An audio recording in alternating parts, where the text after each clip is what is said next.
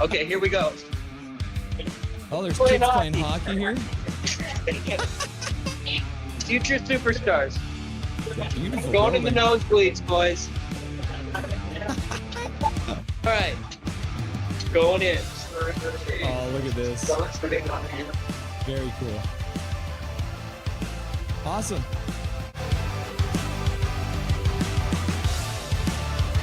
Very excited to have the one and only Laser from Hockey Shop in Langley. Welcome to the show, Laser. How you doing today? Fabulous. No slap shots. The Rangers score. Boo.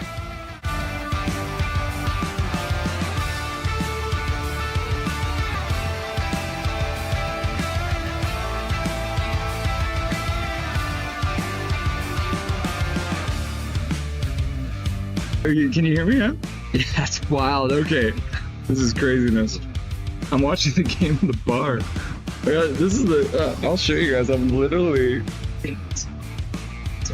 we're in a bar here. We make it happen here. Nothing is perfect, you know?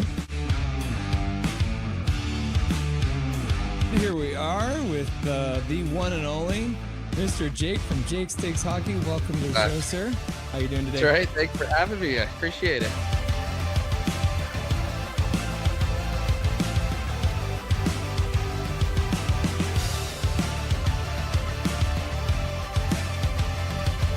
Russell is the best.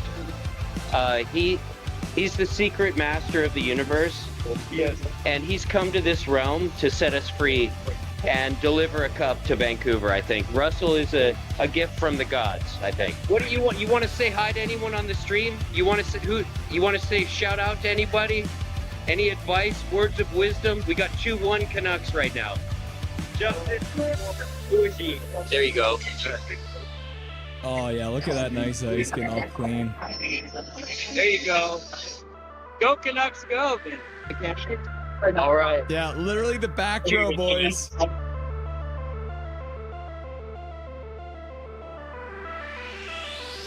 It's nice to have you.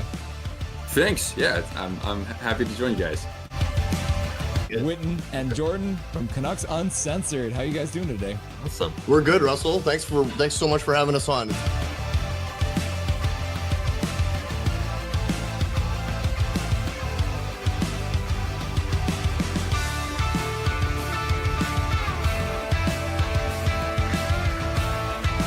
David wins it, goes forward and gets a shot, goes wide.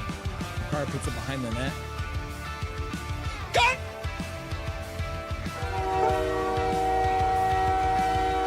Time! Oh, I just got lightheaded! 3-2, Canada wins. I scared the crap out of Dobby. Boys! Boys and girls! We did it! Canada wins! Binnington with some killer saves in overtime, and Connor McDavid, the man we were giving so much crap to through this whole game, wins the game! I'm so red in the face! Look at how red my face is! It's Canadian face! Oh, in Boston, boys! We win it in overtime!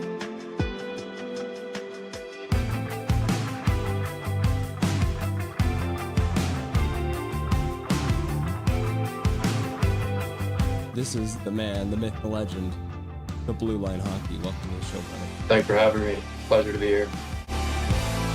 How you doing today?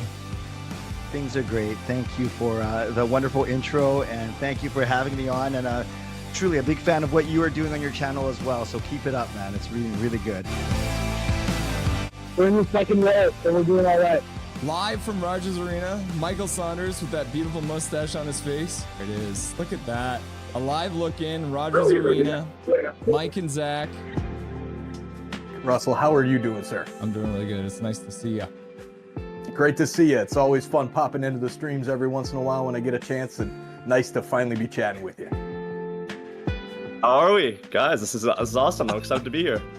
Everyone's been very excited to have you on. The word got out and people started getting very excited. So thank you very much for doing this and joining us today.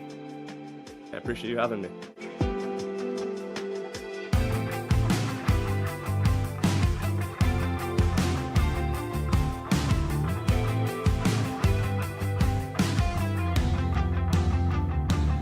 Thank you for having me. Thank you to everyone who requested to hear my beautiful voice too.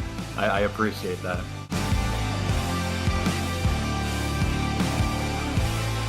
How you doing tonight? Doing good?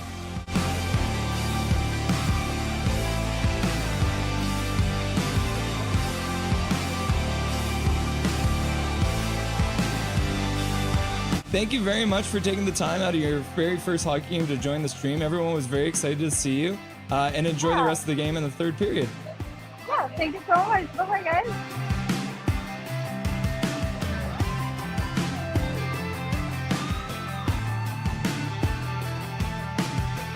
Trevor Beggs joining the show from Locked On Canucks. Thanks for joining me today, brother. My pleasure, Russell. How you doing today, buddy? I'm doing really good. I'm doing really good. Hey, buddy, what an intro. Thanks, man. Hey, no problem. It's nice to see you again. It's been a while. Dude, absolutely. Yeah, those late nights, early mornings. Yeah, weird they were times. rough. We are excited to welcome Dave Hall to the show. Welcome, my man. Hey, thanks for having me today. I'm excited to be on. We're excited to welcome to the show Larry Fisher. Thanks for having me, Russell. Looking forward to talking lots of hockey.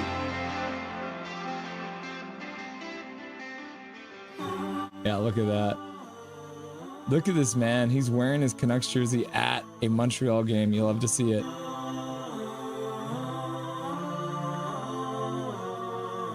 He became a local legend by calling the Abbotsford Canucks Calder Cup run. We were very happy to welcome Brandon Assel to the show. How's it going, brother?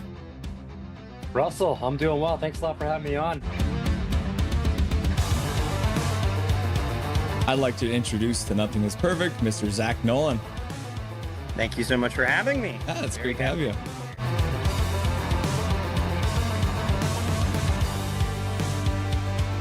Howdy. What's up, my dude? They say never meet your heroes, but boy, am I glad I got to, because here he is, the man, the myth, the legendary host, Toddcast Podcast, Mr. Todd Hancock. Dude, thank you, man. What a crazy introduction. A hero, a myth, a legend. Yeah. We're pleased to welcome to the show Canuckland. Thanks for having me on. I'm really excited. Passionate, realistic, honest. Rev Trev. Let's go. Let's get some passion going. There's some actual hockey playing.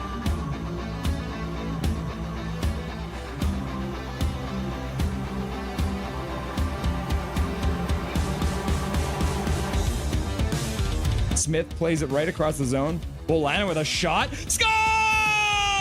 The Edmonton Canucks from the blue line! Shot through crowd! And the Canucks have won it in overtime! Just like that, game one is over! And you don't have to wait much longer, because the Abbotsford Canucks have won game one with 14:09 left to go in the overtime period! Woo! Just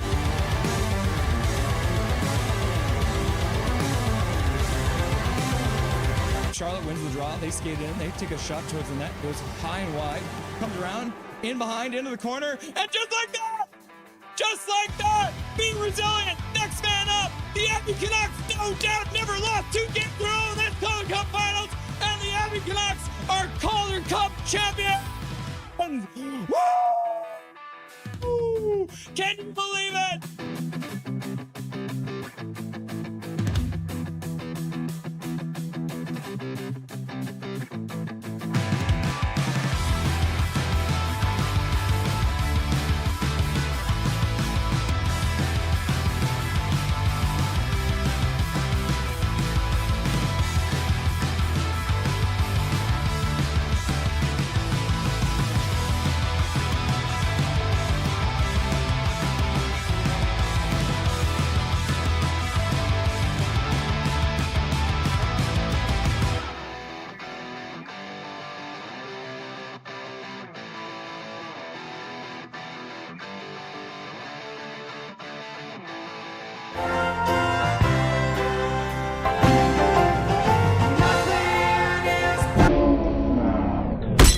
What's up, everyone? It's Nothing is Perfect. It's Russell Holiday, and it is Canucks game night. So that means we are all here to watch Vancouver Canucks versus the Carolina Hurricanes. It is the Gauntlet.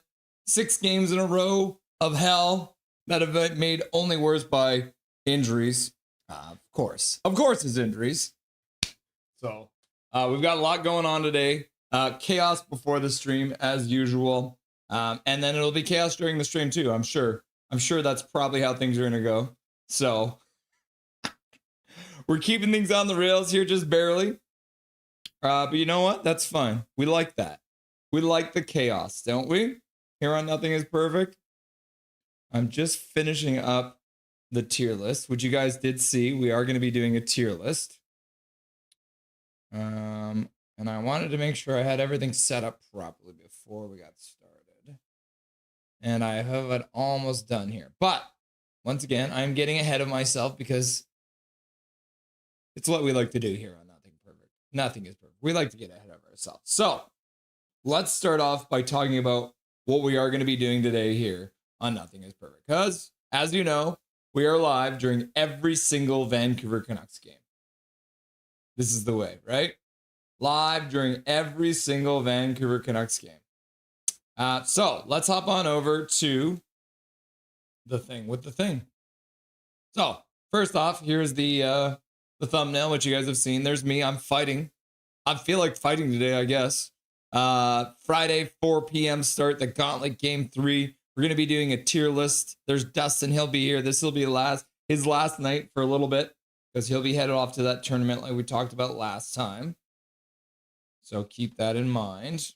And then let's look at the lineup. So Canucks versus the Hurricanes. We're going to start off by saying hello to all the beautiful people in chat that are already here waiting for the game to get started.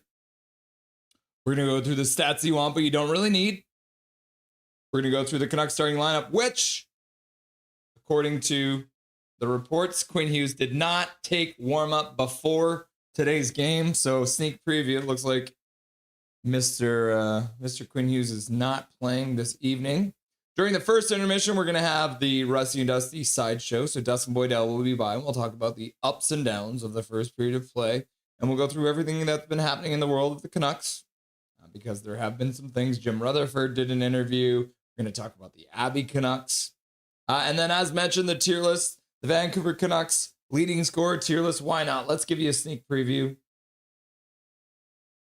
Look at all those. Look at all these guys, eh? So we're going to be going through all of these guys. This is every single guy that's ever led the Canucks in scoring. So we're going to be going through that. All right. Oh, that's the list. That's another spreadsheet. You don't need to see that.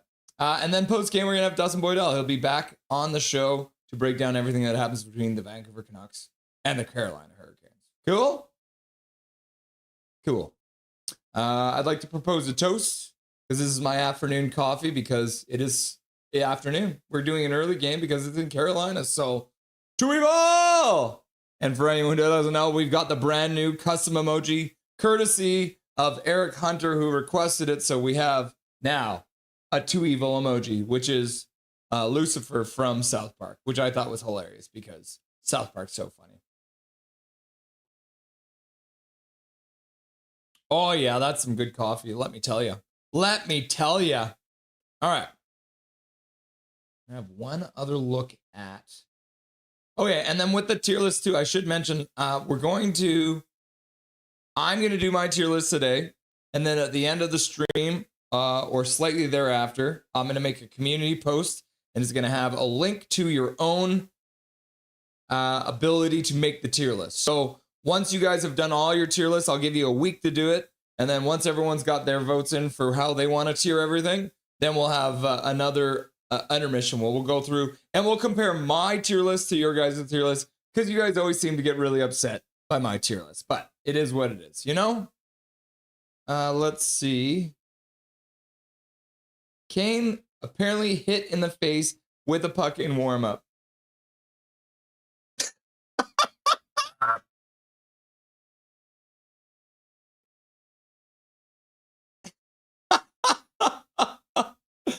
Kane was hit in the face with a puck in warm-up and won't be playing tonight. Huh.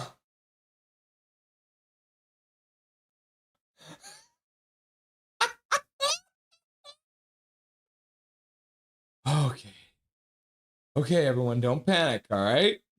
It's not another injury before the game even gets started. That's exactly what it is. So it looks like Evander Kane may not be playing tonight, which just came up on Brendan Batchelor's stream on his Twitter page. All right. Just quickly, yeah, as it changes, guys, this is what we do. So we're updating the lineup right now. So we're adding Pierre Olivier. That's ridiculous. How Canucks is that? We didn't even get into a game and we've already got injuries. Okay, so the defense is updated. Okay, there's Joseph's face. Cool. And then for the forwards, that means that the top line is now changed. So it looks like we still have Mackenzie McEachran with us, apparently, which I didn't know. So Evander Kane has left the game for now. So Arshdeep Bains will be going up to the top line, I guess, to play with Petey. So let's update that, shall we? I don't normally want to update these as we are chatting because obviously you guys want to have interaction with me, but here we are. We got an injury in the warm-up. Okay, so that is changed. All right, so Baines is up to date. What other chaos is on these lines? So it looks like that one. Okay, so that has changed too. So O'Connor is back in the line. We weren't sure if O'Connor was going to play, but it does look like O'Connor will be playing, so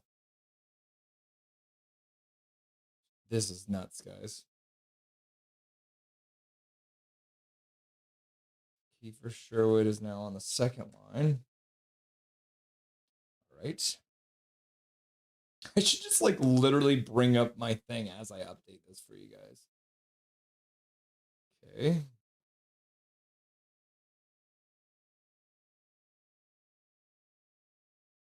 And then this one is like this.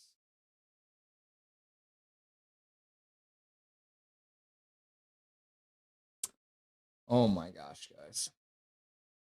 I'm supposed to be saying hello to you beautiful people. DeBrusque.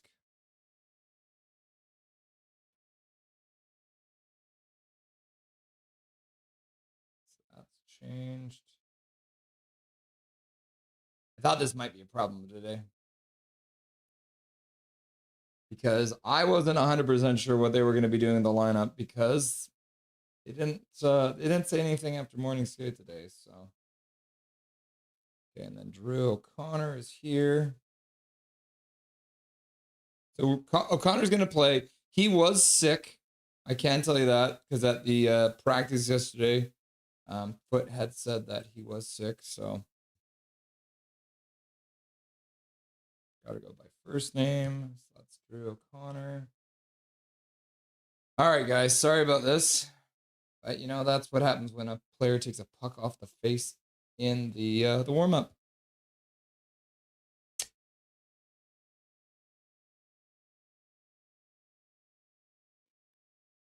So we're adding Mackenzie McEachran back in here.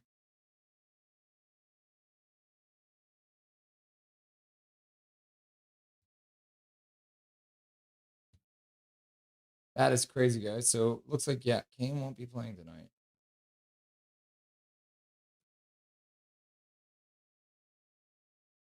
And he has more shots than anyone on this team right now. All right, I think I've got the lineup fixed for you guys now. Let me double check here. One last check, and then I will definitely jump in and say hello, okay? Sorry about this, guys. Yep. Yep. Yep. Yep. And then that one. Yep. Okay, so the lineup is up to date now, guys. Now let's hop in and say hello to all the beautiful people. Okay. I have missed a whole lot of chat because you guys are chatting away. Before we even got started, Evelyn was here. Cal McKenzie was here. Calvin 99 Charlie going Trevor Linden, Trevor Linden, Trevor Linden, Trevor Linden, Trevor Linden, and then Trevor Linden appears. In Betty We Trust doing the wave. Woo! HMS Fangirl's here. What's up, HMS Fangirl? Nice to see ya. Calvin 99 Charlie. Duolingo is here. What's up? Excuse me. Betty. Swerve and Irvin is here using the brand new custom emoji. You'll love to see that. I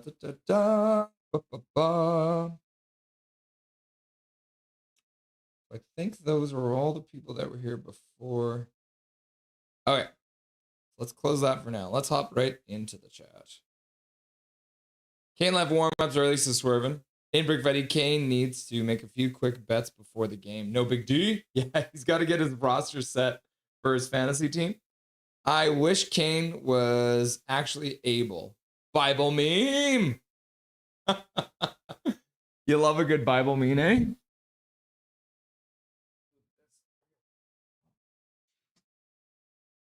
Calvin 99 Charlie. No, he needs to text his best friend Cash Patel. Laugh out loud. Hopefully Kane is okay. Yeah, I hope so too. We'll have to wait and see if he comes back. But right now. Also, did you guys see Troy Stetch was put on waivers today? Troy from Richmond.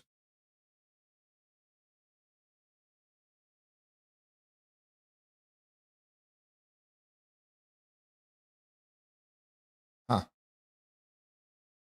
All right, so the lineup may change again because apparently there was no blood, but he got hit in the face. So I don't know if that's good news or bad news. Kiefer Madness! Laugh out loud, that's probably more likely Calvin, says Prickfetti.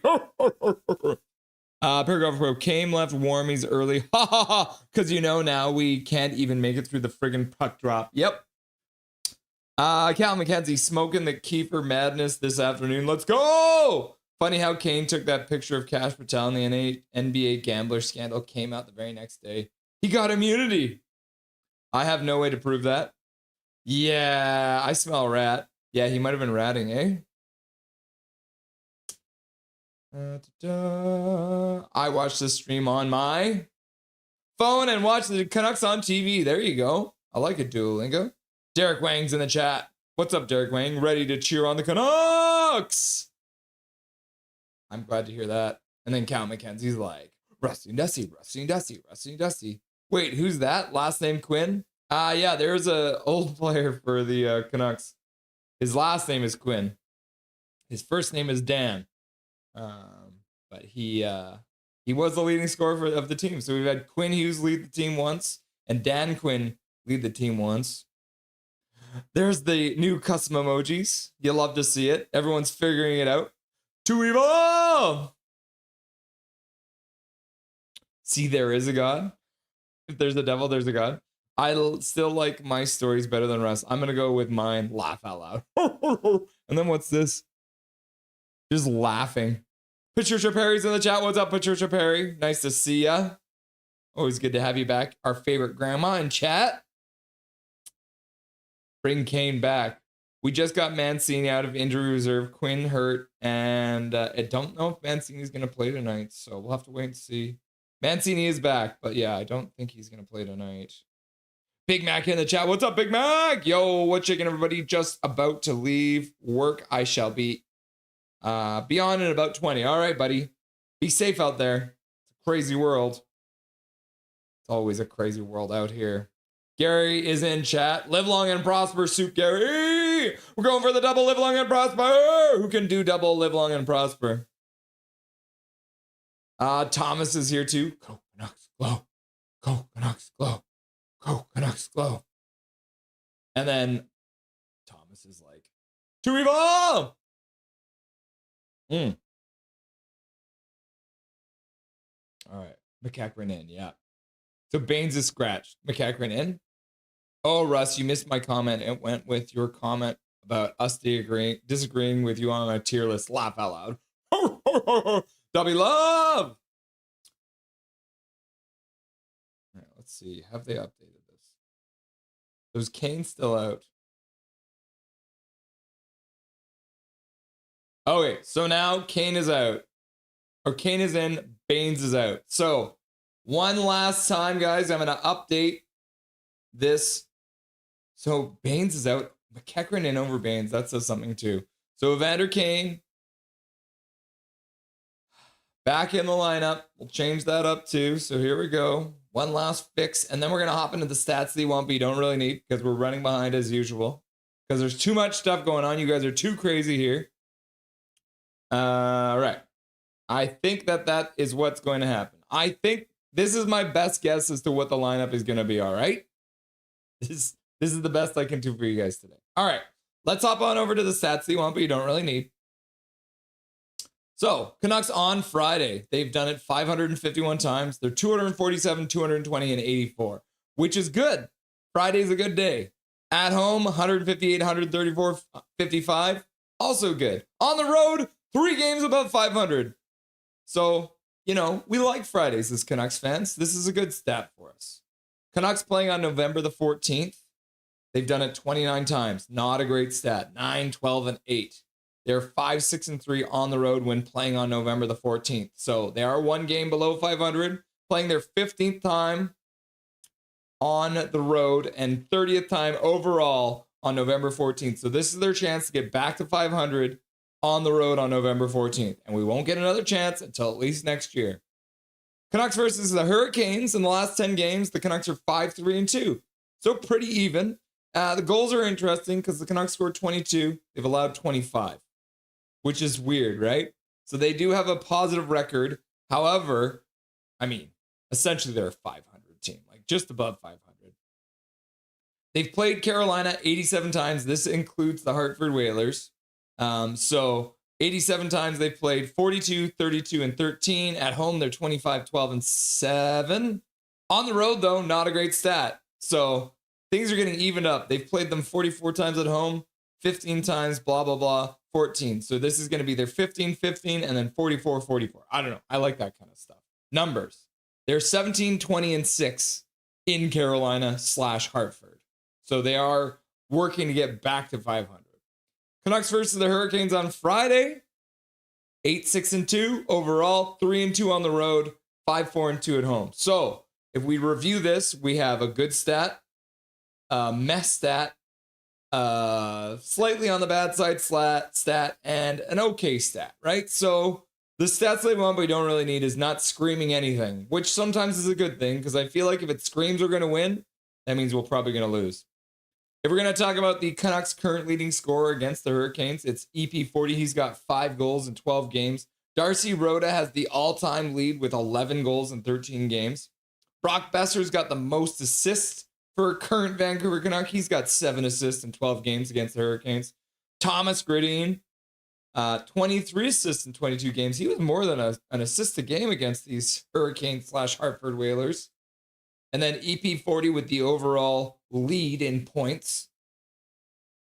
And EP40 has 11 points overall in 12 games. So almost a point a game against Carolina. Gradin has the overall lead with 28 points in 22 games. Sebastian Aho is the Carolina Hurricanes leader. He's got 9 goals in 15 games. I've never heard of this guy, Stoughton. He's got 12 goals in 14 games, or 16 games. Jakob Slavin, he's got 9 assists in 17 games. Ron Francis has the overall all-time lead with 32 assists in 35 games. And then Sebastian Aho has 14 points in 15 games. So pretty close here between the 2 current leading scorers. And then Francis has got 42 points in 35 games. So let's compare the 2 current leaders. EP40, Sebastian Aho. Sebastian Aho's got 16 points in 16 games. Petey's got 13 points in 18 games. So Sebastian Aho has played 2 less games and has 3 more points. Petey has the hardest shot between these two when it comes to the season overall. and on average shoots about 1 mile per hour faster than Sebastian Aho. Very similar in age too, right? 28, 27. Skating speed. The max burst that Sebastian Aho has had is just slightly faster than EP40. He does have 1 over 22, which is this one, and then 28.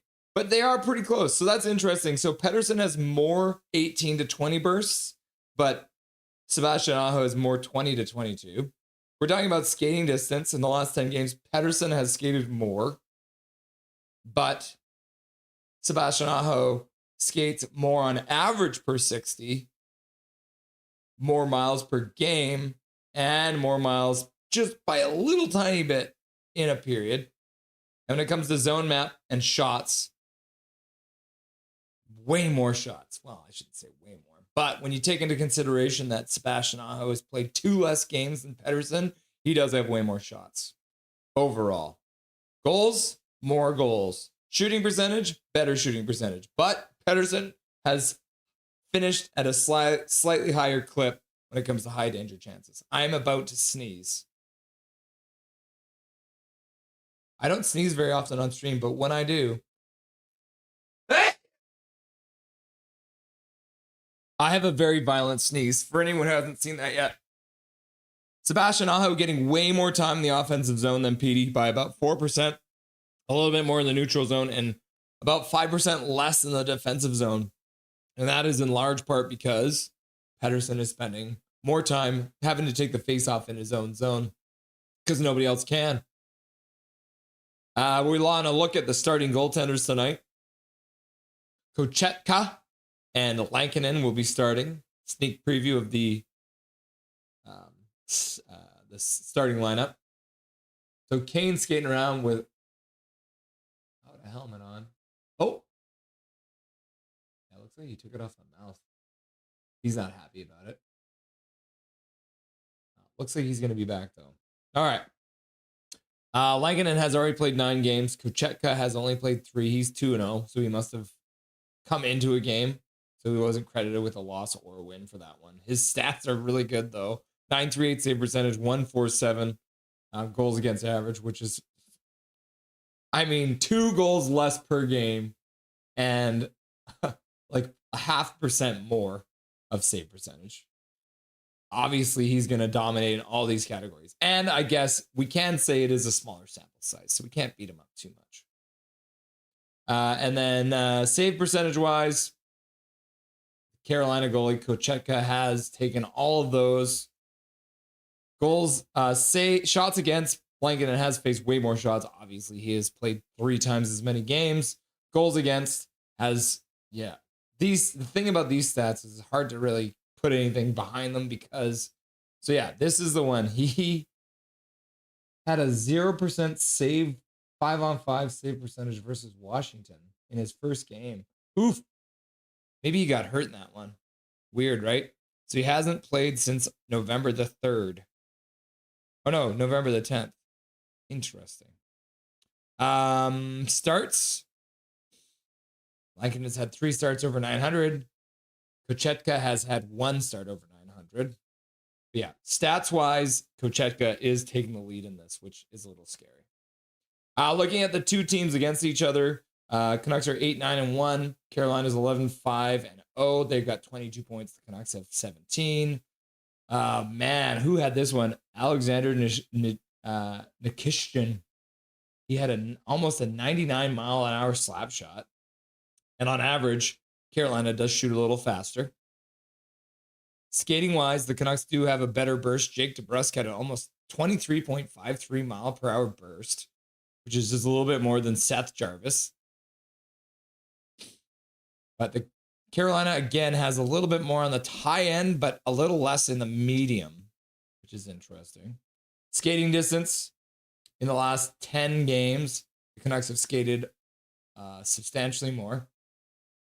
But on average, Carolina skates more per 60, more in a game just by a little bit, and about the same per period. So when it comes to averaging out the stats, it's pretty similar. Shots on goal, Carolina, despite having played 2 less games, has 36 more shots. but has less high danger ones. So that's good to see. And then mid-range ones, they got more and more for long range. So the Canucks do have more. When it comes to goal scoring, the Canucks have less goals, even though they have played 2 more games, which is kind of hard to swallow, but it is what it is. And Carolina, once again, spends more time in the offensive zone, way less time in the defensive zone, and a little bit more time in the neutral zone. Okay, last one we'll look at here is the overall stats. Canucks are playing Carolina today, November 14th, and then they will be playing them again nearer to the end of the season on March the 4th. In the last 5 games, Quinn Hughes leads the team in scoring with 6 points. He is not playing tonight. Nicholas Ehlers has 6 as well in the last 5 games. Seth Jarvis has 3 goals. Jake DeBrusk has 4. Quinn Hughes has 6 assists. So no goals for Quinn, but he's got 6 assists. He won't play it again. Keandre Miller will be getting, has 4 assists. Comes to power play wise, the Carolina Hurricanes power play is crap, which means they'll probably play really good today. The Canucks are in the middle of the league, so not too bad. But their penalty kill is shit. And so maybe these will all cancel each other out because the penalty kill for the Carolina Hurricanes is pretty good. Face-off wise, Carolina's dead in the middle. The Canucks are almost dead last. Goals for per game. Carolina scores a lot, 3.69. They're 3rd best in the league, and they're 9th best when it comes to the defensive side of things. The Canucks are almost bottom barrel goals against and about the same when it comes to goals for, only a little bit better. In the last 10 games, the Canucks have gone 4-5-1. The Carolina Hurricanes are 6-4. Cool? There is a lot going on. That's a lot of stats to digest. Let's hop back to the bar because Benderman showed up and renewed his membership. Or did you become a member? I think you just became a member. So thank you very much, Benderman, for becoming a member of Nothing is Perfect. We appreciate you. And the donation to Dobby's College Education Fund.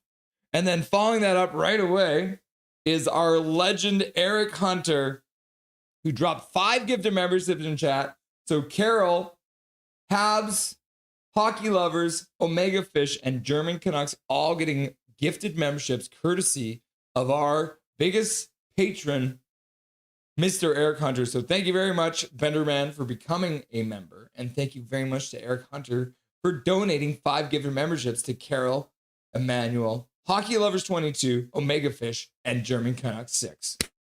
We appreciate you for donating to Dobby's College Education Fund.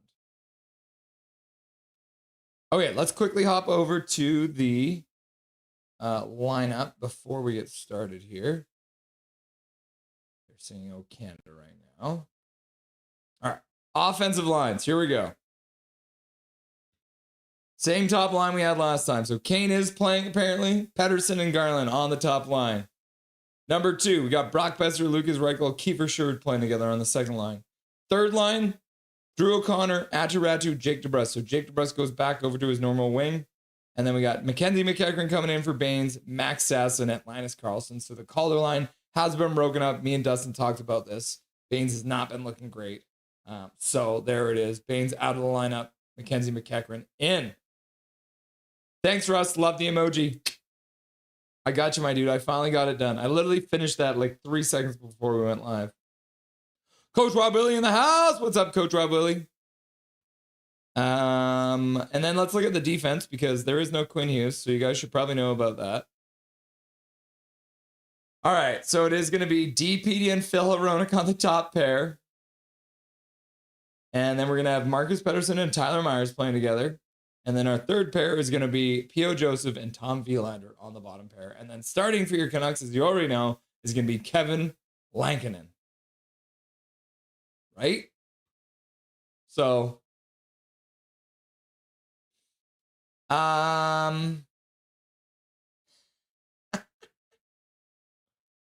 let's see. How long will Quinn Hughes be out? Day to day, a week, a month,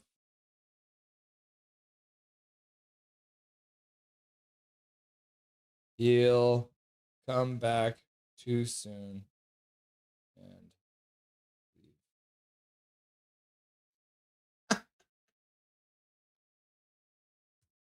comes back too soon and leaves again.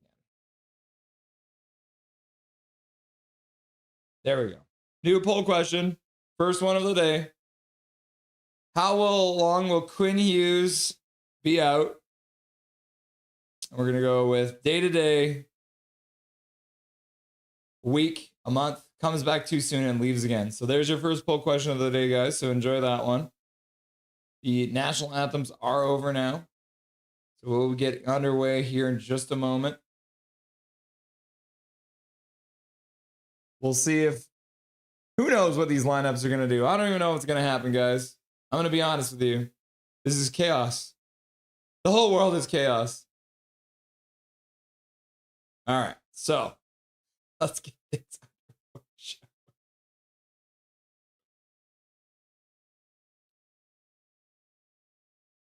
Sherwood, Reichel, and Besser starting with Myers and Marcus Pettersson starting off for this game. They're standing at center. The referee's apparently stretching out his legs. They're taking their sweet time to drop that puck. Sherwood is now like, what the hell, bro? All right, play is underway, finally. Puck is dumped down into the Canucks zone off the face-off win at center. Canucks turn it right back up. Puck goes all the way down the ice, but it got tipped. Canucks allow Carolina to skate back out. They come in with speed, pass across the slot, shot to the front of the net. Gostisbehere makes a save, and then Keeper Short come back and took it off the line after Koss was there. Took a shot to the front of the net. And Langinen got a piece of it, but it dropped down right in front of the line. And then Keefer Sherwood skated back and got it. Carolina dumps the puck in behind the Canucks. So a high danger chance right to start here. Oh my goodness. Carolina still controlling. Far corner. Try and put it down low. The referee gets in the way because they're blind and deaf. They want to be refs. Now Myers chips it up the boards. Kept in by Carolina. Bounces behind the Lankinen net. Now Marcus Pettersson, he'll pick it up and dump it behind the net. And the Canucks will slowly move out after, I believe, their forwards changed. Puck into the Carolina zone. Kochetka dumps it up the boards and out past their blue line. Carolina battling for it in the neutral zone, and they'll dump it in deep. Hronek slaps it around the boards. Comes up to Garland. Garland puts it up to the blue line. That gets intercepted by Seth Jarvis, who puts it down low. Aho pursues Hronek into the corner. Good move by P to get out of the corner. And he'll go back behind his own net. Carolina with a very aggressive forecheck right now. Jarvis standing right in front of Lankinen. Hronek now takes the puck behind the net. The Canucks have changed again, so we got Ratu out there with Drew O'Connor. Yeah, what an aggressive. Puck comes all the way out to center. Kochetka comes out and he'll play it. Oh, and then it almost gets intercepted by Ratu. Carolina picks it up. They'll skate in. They'll lose the puck at the blue line. Ratu intercepts it. He'll put it out to the neutral zone where Carolina intercepts it and shoots it into the Canucks zone. Myers picks it up. He loses the puck in the slot, and he recovers it by poking away from the Carolina player. Almost took it away in the slot. This is chaos. Now a shot in front. Lankinen with a blocker save, and Tyler Myers clears the rebound to the corner. A shot from the blue line deflects off of P.O. Joseph. Now Myers plays it up the boards. Hurricanes up to 2 shots now. But it feels a lot more dangerous than that. The Canucks flip the puck into the Carolina zone. Now they flip it all the way down the ice. Stankoven puts it in behind the net. First one onto it's Max Sasson. He'll throw it up the boards. Carlson gets it up to Sasson. Sasson now has a breakaway out of nowhere. He shoots and scores! On a breakaway after the Carolina player fell down in front of his own net. Max Sasson early in this game with the first shot for the Canucks. Puts it into the net. And the Vancouver Canucks have taken the lead. Woo! What is this chaos? McEachran and the defenseman for Carolina get tied up. They fall down. And Sasson just goes right 5-hole on Kochetka. Good work by the boys, eh? Oh my God, this is chaos. And then Eric Hunter's like, here, have 5 more gifted memberships. And it is going out to Segmina, Universal Habs, Jeff Quinn, the Bunny Fan, and Eric with a C. You love to see it. The Vancouver Canucks have taken a 1-0 lead on their first shot of the game. 17:06 left to go. Carolina once again resumes control in the Canucks zone because they have been pretty much dominating the play until that moment when Max Sasson had a breakaway off of a collision between two players. Oh my gosh. Chaos. Chaos! So thank you very much, Eric Hunter, for your donations to Dobby's College Education Fund. We appreciate you. And congratulations once again to Segmina, Universal Habs, Jeff Quinn, the Bunny Fan, and Eric with a C. You'll love to see it. Thank you very much. Coach Rabelli's here. Go, go, go, go, go, go. Van Al Beauty's like, LFG! Carolina wins another draw. Zach is here and he's like, go, go, go, go. Fangirl's like, go, go, go, go, go, go, go, go, go, go. And then Gary Westman's like, Atu Ratchi's birthday, 23rd. I heard today. Oh, is it Atu Ratchi's birthday today? Oh my gosh. Cal McKenzie. Go, go, go, go, go. Trevor Linden. Oh, the Canucks give it away. Now it's a 3-on-1 down low. Shot at the front of the net goes wide. Canucks had already mailed out of the zone, and Carolina suddenly had a 3-on-1 down low, but they shot the puck wide. So you miss 100% of the shots you don't take, I guess. Well, they did shoot, but I guess you miss 100% of the goals you don't shoot on net. All right, Hronek gets it deep. Uchetka stops it behind his net. He'll flip it up the boards. Comes up to Martin Hook, sorry. Carolina dumps it in, rings around the boards, ends up on the near side corner. Behind the net, picked up by Hronek. He'll flip it up into the neutral zone, bouncing puck right at the center line. Vancouver trying to change. Puck into the front of the net. Carolina controls. Pass out front, shot at the front of the net, and Carolina scores. That was a short-lived lead for the Vancouver Canucks, and Carolina, with 15:40 left to go in the third period, has tied it up. If only it were that easy, laugh out loud. Lloyd, get me a virgin margarita, eh? Hey, Lloyd, you got a drink there for Emmanuel? Hey, Lloyd? Lloyd, seriously, go away, Lloyd, go, please. Oh, God, I hate Lloyd. He's not getting you a margarita, I'm sorry. He ain't. Vanderman's like, chaos, giraffe. Is Shannon coming?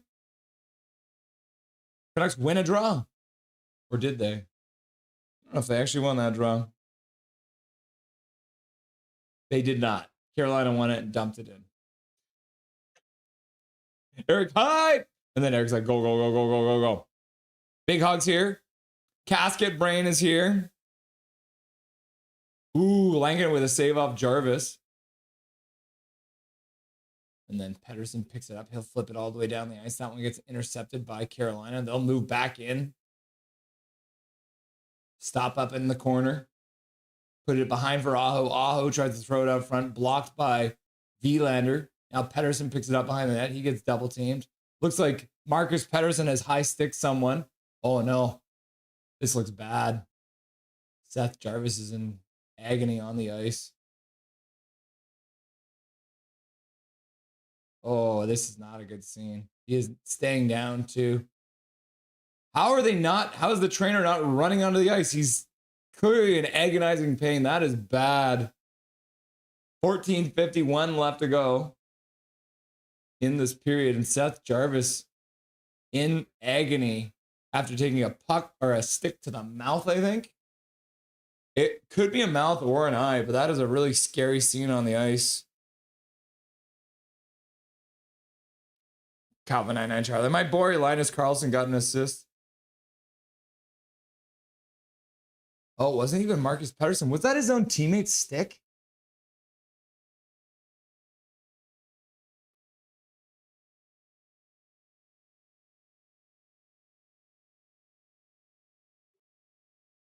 Huh. I wonder whose stick was it? McEachran with the fall down pass. Yep. Bonsai! Oh, Andrew's in the chat. What's up, Andrew? Oh yeah, it's not even a Canucks stick. That's Svechnikov's stick. He high sticked his own player. Yeah, they're going to have to review that. And that is super unfortunate. Svechnikov just high stick Jarvis. So Marcus Pettersson, so they're giving him a cross-checking penalty anyways?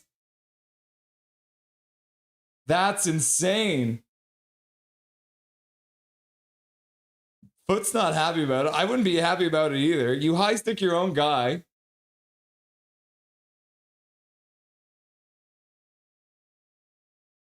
The only reason Jarvis falls is because he's already been high sticked. That's insane. I'm blind, I'm deaf, I want to be a ref. Oh my God. Tora is here. Muhammad is here. Go Canucks, go. Go Canucks, go. Go Canucks, go. Dijon Mustard is here. Carolina wins the draw to start, and they score immediately. Holy crap, 4 seconds. 4 seconds into that power play, and the Canucks lose the draw, and the Carolina Hurricanes immediately pass across the ice for Svechnikov, the guy who high-stick Jarvis! Oh my God, that was such Canuck luck. The guy who high-stick Seth Jarvis just scored the goal. He's all alone. What was Garland doing? What the hell was Garland doing? The Canucks do not know how to penalty kill. That was terrible. That's insane. Garland blew coverage. That's high sticking, yeah. But unfortunately, it was his own guy. We get one, and then we're like, nah, you can have it. So all of a sudden, it's 2-1. This is just like the last game.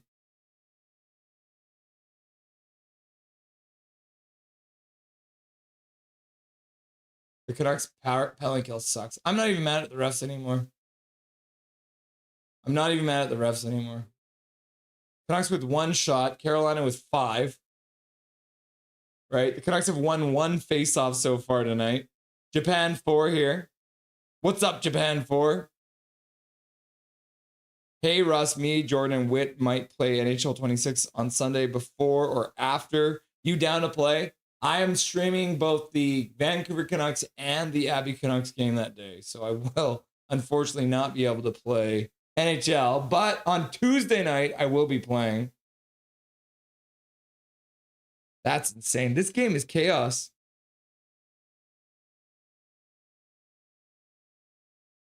That's not a penalty. Yikes is Benner, man. Big Hog Hockey, his own teammate. Yep. Katie's and Kegs. Canucks lose another draw. Muhammad own teammate did to Jarvis. Isn't that brutal? Connor Garland dumps the puck in. Aho flips the puck out to center. The Canucks play it out to the neutral zone.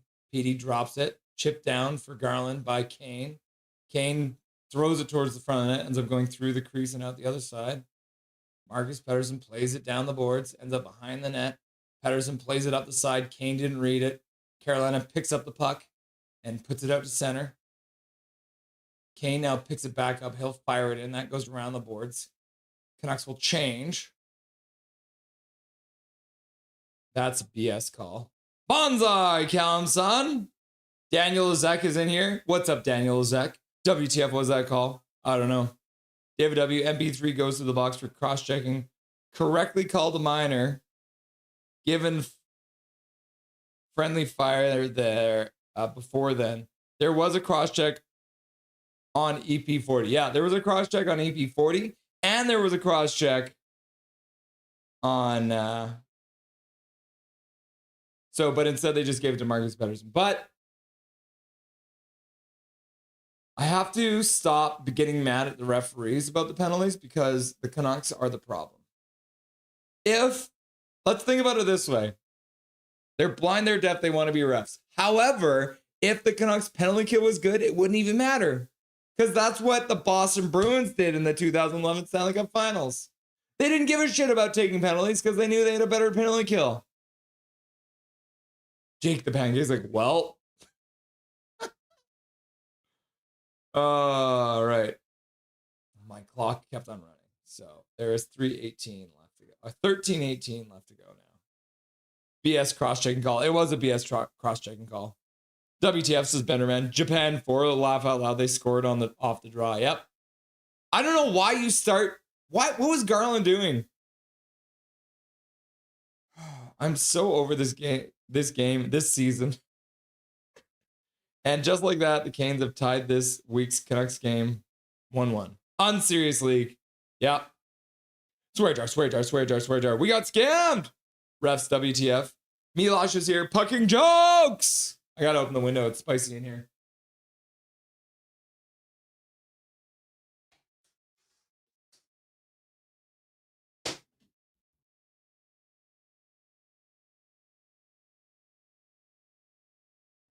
So spicy in here, guys. It's probably all the yelling. Such BS. Great call, refs. Freaking Eastern refs. BS, absolute BS. Atrocious call leads to that. Go Canucks, go! Refs are garbage. Yep, that is complete BS. And then Van Al's like, mustard! Timeout, Footer. Does he take a timeout? Nah, he didn't take a timeout. Brock Besser's got a sick mustache right now. Japan 4, the Canucks are following the script. Laugh out loud. They're doing exactly what I said they would do. The Canucks penalty kill is crap, and so is the Carolina power play, but we know the Canucks penalty kill is worse than the Carolina Hurricanes power play is worse. You know what I mean? What kind of face-up lineup is this? They've just accepted that they're going to lose the draw, so they actually had a guy land up. Reichel lined up to the side. That's crazy. All right, play is back underway. Brock Besser falls down at the blue line, takes down a Carolina Hurricane with him. DPD plays it up for Besser. Besser chips it into the far side. Oh, it ends up skipping right onto Kochetka, and he'll grab the puck with 12:56 left to go in the first period of play. F the refs. Yep, swear jar the refs. Tired of Foot just letting that shit go. Bro, you're behind like a minute. Laugh out loud. This is why I have a clock on here. So then if you want to, you can line up with me, Brizges. I cannot do anything to change where I am broadcasting because there will be a delay based on me watching the game and me streaming the game to you. So that's why we do this, because then you can line your stream up with me. Garbage, holy shit.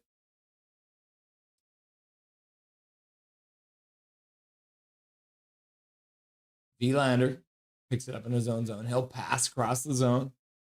Puck up to Pettersson. Pettersson gets cross-checked down on the boards. No call because the refs are blind and deaf.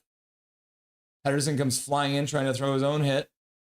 Now it's Svechnikov on a partial break. Makes a pass across the zone. Canucks managed to chip it away from them out to center. Oh, and then Kane just came in and high-sticked someone. Keandre Miller just got high stick by Kane because Kane was like, I have one hand on my stick. I'm going to randomly swing at the puck and put it right into a player's face. Good job, Kane. Way to take penalties in the offensive zone. Like, why is that a good idea, Kane? How stupid are you, Kane? Kane's an idiot. I wish he would have stayed out of this game. That would have been the best thing that ever happened to this game. Oh, Kane got hit in the face in the pre-games. He can't play. Perfect. I'd rather have Baines than Kane. All right. 12:17 left to go in the period. Carolina wins the draw. Puck to the middle of the neutral zone. Blocked by DeBrusk. And then he'll shoot it down the ice. I think it's insane, too. Like, why are they starting DeBrusk on this penalty kill? Andrew not trying to lecturing at all. Love. Carolina controls. Down by the goal line. Skating behind the net. Pass across to the far side. Kiefer Sherwood picks up the puck off the boards and he'll skate through the neutral zone. He goes down the boards. Nice move. Gets in behind the net. Plays it back up into the Canucks end of center. Hronek picks it up there. And then DP will put it out to center as well. Puck ends up behind the Carolina net. Kochetka leaves it there for Gauss to spare. He'll skate out and drop it under pressure by Besser. Now we got Besser and DeBrusk out as a penalty kill unit. Besser grabs the puck, puts it up to the blue line. Gosper keeps it in. Now DeBrussi intercepts a pass. He'll skate down the boards. He tries to chip it up the boards or something. Puck ends up ringing around the boards. He'll pop it up to the blue line, and Besser finishes it off and gets it down the ice.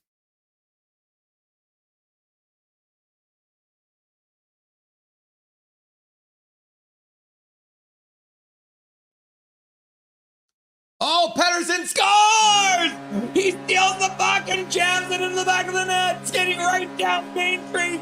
And a EP40 has tied the game up while the Canucks are killing a penalty. You love to see it.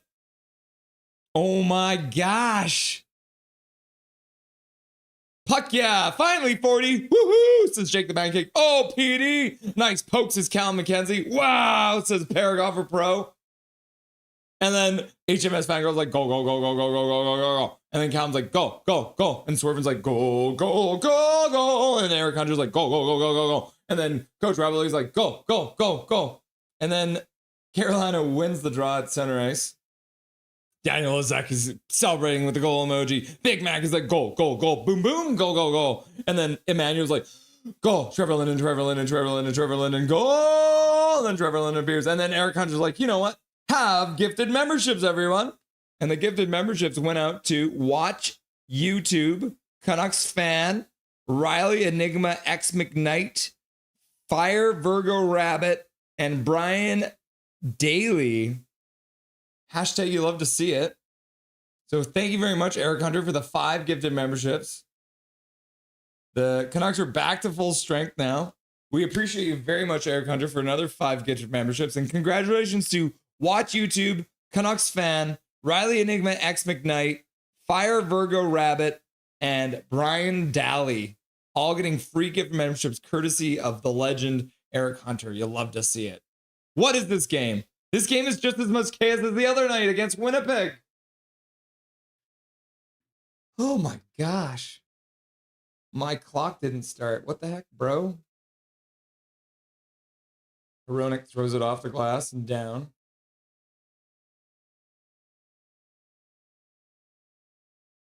9:26 left to go when the puck goes out of play. And they'll take a media break. Luke Flyswatter, PD is coming alive. Yep. Weird. Goal, says Mohammed. David Lou says, attaboy, EP40. Welcome, David Lou. Nice to see ya. He's like, go, go, go, go, go, go. Daniel's like, EP40. And then Andrew's like, LFG, PD. Patricia's like, good job, EP40.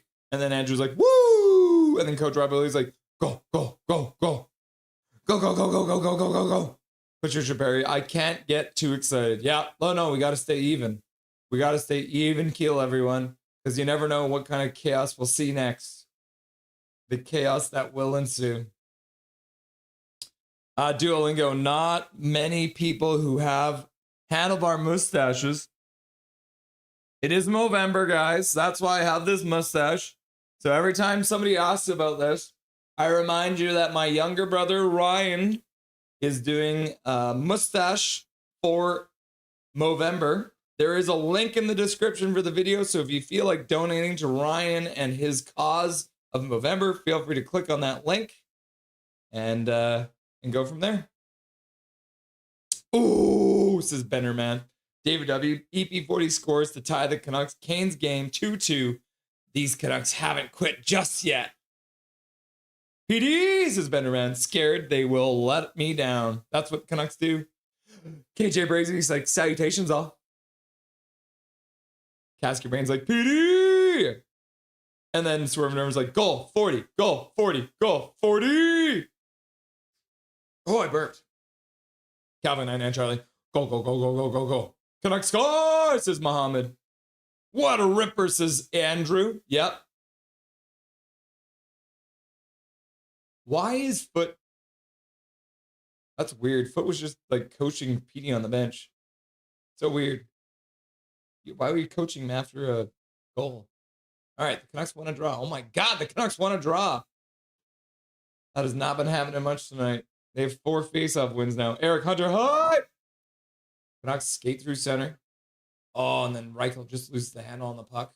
Besser picks up a loose puck at center, passes back to Hronek. He'll flip it out to the neutral zone, past Sherwood's stick so he can't collect it. Woo! My NHL fantasy stars! Dijon Mustard, you got Petey. Hronek does well to actually step around a man and get the puck up the boards, but Carolina on a good forecheck keeps the puck in for the moment.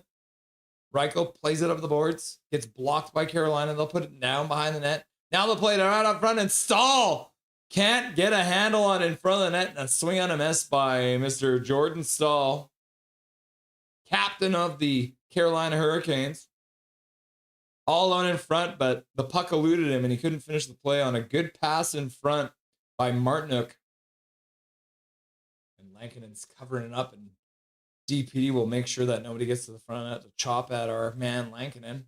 EP40! Nice goal, EP40, and way to intercept that pass. All right, Carolina wins another draw in the Canucks zone. Shot to the front of the net, hits a pile of bodies there, ends up in the far side boards. Carolina tries to pass across, ends up getting blocked partially, and then the puck chipped down. Vilander picks it up. He'll skate behind his own net. He'll pass off the boards. A geometry pass ends up going right to Drew O'Connor, then loses the puck in the faceoff dot. Carolina will skate it back up over the Canucks blue line, trying to pass it to the middle. That one gets blocked, but they pick it up in the faceoff circle. Shot ends up going off of an object of some kind and out of play with 8:06 left to go in the first period of play. Oh my gosh. This night has been chaos. Vintage PD goal, yep. Hunter Hart, LFG. My fantasy team loves that for the first time in a long time. I love EP40, says Cal McKenzie. Yep. You gotta love him when he scores goals like that, right? KJ, says Big Mac. David W's like, Patricia Perry, the game is still tight at 2-2, and there's still half a period and 2 more after that play before the game is over, unless extra time is needed. Canucks win a draw. Connor Garland gets hit at the line. Nice pass there by Pedersen to get it up for Kane. Kane on the forecheck does well to separate the man from the puck, but good support from the Carolina player, and they'll clear it up. Robinson came in to support his man, and Carolina will move it in. Pinned to the boards by Myers. Kane on the half boards. Weak pass up to Connor Garland. And the Canes will shoot it in. Svechnikov ends up putting it right behind the net. Aho picks it up back to the blue line. Shot to the front of net. Lankinen makes a save through a crowd. Pedersen leaves for Pedersen. That was EP40 for EP25. Connor Garland gets it out to the top of the blue line, and then Kane finishes it off. Canucks dump it down into the Carolina zone. They'll finish a change. Carolina will flip it into the Canucks zone. Bouncing puck. P.O. Joseph does well to just get it to the corner. And then Sasson's in there helping him. Sassone, sorry, I guess he wants to be Max Sassone. Only 9 shots in this game and 4 goals. Shot to the front of the net. Lankinen makes a save. Rebound comes out. A swing and a miss there from Gostisbehere come down from the point. Now Carlson in on a partial 2-on-1. Pass through. Ends up behind the intended target there in front of the net. And then Max Sasson loses the puck at his own blue line. Mackenzie McEachran comes in and throws a hit. Carolina picks it up. Gostisbehere plays it back to the blue line. Blake throws it to the slot. Sassone will flip it out to the neutral zone and down into the Carolina zone. Walker, he'll start out. Drops the puck for Gostisbehere, who gets to the red line and fires it in. Rings around the board. Vilander scoops the puck up the boards, but it gets intercepted by Carolina. They'll deke to the middle and getting poked away by a couple of sticks there. Besser plays it down the boards and it gets by Sherwood. He hits his man hard in the corner, but can't get the puck. And then EP25 picks it up in his own zone. He plays it out to center for Sherwood. Sherwood puts it to the middle, flips it into the zone. Besser skates onto it. He stops up in the corner. He spins again, looking like Quinn Hughes out there. He puts it up the boards for Sherwood. Sherwood can't get to the puck, but Carolina actually puts it down the boards, which is good for the Canucks because they get it back now. But they give it right back to Carolina. And then Martinook will pass it back for his teammate who skates down the half boards. Carrier ends up putting it behind the net. Jordan Stahl puts it out front, chopped to the front of the net. Carrier couldn't finish it. Now Besser gets tripped. The referee did not see it. Either that or he's blind and deaf and he wants to be a ref. 0 emotion when PD scores. Yeah, he's just pissed. Reichel flips it off the glass and down the ice. Not enough for icing, looks like. It's like, I want to hear Captain Canuck 43 come out and say, I love the Canucks and I'm not leaving. Carolina from their own zone with just under 5 minutes left to go in the period. Shooting the puck in from center. Picked up by Marcus Pettersson. He'll play it up the boards partially. Puck to the middle now. Scooped across for DeBrusque. He'll take it over the blue line, dropping it for his teammate Ratu. Ratu on the half boards, tries to get it down low, gets intercepted there. And Carolina will play it around the boards. They'll start skating out. Goss to spare. Plays it to the middle of the ice with some speed over the blue line. Carolina stops up on the half boards near side. Back to Goss to spare on the blue line. Now a shot to the front of that. Gets blocked by Tyler Myers. Connor Garland chips it up the boards and he'll skate onto it. But Goss to spare intercepts it. Now, a good backhand pass to Kane, but just outside of his reach. He couldn't handle it. Now Blake in. Tries to dump it past the slot, but can't get it to go. Now they'll dump it into the near side corner. Tyler Myers puts it off the boards and out down the ice. Picked up there by Walker. Kane tries to hit him. Can't get the puck though. Now Carolina, Svechnikov brings it in. Dishes over to the side, but that gets intercepted by EP40, who puts it over for Garland. Garland cuts to the middle, skates in. Pettersson fell. EP40, I don't know why Pettersson fell. I was watching Garland deke through on the other side. Did Pettersson trip on the blue line? I think EP40 tripped on the blue line. Why is it that they stand there when the puck is right in front of them, of their goal? Like, move, damn! If Quinn goes to New Jersey, who gets 43, Luke or Quinn? Technically, Quinn could steal it from his brother because he's got seniority. That's usually how teams do it. Whoever the older player is who has the most games played gets to choose. But maybe he buys his brother a Rolex or something like that, eh? We don't even want to think about that. Where is the makeup call? The refs are blind and deaf. They want to be refs. Let's see. Japan 4. We wouldn't be surprised. Swerve. Or he's fed up with him. Laugh aloud. For puck's sakes, just inventing locker room drama now. Look at Pettersson's pretending to care about what Foot says. Yeah, I did see that. Coach Rubley, what happened to Jack? Sick chops too, Elvis.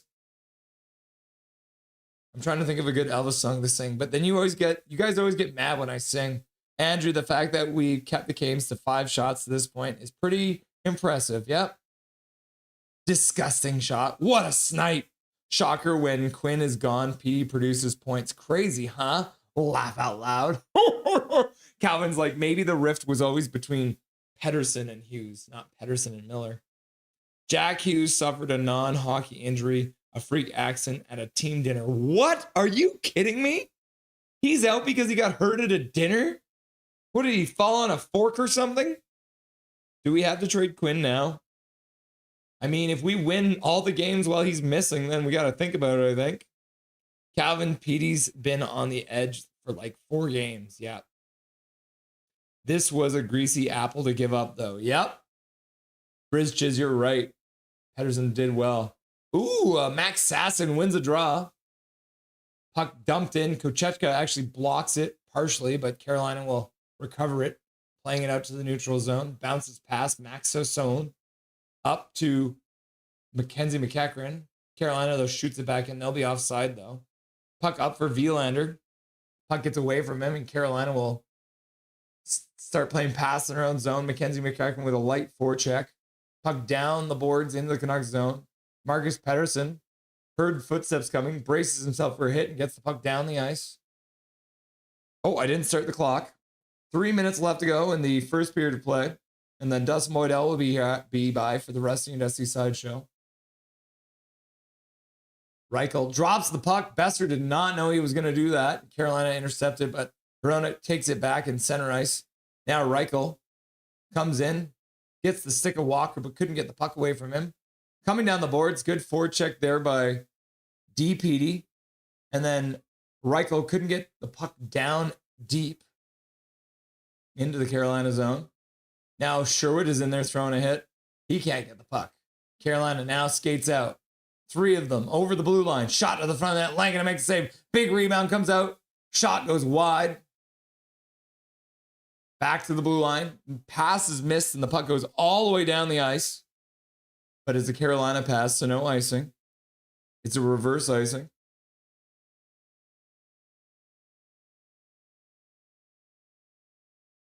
I wonder what we'll get from Dusty today. Dusty.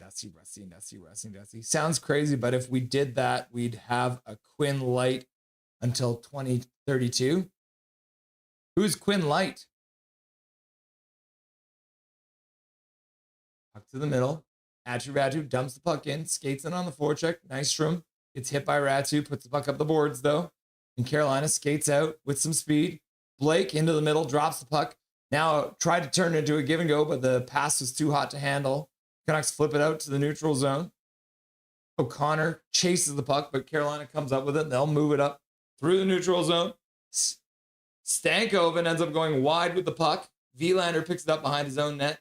Passes out to blue line, intercepted by the Canes. He'll take the puck all the way back down into his own zone. Good forecheck there by EP40. Can't come up with the puck. Canucks have 10 hits now. Carolina has 5. Last minute of play in the third period here. Puck rings around the boards to the far side. Carolina plays it down low. EP40 hits his man. Can't come up with the puck. Puck back. Goss to spare. He bobbles the puck but keeps it in just barely at the blue line. Puts it down low and then Hronek will go for a skate. He gets to center. He'll flip the puck in. Garland moves in on the forecheck, but the puck actually goes out of play with 32 seconds left to go in the first period of play. Jack cut his hand. Laugh out loud. Anyone with a 43 jersey could just keep it. From behind, Luke looks like Quinn. McKenna or the by D man Keaton Ehrhoff. Is that how you say it? Sasson gets waved out of the draw. Besser can't win it.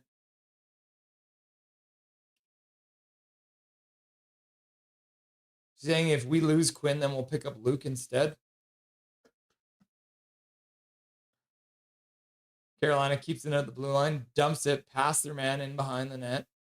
Marcus Pettersson does well to get the puck away, but then gives it back to Carolina. They keep it in at the blue line. 7 seconds left, maybe a chance. Besser throws it towards the front of the net. Oh! Mackenzie McEachern couldn't quite finish the play on a rebound in front. We finished the first period, move into the first intermission. I have no idea what mood Dusty's going to be in now. This is chaos. It's Jessica's here. What's up, Jessica? Nice to see ya. Reverse icing. Laugh out loud. Learn the rules. All right, let's get Dustin on the line. Oh, yeah, I need to put a headset on first. Got to make sure I can actually hear the man.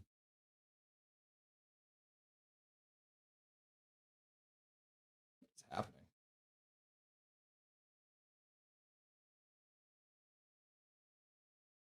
Discord is being strange.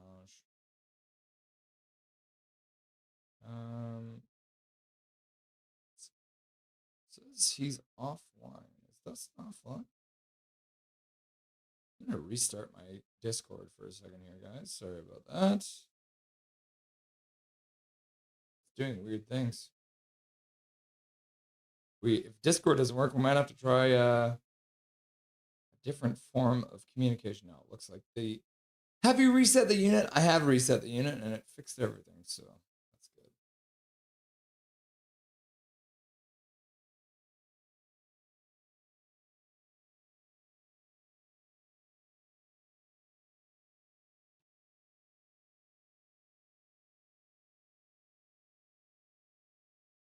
Yeah, the computer is not doing what I want it to. Oh, there we go. Okay, cool. I can see his face now. Welcome to the stream, brother. How you doing? Good. How's it going? What's happening? It's chaos. I don't really know what to say about that chaotic first period. What about you? Yeah, that first period had a lot of everything. It was like a whole hockey game in one period. You had a shorthanded goal by Pedersen, absolute roof job. Like what a laser. And also good on him just with the forecheck there. Anytime you get a shorthanded goal, it's great. That's where we didn't really touch on it when we talked about the PWHL the other night, but that jailbreak rule, PD scores there and Kane comes out of the box, it changes everything, right? So, that was nice. Then you have Evander Kane getting a really stupid penalty. So that happened already in this game. You have the refs making a bad call and just kind of calling a shove because a player was hurt and they thought that the shove must have hurt him somehow, or they missed the high sticks. They were just kind of giving a penalty at MP29 just cause. I think Jarvis sold it a little bit, looking like he was shot by a sniper from the tower. I'm really not happy when players, I mean, I'm sure it hurt and it was probably scary around the eye, but it's his own player. And you're back in the game like a shift later. That's the stuff. It's like, okay, it's not soccer, it's hockey. Let's man up here a little bit and just settle down. Hopefully the officials give us a power play in the second period because, they kind of owe us one after that call. The Kane one was a stupid penalty. And then you have Max Sasson. Great goal. Mackenzie McEachran, a really good job to chip it over to him as he's falling down and being checked. Sasson showing off that speed and a quick little shot, 5-hole to beat, I think it's Kochetkov in net tonight, I believe, right? So, yeah, nailed it. Yeah, good. To be tied up in this game with everything that's going on with this team, all the injuries, I mean, we'll take it. They're getting beat in the face-off dot right now, which seems to be the norm. Poor Reichel needs to be moved back to the wing. We need some centers to get healthy. That poor kid has not played center since junior. You can see he tried his best in the first couple of games, but it's really caught up to him. He's just not performing points-wise. He's not used to being the guy who has to kind of be the quarterback of a line. He's used to kind of working the corners, being the wing, or using speed to gain the zone and get a shot. So, we really need some center depth to come back to allow Reichel to go to the wing, because I think that's where he's going to be the most beneficial in this top six. But again, right now it's tied, right? Like these are the frustrating things about this team is they continue to work so damn hard that they're overshadowing some of the deficiencies that we see, and there's still some defensive issues. I mean, obviously the penalty kill took 3 seconds. No one gets in the passing lane. Did Garland make the right call? Because Garland flew to go to that guy, but then he leaves Svechnikov on the other side wide open. Like, is that how they drew that up? Or is it Pedersen's fault because he lost the draw and then he didn't go to his guy? Because from the way I think about when we kill penalties, the center would then, if he loses the draw, he should be the one going straight to that point, and then Garland should have been taking the man on the other side. Or am I wrong? No, I mean, you're not wrong, right? Like, it's hard to say who was the main contributing factor. I think it was a joint effort between PD and Garland, right? Like, just maybe some miscommunication, and we've seen that so many times on the penalty kill. Again, 2 big parts of the penalty kill are missing. However, those parts were there at the end of last season when the penalty kill started to go downhill. We brought in Kevin Dean because he's supposed to be the penalty kill guru, and he should be able to coach anyone on this team to be able to kill a penalty. I mean, it's not rocket science to kill a penalty. Like, you make a box, you keep everything to the outside, and if you keep 4 guys in front of you, there's only 1 guy behind you. And if you're collapsing down together properly or shifting your diamond when they try to shift or cycle around, I mean, we've seen it in Abbotsford. Yes, Abbotsford's getting beat a lot, but they're doing the right things. They're using the right structure. They just have a flippin' ECHL team right now. So we can't expect them to do any great things about some teams that are way further along in their development or have more in the cupboard than we do. So it's tough, right? Like the penalty kill is going to continue to be a problem until they figure out what the issue actually is. Like I honestly don't think that Bluger and Forbert coming back is just going to magically fix the issues that we're seeing right now. Yeah, I don't think Marcus Pettersson has been as effective on the penalty kill as he was last year. And I think that's a big part of it too. But I mean, if I'm giving any down out, I think that might be Evander Kane's worst penalty this year. Like there is no world where you should be one hand swing your stick at a puck that's in front of a guy's face. They're like, what are you, like some baseball players? I mean, you're gonna like get the puck out of the air and like no, like that was the worst thing. But yeah, as I also said, a fat down to the Canucks penalty kill, because if you have a good penalty kill, it doesn't matter if you take penalties. So then the only way we're gonna have to deal with Kane and his incessant need to take offensive zone penalties is if we have a good penalty kill, and that's not happening. Yeah, and I mean that one was just really dumb. Like that was so just a dumb penalty. Like there's no reason at all to make a play on that puck with your stick. None at all. Skate into him, use the body. Like don't be greedy. Like stop thinking so offensively. You have the most shots in the league and you have one goal. Like give your head a shake, buddy. Yeah. Yeah, let's talk about other fat mistakes for this organization. We're moving off of this game to the Suter mistake is what we're going to call it, but they called it a miscommunication with Suter. So you're telling me that our center depth is totally screwed because you miscommunicated with Pius Suter, is what you're telling me, Rutherford. What did that make you feel when you heard that?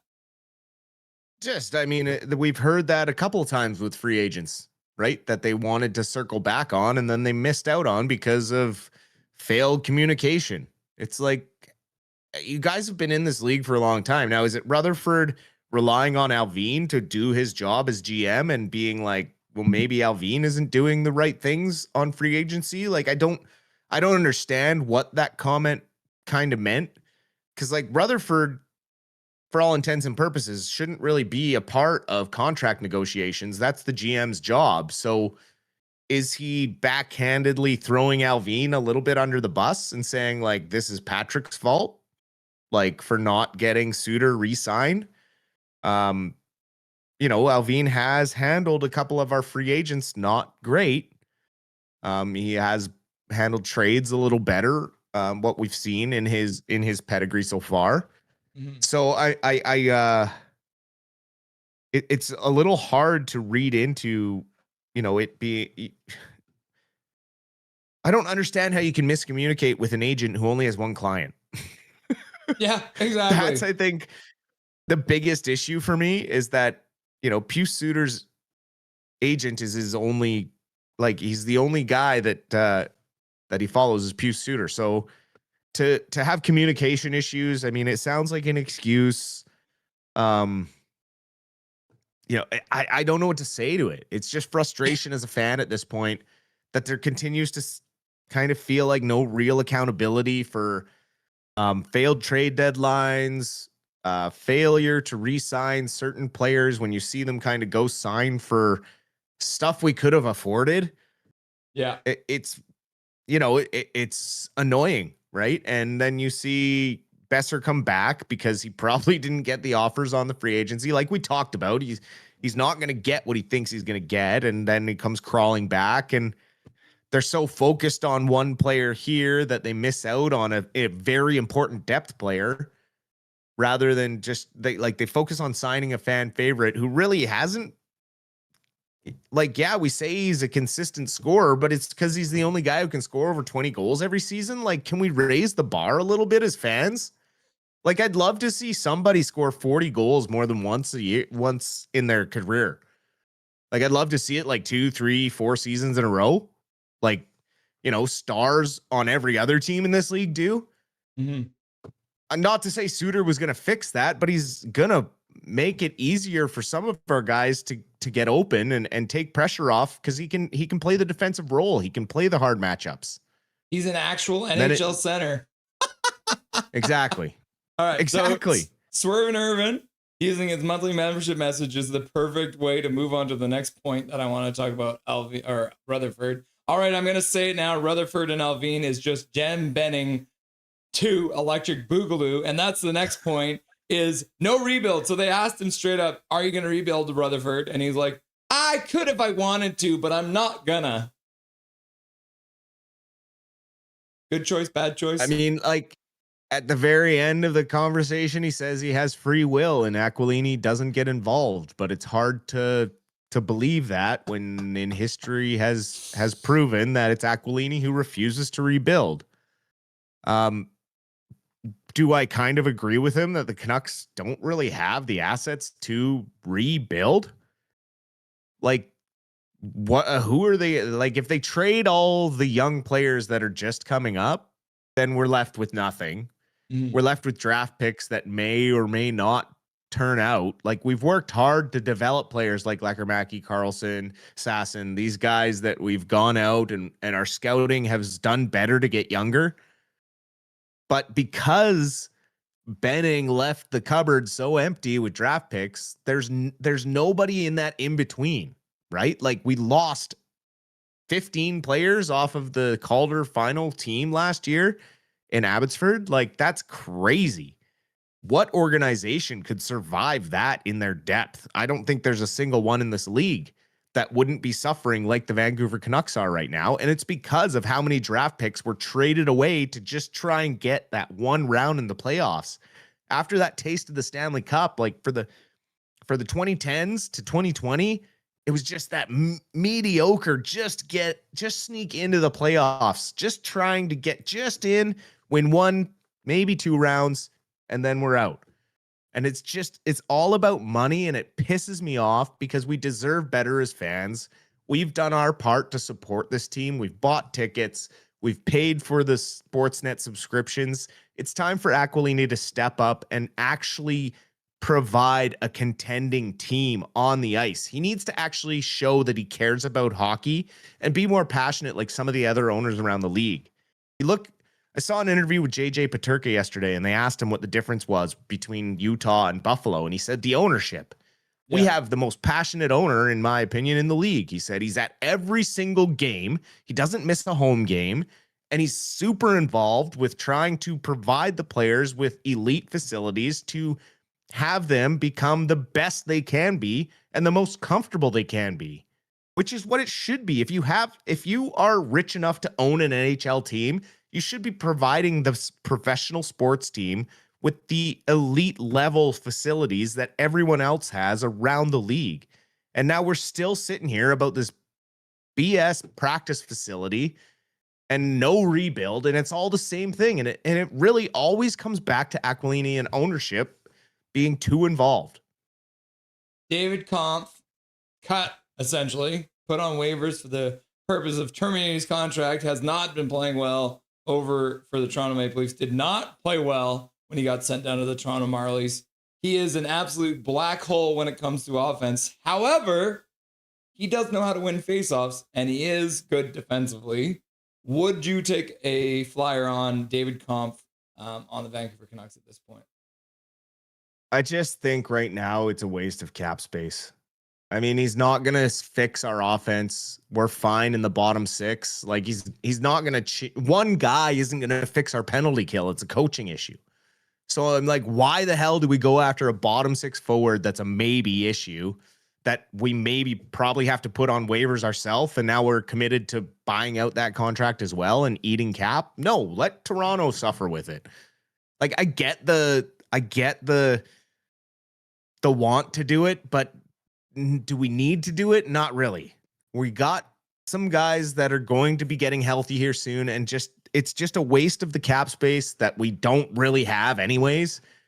So what's the point? We're overrun with bottom six forwards as it is.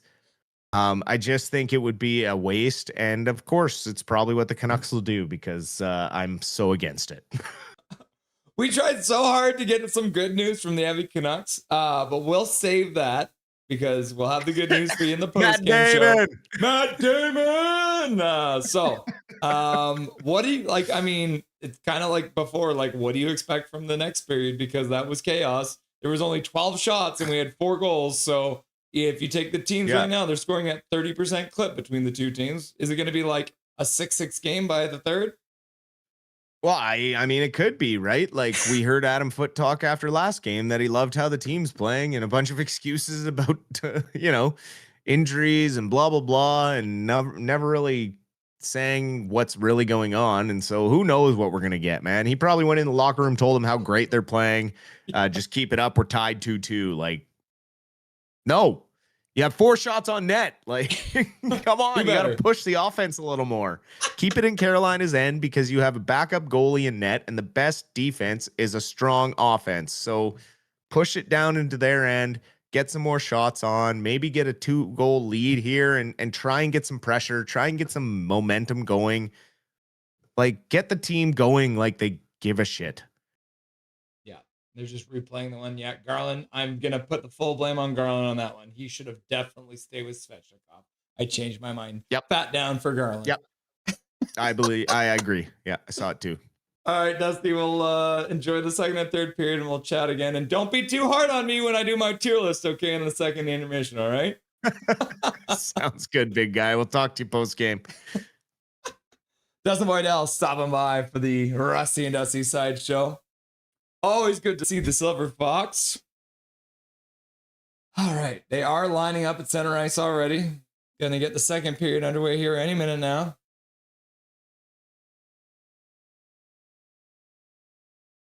Marcus Pettersson played 9 minutes and 40 seconds in that first period of play.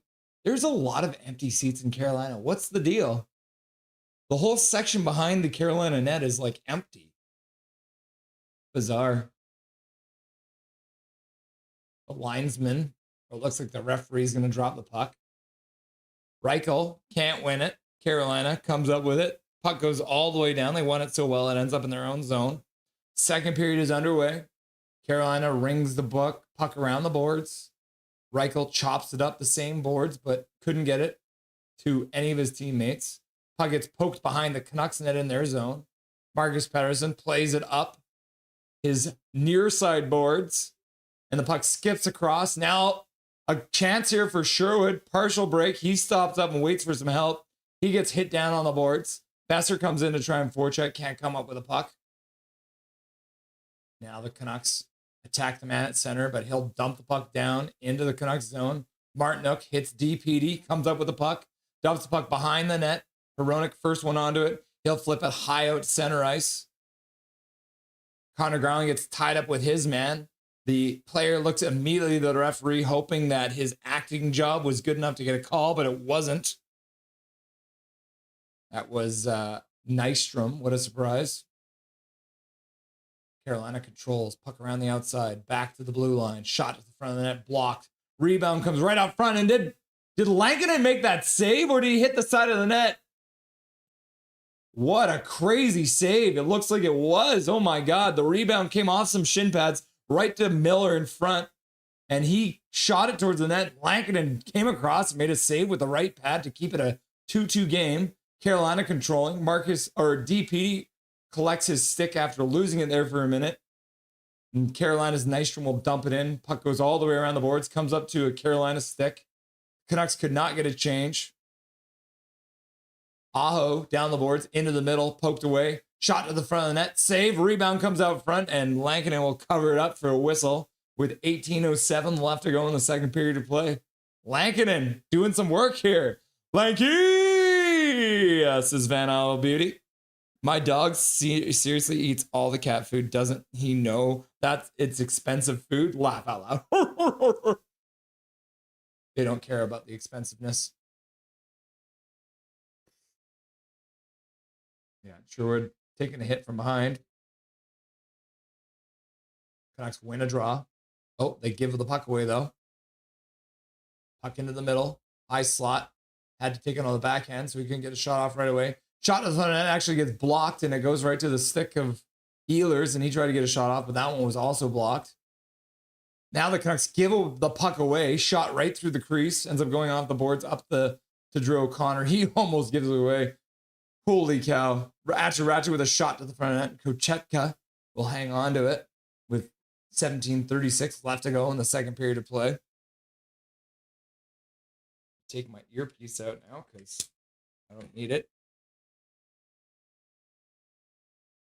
They come out when they're done. I am, says Todd Peterson. What's up, Todd Peterson? Benderman, are you allowed to knock another player's stick into the stratosphere? No. You're not supposed to. You can call that interference. Whoa, that's a penalty. The Carolina guy tripped his teammate, right? Yeah. Oh, Sasson trying to win a draw. He does. Back to the blue line. Myers shoots it towards the net. Deflects wide. P.O. Joseph chips it down behind the net. McEachran tries to work it around, but couldn't get it to a man. Now Carolina intercepts it. Picks it up on the near side boards. They'll flip it high out to center ice. Two of them now over the blue line.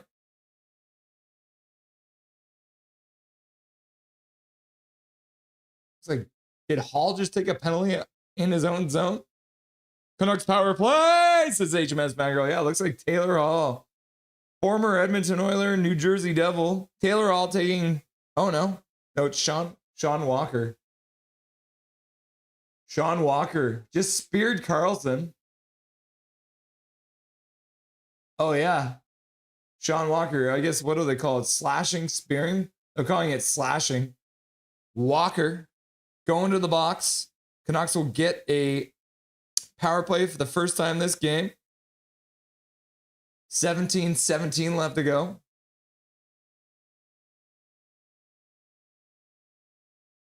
Canucks trying to get their first shot of the period. Oh no, they already have one, but back to the blue line. Pedersen drops for Hronek. Hronek back for Petey. Petey back for Hronek. Slap shot. Breaks the stick. Good job. Now Besser played smart. Back to the blue line. Carolina is down a stick. Pass across to Besser. Besser through the crease. Shot to the front of the net. The Canucks score! Taking advantage of the broken stick. The Vancouver Canucks do great work moving the puck, throwing it right through the slot to the other side of the net, and it looks like Mr. Connor Garland has finished it off. Connor Garland! And the Vancouver Canucks on the power play have taken a 3-2 lead. Oh, what an awkward shot too, but he manages to get it off. Will Carolina complain about goaltender interference in front? It looks like DeBrusk might have been in contact with the goaltender. But we'll wait and see. I don't think they're going to call that. 16:44 left to go now. Power play's already over. You love to see it. The Vancouver Canucks lead the game. You love to see it. Carolina wins a draw. Puck ends up all the way down the ice in their own zone. They'll pick it up behind their own net. Keith Catherine, go, go, go, go, go, go, go. Inbrick ready. Go, go, go, Canucks, go. Go, Canucks, go. Go, Canucks, go. Go, go. Wave! Tyler Myers with a nice move at the blue line. Throws it right towards the phone net. Rebound gets just past the Canucks player. Marcus Pedersen loses the puck. Good back check there by Ratchet to keep it from going over to the Carolina stick. Stankoven couldn't receive that pass because of Ratchet's good play. Tyler Myers plays it down the boards. The referee gets in the way, but Marcus Pedersen will pick it up. He'll play it up the boards. Canucks play it to the middle. Drew O'Connor puts it across for Ratu. Ratu drops it for Drew O'Connor. He stops up on the half boards, skates to the middle, tries a pass across. That one gets deflected, ends up off the glass, flipped in behind the net. Canucks move down from the blue line, but couldn't keep it in. Carolina skates out through center, dropping it, shot to the front of net. Lankinen directs that rebound to the corner. Hronek has to negotiate the referee to get that puck. Now Carolina picks it up on the boards. Shot to the front of the net. End up going wide.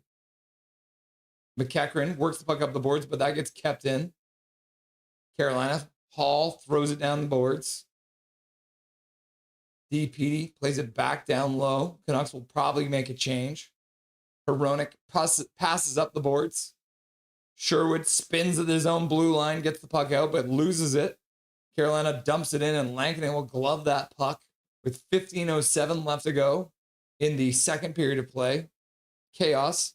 And Eric Hunter's just like, Garland, using his monthly membership message to donate and say, Garland! And then he donates. Hell, welcome all 66 of you to chat. Like and subscribe with a $5 donut. We appreciate you very much, Eric Hunter.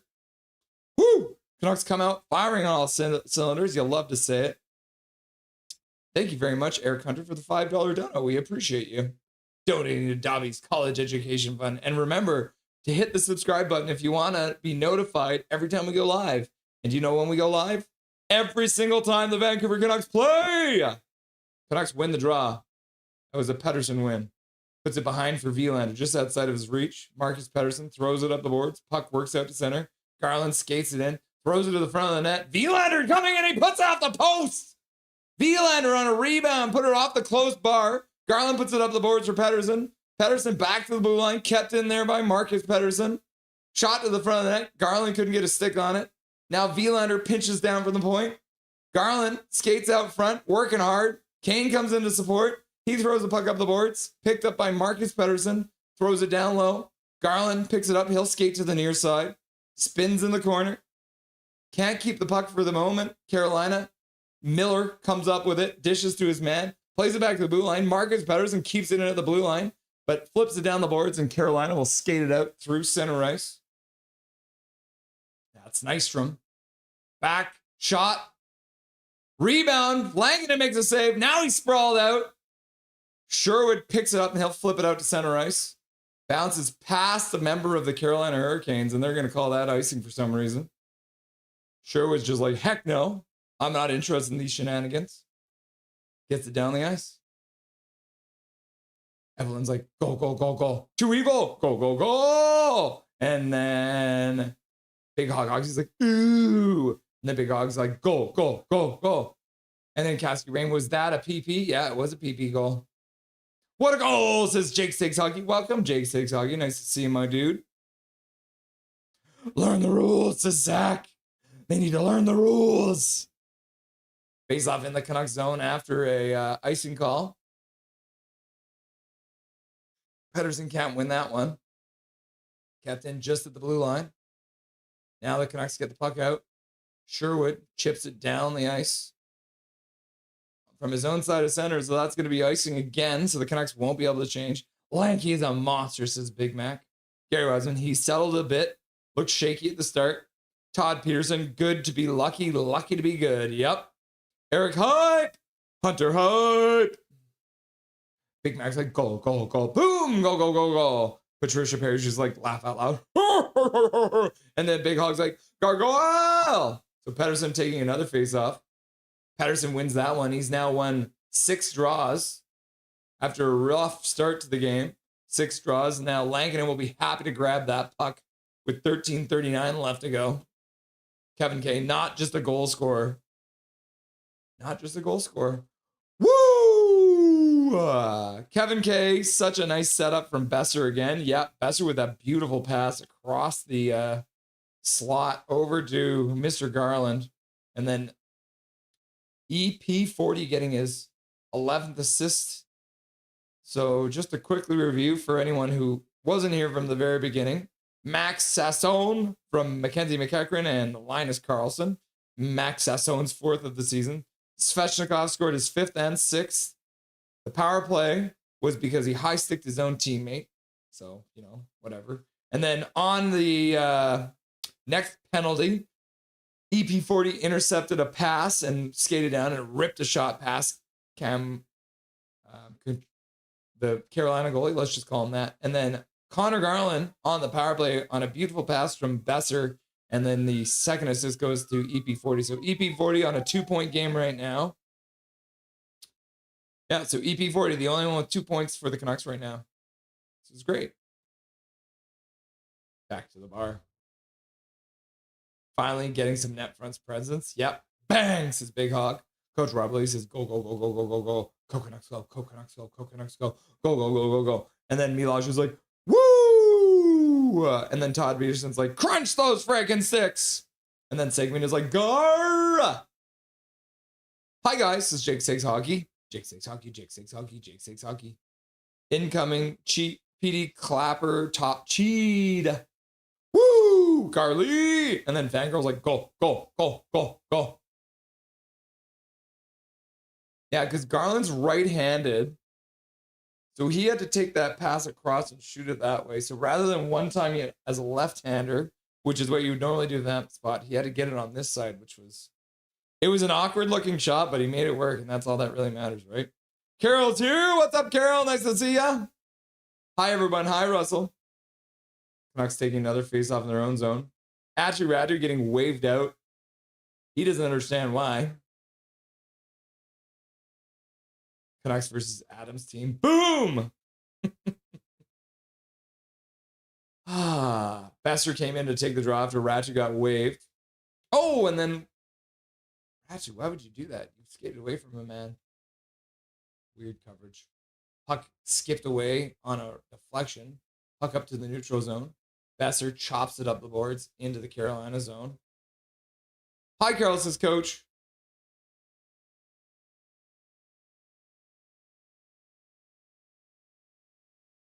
Oh, pass to the middle. Good work by DeBrus to prevent that one from getting to his intended target. And then Carolina picked it up and couldn't get a proper shot off. And then puck ends up in the neutral zone. Puck down the boards. Ehlers puts it down further. Pass out front. What a stick there by Drew O'Connor. Preventing that pass from getting through the crease. Now he gets hooked in the offensive zone, and he'll give that puck away. What a brutal penalty for Carolina to take. Blake is pleading his case, but bro, you hooked a man in the offensive zone. Blake has got something to say. Go to the penalty box and shut your mouth. Oh, I just totally hid your message there, Jake. I'm sorry. I did not mean to hide that one. Whoops. Oh no, did I show it? Yeah, no, it got shown. Big PP here. So Drew O'Connor with a good stick to prevent that pass from going across. And then Blake just hooks a man. Oh, wrong one. Here we go. Okay, so face off now down in the Carolina zone. Looks like Pettersson's getting waved. So Garland comes in to take it. Garland can't win it. Carolina will flip it down the ice. Lankin stops behind his net. Waits for a minute. He'll just leave it there for Hronek. Carolina retreats out of the zone. The Canucks will start out. Garland through center. Garland and Pettersson get their signals crossed. And then EP40 comes back to grab the puck. Haven't been able to set up yet on this power play. Garland through center. He'll dump the puck in. Kochetkov stops behind the net. He'll flip it up the boards. Kept in by Garland, who fires it down the boards. Ends up coming all the way back to the other side. Hronek blocks it, but Carolina manages to pick it up off the rebound. Dumps it down the ice. Russell, are you a Blue Jays fan? I wouldn't say I'm a Blue Jays fan. I'm not really a big baseball guy, but Dar Daddy is here. Yo, gang! Canucks are on the power play. Pass to the middle. Besser puts it back to the blue line for Vilander. Vilander over for Petey. Vilander puts it down low for DeBrus. DeBrus keeps the puck going up the boards to the near side for Sherwood. Puts it back down for Besser. Besser tries to put it back up. Carolina plays it back to the blue line. Kept in there by Vilander. He'll play it down. Ends up behind the net. Besser plays it out front. And then Ratty with a good shot. Gets saved by Kochetkov. Carolina picks up the rebound. They'll throw it up the boards around, and no defenseman on that part of the blue line. So the puck ends up going all the way down the ice.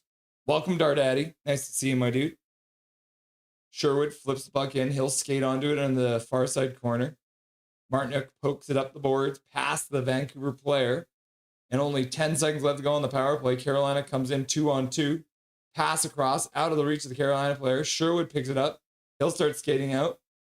Marcus Pettersson up for Kane. Kane cuts to the middle. He'll pass across the zone. Gets deflected away by Sasson. Now Sasson deflects a shot from Kane towards the net. Kochetkov makes a save. Puck ends up behind the net. Puck up the boards. Down the ice into the Canucks zone. Marcus Pettersson gets there, so no icing. He'll keep the puck moving in that direction. Kane throws it across the zone.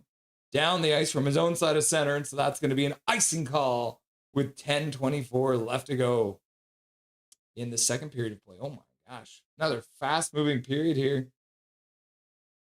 Carol, I saw some Jays news you want to hear. What's the Jays news? LFG Knox! 6 used to last. I need a replacement. I love Irishmen. Russell, I just checked your favorite NFL team's record, and it's only slightly better than the Chiefs' record. Same amount of losses and one more win than us. Ooh, the Canucks won a draw on an icing call. Kane gets hit,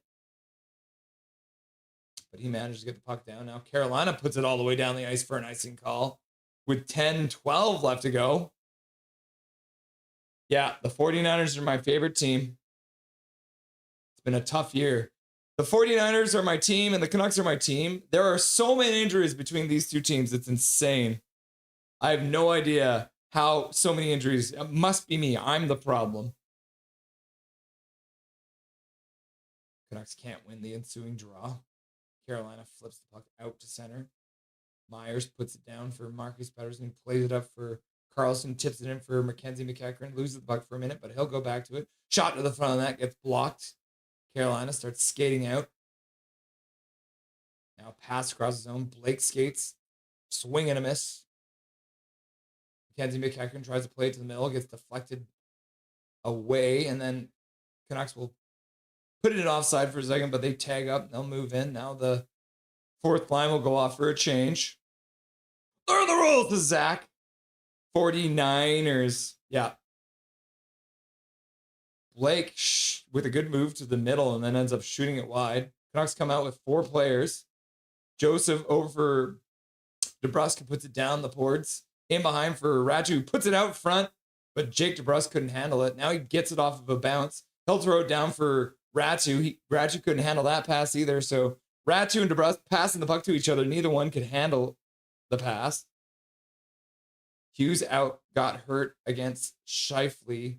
He got a penalty and injury all at once. Yeah, injury and insult, right? Carolina puts the puck down the ice. In behind for Lankin, who plays it up the boards. Sherwood passes across for Marcus Pettersson, skates right through the middle of the center ice, drops the puck for Sherwood. Sherwood puts the puck in front, deflects back into the Canucks zone. Vilander has to hustle. Lankinen plays it up the boards. He's out of the net now. Carolina can't get the puck in front, though. Good job by Reichel to prevent that pass from getting in front with the net vacated on a Patrick Waugh venture by Kevin Lankinen. Sharp angle shot. Turned away by Kevin Lankinen. Carolina picks it up. Shot from the point. Another save by Lankinen. He comes across and gets the rebound and stops that one with almost looks like the back of his goal. Now Lankinen is just going to cover it up because he's got a Carolina player coming down on him.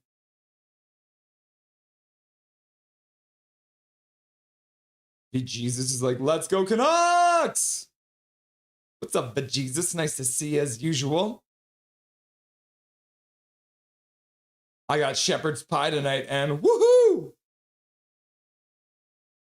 Coach Rob Willie's like, Dobby. Sometimes I have to ask who they are shooting to or why they don't take the shot themselves. Yeah. 34% of chat room says he will be day-to-day. Canucks lose the draw in their own zone. Carolina plays it in behind the net. Stall there. Getting checked by Reichel. Skates away from Reichel in behind the net. Reichel does stay with him. Stall back to the blue line. Shot deflects wide. Good job by the Canucks to chip it up off the glass and out to center. Carolina plays it down into the Canucks zone. Oh, no. They lose it, and it comes back in their own zone. It's chaos, as usual.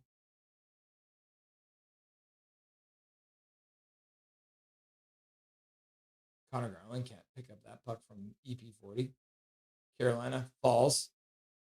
Pettersson gets hit, falls, gets back up, tries to make a play. Can't complete it. Now Carolina down into the Canucks zone. Hall gets hit, puts the puck around the boards. Martinook gets hit by Kane. Carolina puts it towards the front of the net, chipped away, and then D. Petey will flip it off the glass. Elias Pettersson up to Elias Pettersson. Now Elias Pettersson intercepts it. He'll pass it out to center. But Kane was inside the line, so that'll be an offside call. Don't use the goal emoji unless they score. Errors here. Great, we're not losing. Knock on wood. Will they move it out of the zone? I don't know. Yeah, puck off with the goal fake outs. Benderman, good work, Lanky. Yeah, Lanky's been looking good so far tonight. He's already faced 21 shots in this game. We're like just over halfway through. He's faced 21 shots. The Carolina Hurricanes are outshooting the Canucks for 21-10.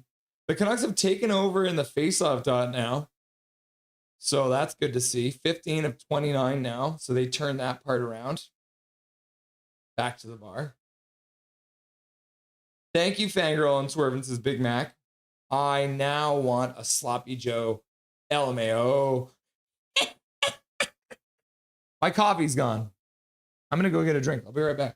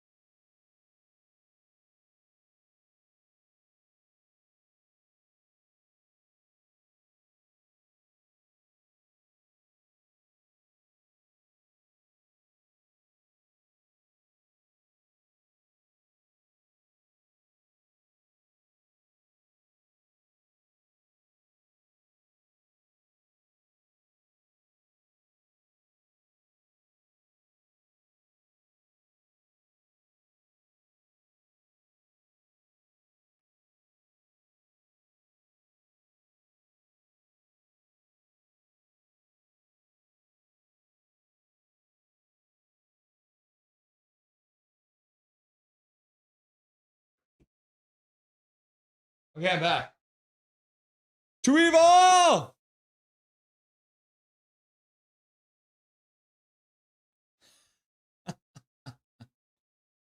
Better, man. Too evil, too evil, too evil, too evil.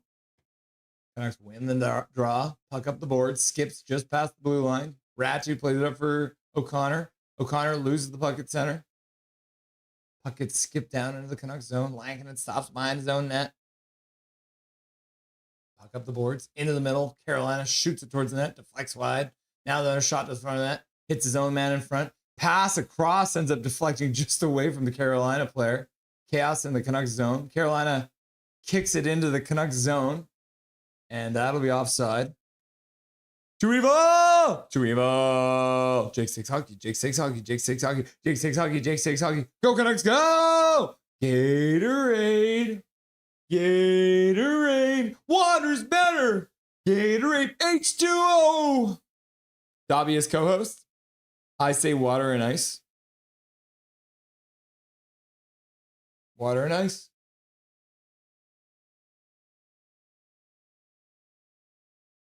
Oh, yeah. Devils is right. That Tim Hortons. Canucks win another draw. Puck up into the neutral zone. Carolina picks it up, dumps it in. Lankinen cues it up for Marcus Pettersson, who will fire around the boards. Puck ends up skipping outside the blue line. Carolina, though, picks it up. They'll backtrack in their own zone. Kotkaniemi passes across. Walker puts it up the ice.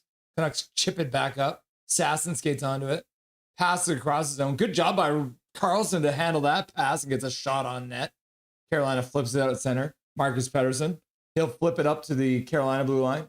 Linus Carlson puts it gingerly down the boards. Kochetka heard footsteps coming, manages to make the pass around Mackenzie McEachran. And then Carolina puts the puck down the ice. Not enough for icing, as it might have been touched with a stick. Water sucks. It really, really sucks. Quinn equals to evil. I'm with you, Irvin. Laugh out loud. Shot to the front of the net. Lankinen makes a save and he'll cover for a rebound. What's on in the second intermission? Tier list. We're going to do a tier list. Let's fix this. Yeah, there you go. That looks better. So we're going to do a tier list. So this is going to be a tier list of all of the Canucks' highest scoring player per season. So that's what we're going to do. Should I move? I'm going to move this up a bit, eh? There we go. Go like this. Perfect.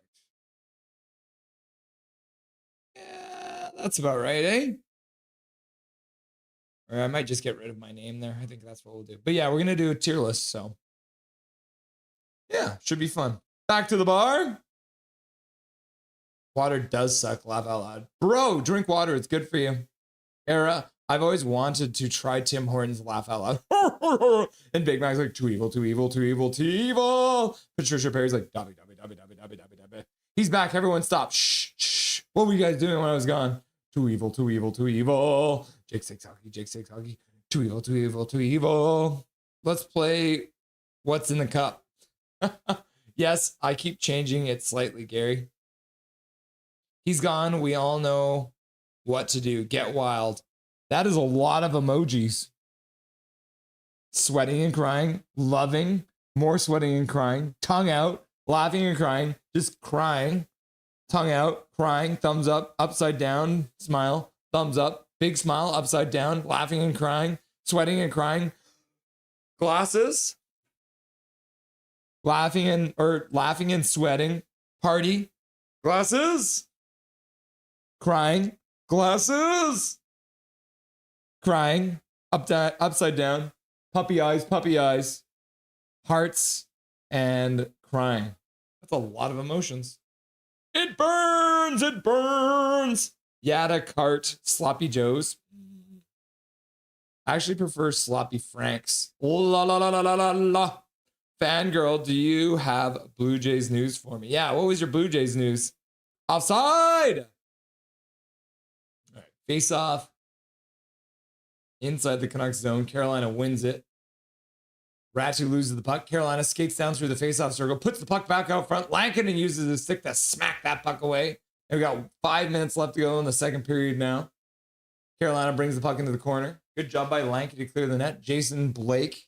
It's not Jason Blake, is it? I think it's Jason Blake's kid, right? What's his actual name?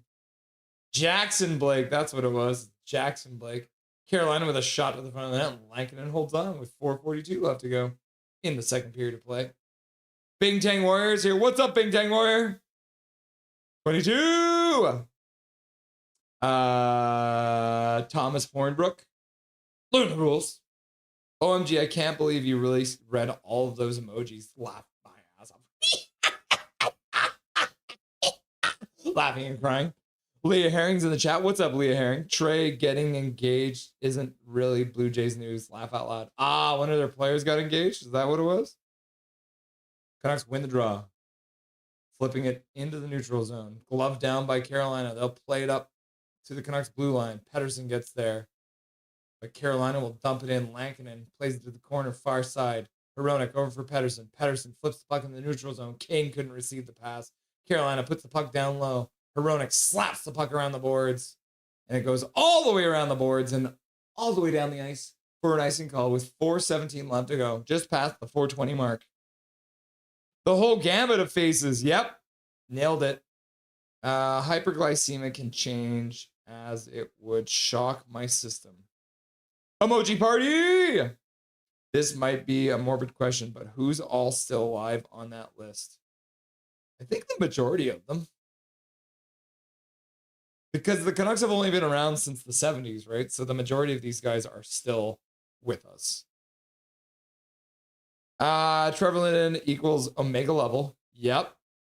Can you imagine?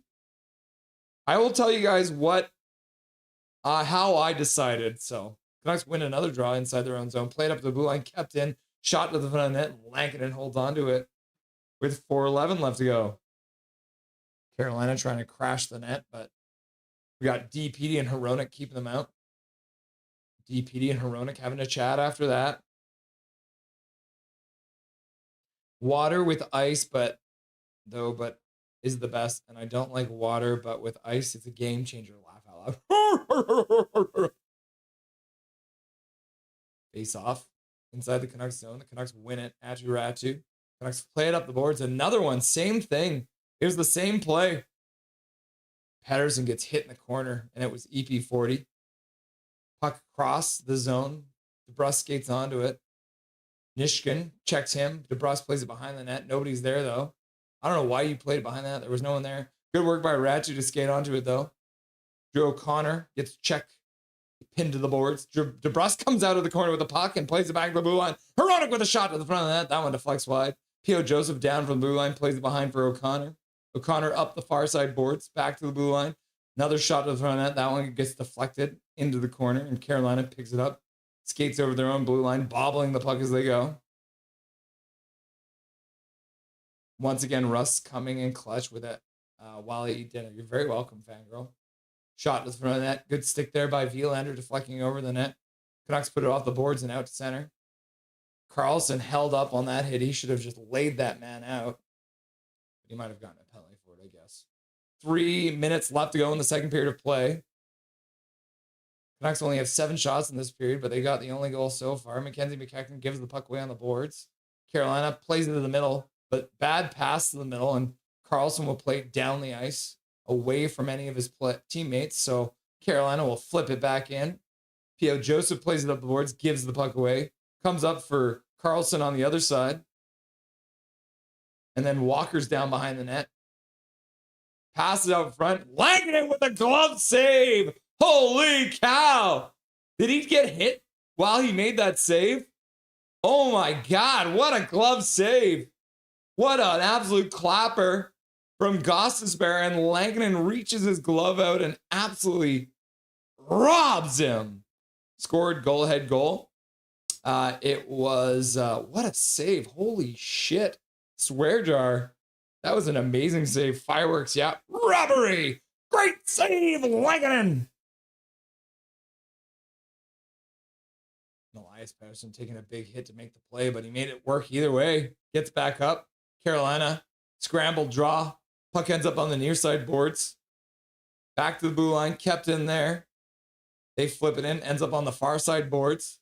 Dropping it in the corner, back to the blue line. Skating down the slot, dropping back to the blue line. Kept in there, just barely at the blue line. Now Carolina on the far side. Couldn't keep, oh no, they do keep it in. Good work by the defenseman to get in to poke it back in. Now Carolina back to the blue line, shot to the front of the net, Lanking it with another save, and he'll hang on, not a single rebound there. Canucks will clear out the front of the net with Jackson Blake trying to get in there, and Tyler Myers is like, bro, don't make me end you. Lanky! Lanky the man, says Benderman. Hello? 911. I wanna report a robbery. Turned lizard, Lank the tank. Lank the tank. Lanky the snatcher tank. Lanky the snatcher tanky. Laugh out loud. I need to report a robbery. Dobby scored Derek Thompson and Garland. Yeah, Garland scored the goal-ahead goal. Canucks win the draw, but Carolina actually steps through and takes it. The wingers let their center down. Pettersson with a glove save in front. Now he goes down, and then the other Pettersson blocks it. The Canucks are just like, have no idea what to do. They're just throwing their bodies at the puck right now. Carolina on the blue line with lots of pressure. The Canucks are absolutely in the spin cycle. And then EP40 will play it down the ice slow enough that that it wasn't icing. Walker dumps the puck in, skips past Garland, back to the blue line. Canucks try and pressure him there, can't get it. Hronek tries to play it up the boards. Garland blocks a pass, but it goes to a Carolina player anyways. Now Garland plays it over for Kane. Kane with some speed. Shot to the front of the net. Kochetka makes the save, and the puck goes out of play with 1:06 left to go in the second period of play. Yeah, the go-ahead goal was scored by Connor Garland from Brock Besser and EP40 on the power play. And then Garland did well to get that puck free for Kane on that last chance. And Kane with a good shot, but Kochetka makes a save, and the puck goes over the glass and out of play. Snicker Snatcher's here. What's up, Snicker Snatcher? Nice to see you, my dude. Ratu wins the draw. DeBrusque after the puck now. Drew O'Connor stops up behind the net, spins. Tries to put it back to blue line. That one gets blocked. Stahl tries to get it up, but couldn't. It gets blocked. Ends up behind the net. Drew O'Connor skates in. Puck gets given away to Ratu. He'll chip it down for Drew O'Connor. Drew O'Connor pitting into the boards for the moment. Carolina digging away. Puck squirts down the boards. And now they start digging away over there. Puck comes around on the near side for Marcus Pettersson. He throws it out front. And the Canucks try and get a deflected shot off, but ends up deflecting to a Carolina stick, and they'll skate it down the ice. Marcus Pettersson does well to stay with that guy and keep him from having the puck. Ratu comes in to support. Now it comes back over to Marcus Pettersson. He'll play it up the boards for Drew O'Connor. Drew O'Connor puts it off the boards and down the ice into the Carolina zone. Not enough for icing. Martinuk will pick it up and he'll turn it up, trying to get one more chance here before the end of the period. Canucks will intercept that pass and flip it down the ice. Sherwood does well to prevent it from being an icing call, and that'll finish off the period, kids. Going into the second intermission with the Canucks leading on the only goal. After 4 goals in the first period, the Canucks come out and score on the power play in the second period and take the 3-2 lead. Oh my gosh. Yep. Zorro Rosario. Greetings, Russell, and everyone tonight in chat. And then Gary's like, greetings, Comrade Zorro. All right. Let's do this thing. So, let's set this up here.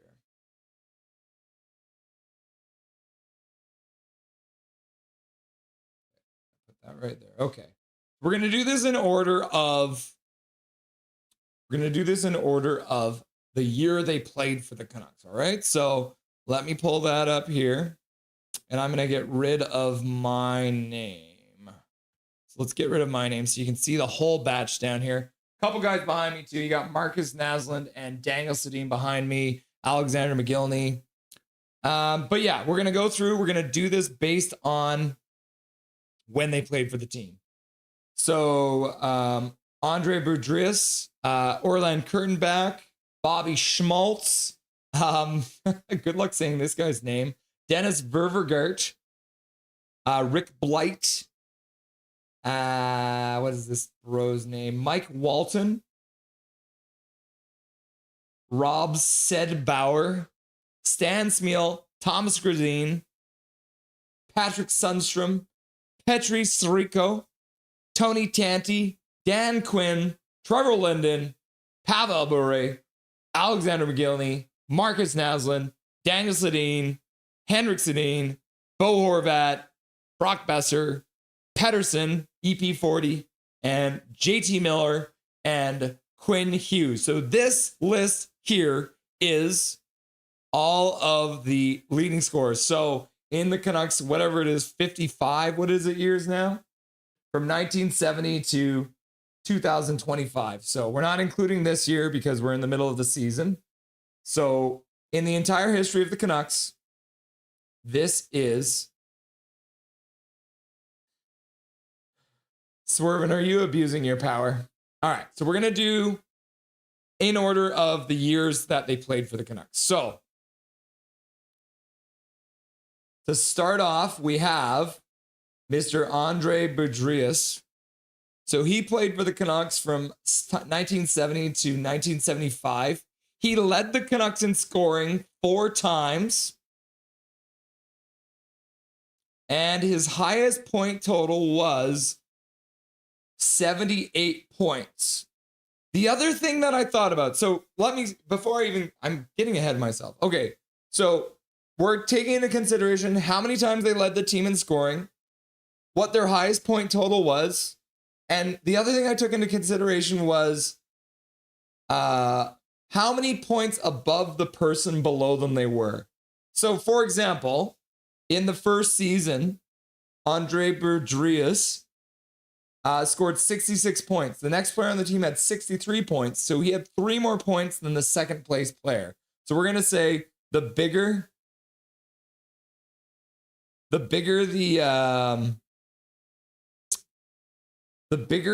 gap between the highest scoring player and the next scoring player also comes into consideration. And then a tiebreaker, how did the team do that season? All right. So Andre Boudreas scored the highest amount of points on the Canucks 4 times. His highest point total was 78 points. And his biggest gap to the second player down was 18 points. So we're going to go ahead and put him in the B tier. All right. Good start. B for Boudreaux. So Orland Kurtenbach, captain of the Vancouver Canucks. He only led the team in scoring once. And in the year that he he led the team in scoring, he was actually tied with this guy. So he was tied here with Andre Boudreaux. And his highest point total was 61 points. And the team was terrible. So don't at me, but I'm going to put Orland Kurtenbach in the D tier for leading scorers. So Orland Kurtenbach only led the team in scoring once, and he was tied with this guy. And so the team was terrible. So we're going to put him in D tier. Okay, Bobby Schmaltz, 1972-73, scored 71 points. It was one more point than the guy below him. And the team finished with a 34% win percentage. I think that one's a pretty easy one too. Bobby Schmaltz is D tier. Right? Bobby Schmaltz is D tier. All right. On to the next one. Dennis Ververgaert played for the Canucks in 75-76. I should mention that the 2 years before this, it was Boudreaux who led the team in scoring. So Dennis Ververgaert led the team in scoring once. His highest scoring season with the Canucks was 71 points, which is 6 points more than the player below him. And the team for the first time, or for the second time in their history, was above 500, but I'm not a huge fan of the point total. But the team did finish above 500. So you know what? I originally was going to put this guy in D. We're going to put him in the C tier because it was a season where the Canucks actually had above 500. All right. Rick Blight, okay? Rick Blight played for the Canucks in 76-77. His highest scoring season was 68 points, which was 8 points more than the second place player on the team. However, the Canucks reverted back to their old ways and were terrible. And so Rick Blight, you were a D tier highest scoring player for the Canucks. This is, I mean, let's be honest here. We thought this was going to happen. The Canucks were a terrible team to start. Their first 4 seasons, they were a 36%, 30%, 34%, and a 38% winning percentage. So Mike Walton played for the Canucks in 77-78. He had 66 points, which is 3 more than the player below him, and the team finished with a 3.56. We don't need to spend too much time on that guy. Mike Walton is a clear D tier. We're filling up the D tier. Settlebauer played for the Vancouver Canucks in 78-79. He scored 56 points, which was 5 more than the player below him. Imagine that season. Imagine your 2 highest scoring players were 56 points and 51 points. And the team finished with a 40% win percentage. D tier. Oh my God. It's just we're getting all the D's out of the way. Okay. Now we're on to a Canuck legend. Stan Smeel. All right. Stan Smeel. Canucks captain. It was the 79-80 season. He led the team in scoring twice. So he did lead the team in scoring twice, which is good to see. He was 3 points more than the other player. And the other time he led the team in scoring, it was 2 points. So he did have some help. And in the seasons he led the team in scoring, the Canucks had a 43% win percentage and a 46% win percentage. So not great totals. Had some good support.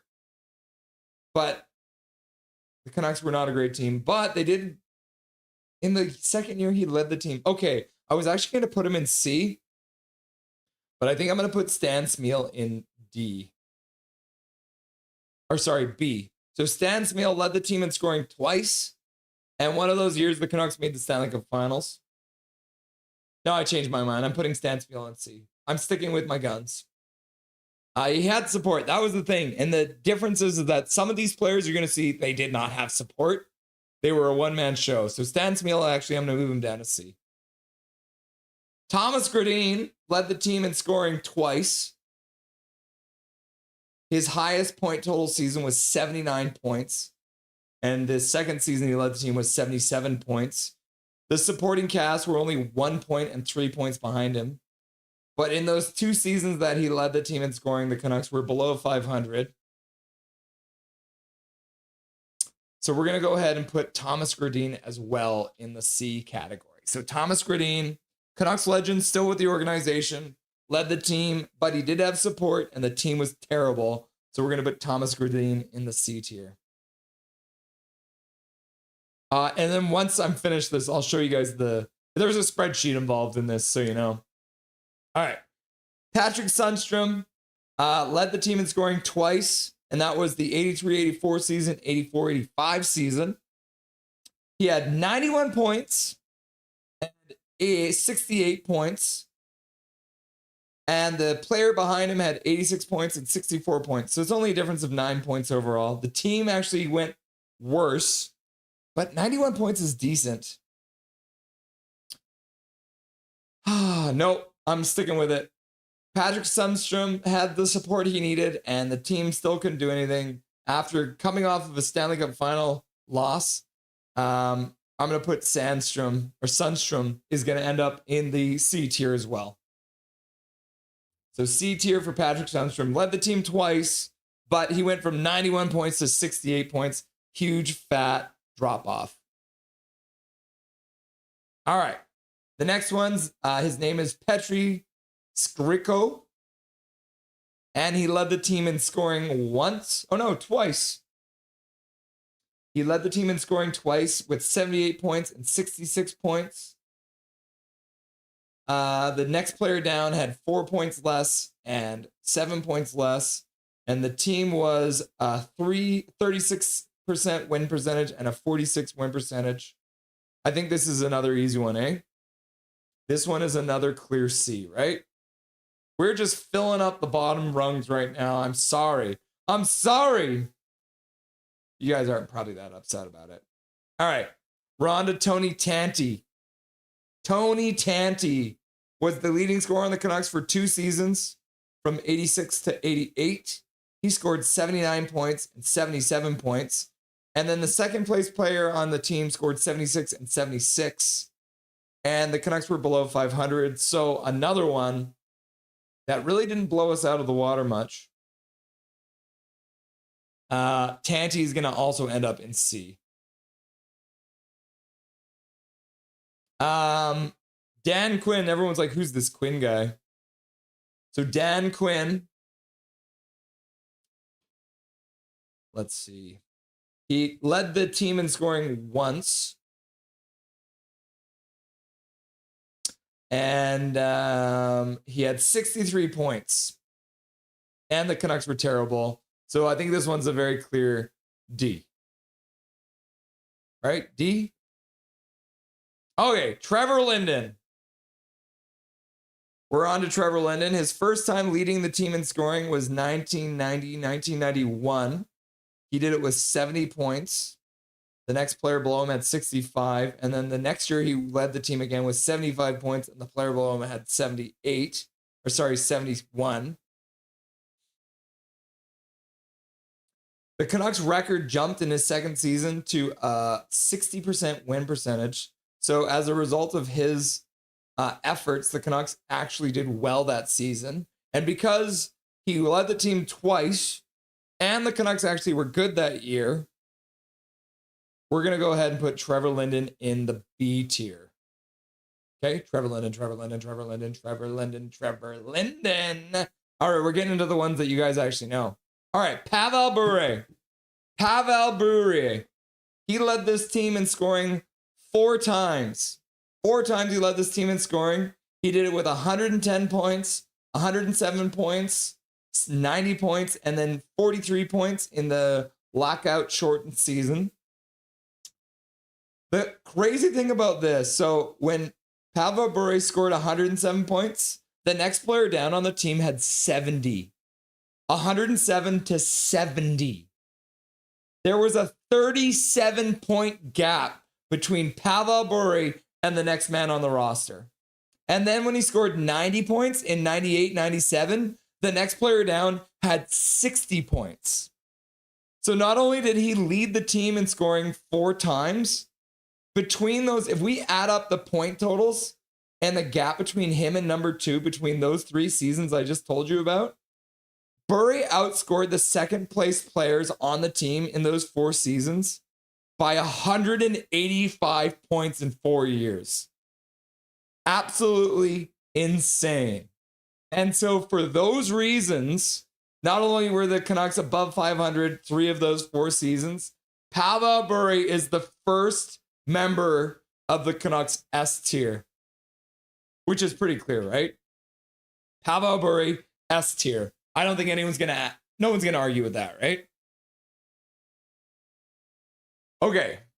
Alexander McGillivray led the team in scoring 2 times. He led the team in scoring with 107 points and 73 points.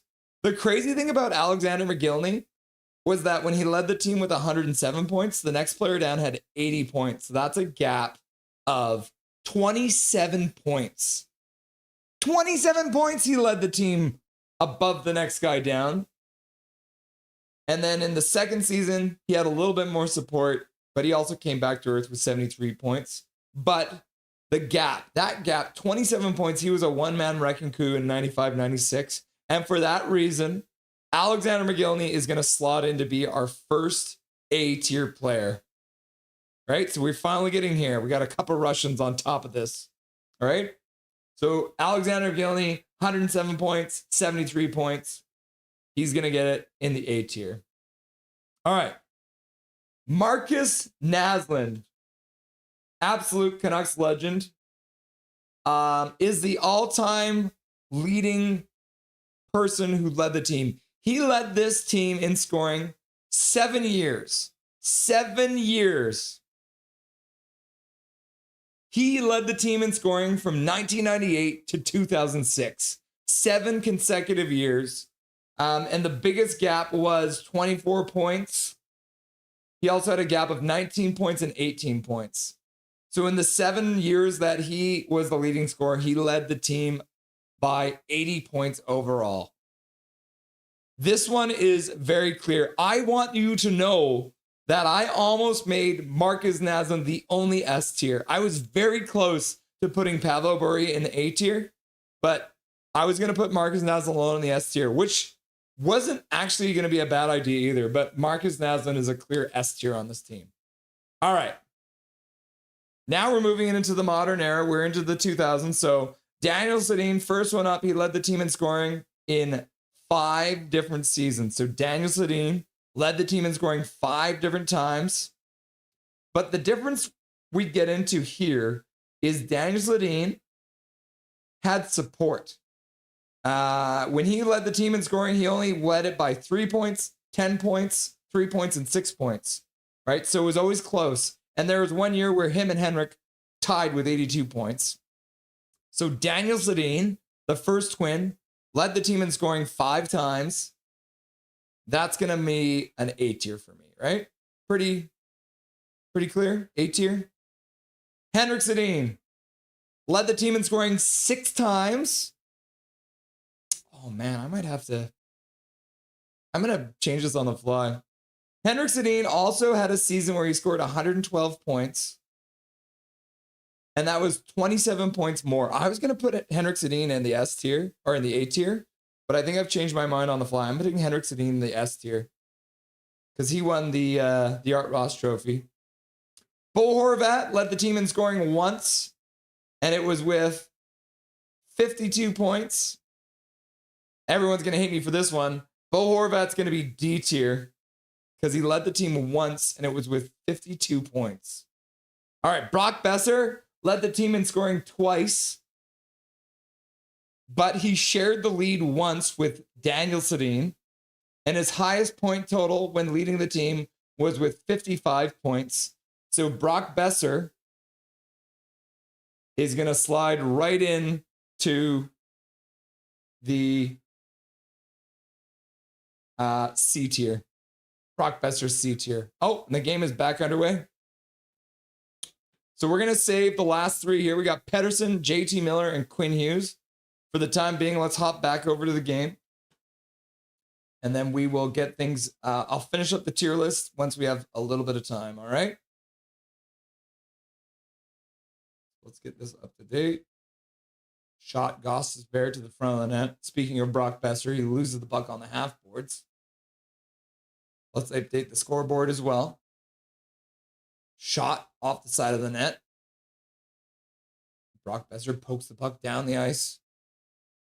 Sassone throws it around the boards, comes all the way up to the blue line. Carolina carries it in over the Canucks blue line. Sherwood with a good back check, throws a hit on the man, knocks him down. Canucks come up with the puck in the corner for a second, knock it to the near side corner. DP gets to the puck, but can't get there in time, and Miller will throw it towards the net with 19:15 left to go.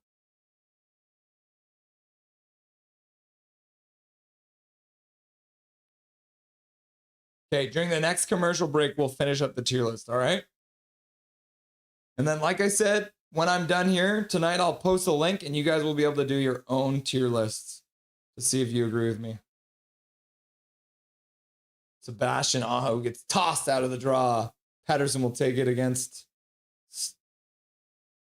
Oh, he ends up again. The Canucks wingers fail.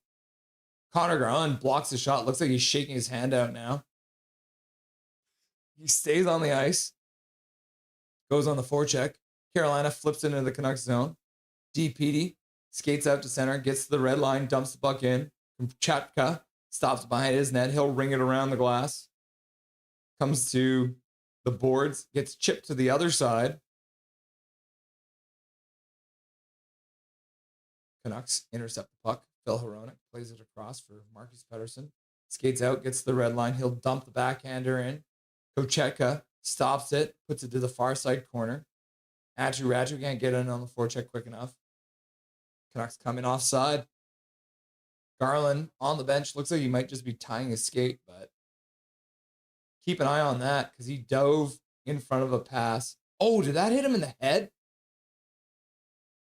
Where did that hit him? I think it hit him on the arm, or who knows? He was wincing, but he stayed in the play. 18:27 left to go. In this third period of play, Canucks lead 3-2. Canucks win a draw. Vilander rips the puck in. Kochetka again comes out of the net, plays it to the far side corner. Carolina starts out through center, dumps the puck in from the red line. Lankinen can't stop behind his net. Canucks do get it out, though. Carolina picks it up. They'll fire it into the Canucks zone again. Lankinen stops that one up. He'll play it to the near side corner. Vilander plays it up to the blue line. Brusque loses the puck for a second, picks it back up, skates in over the blue line. He gets hit down, gets the puck down low, though. Good work there to take a hit to make a play, but the Canucks can't recover it. Reichel tries to move it on the forecheck, but Carolina will flip it out. High pass out to center. Drop pass. Jackson Blake, spin move. Fires it off the side of the net, save Lankinen, but it would have gone off the side of the net either way. Goss's Bear with a stutter step, cuts to the middle. Jackson Blake puts it back to the blue line. Shot to the front of the net. Lankinen makes a save. I don't know if you ever saw it. Rebound comes to the near side boards. Jackson Blake skates back to the blue line, passes across the zone. McEachran gets to the blue line. He'll dump it in and move on the forecheck. Good job by McEachran. Reichel didn't read that one well. Carolina will fire the puck down the ice. Hronek has to get back quickly as he's in hot pursuit from one of the Carolina players, and the Canucks will fire it down the ice.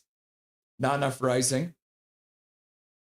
3 minutes already passed in this third period.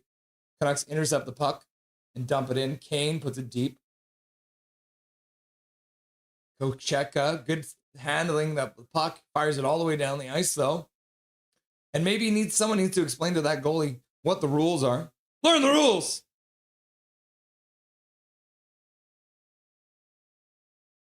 Good luck with your skates injury. What? Rip. No! Did he get hit in the groin? A+ stick explosion, though. Yeah, that would just end it. Jackson Blake put off the side of the net. Go Canucks, go! Says Milosh. Carolina wins the draw, and they'll skate out, but they actually give the puck away, and then the Canucks give it right back. And then Vilander chips it up the boards. Kane tries to skate onto the puck, but Carolina will take it. They'll pass it up to the Canucks blue line and tip it in. Lankinen stops behind the net. He plays it in the near side corner for Vilander. Nice pass out for Petey. Petey through center, over the blue line, drops it, shot to the front of the net. A terrible shot by Kane. Looks like it might have gotten deflected. And there's 16-16. Trevor Linden. Left to go in the... Oh, no, I was just calling out the... Sorry, Trevor. That was a 16-16, you know? Quinn probably dilutes the S tier. Kotkaniemi's out too. Oh, my God. Sassone taking the draw against Aho. Sassone wins it. Nope. Carolina wins it. They'll dump it all the way down the ice. They beat out the icing goal. Svechnikov gives it away to Myers. He'll play it up the boards. Intercepted there by Sassone, who plays it out to center. Puck to the side. Myers steps in, fakes a slap shot, skates down, throws it to the front of the net. Save there from Kochetka. Puck rebounds all the way out to center, and DP will fire it in. Kochetka couldn't get that one as it bounced strangely off the boards. Canucks kept it in, but now Carolina skates out, losing the puck just inside the Canucks blue line. Besser with a backhander that gets stopped at the blue line. Puck chipped down the boards by Carolina in behind the Canucks zone or net. Back to the blue line, intercepted by Sherwood. He'll skate out, gets the center and dumps it in. Kochetka comes out again. He plays the puck to the far side. Yeah, how long until the Carolina goalie joins the rush? Yeah, Kotkaniemi not in this game. Neither is Seth Jarvis. So the Carolina Hurricanes are down to... Drew O'Connor pokes it away. Oh, Ratchet couldn't collect that puck at center. The Carolina Hurricanes are down two forwards now. So they're down to 10 forwards now. So they're going to see some line rotations. Marcus Pettersson already at 21 minutes of play. Puck flipped down the ice. Comes in on Kochetka. And then the Carolina Hurricanes play it out to center. Canucks bat that puck away. Now Mackenzie McEachern. Looks like they're going to call an offside on Carolina. Oh, man. So Carolina has to play tomorrow night, and they have 2 injured players right now. That's not good work. Whew, that's going to be tough. Will we see Dobby today? Okay, here's the plan. Next commercial break, we're going to finish up the tier list, and then I'll immediately go and grab Dobby. How about that? Everybody hurts all the time when you're a Canuck.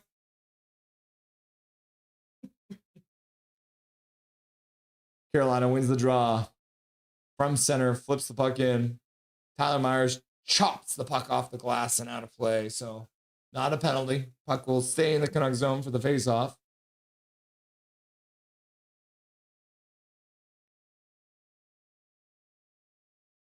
I am at no frills now.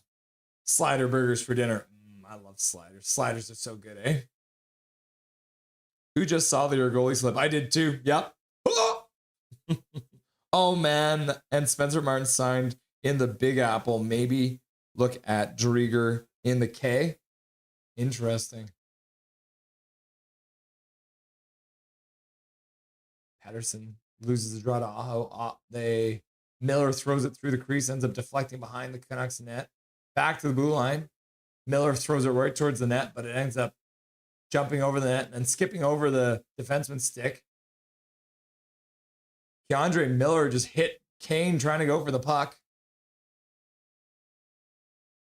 And now Lankinen grabs the puck. He'll play it to the side.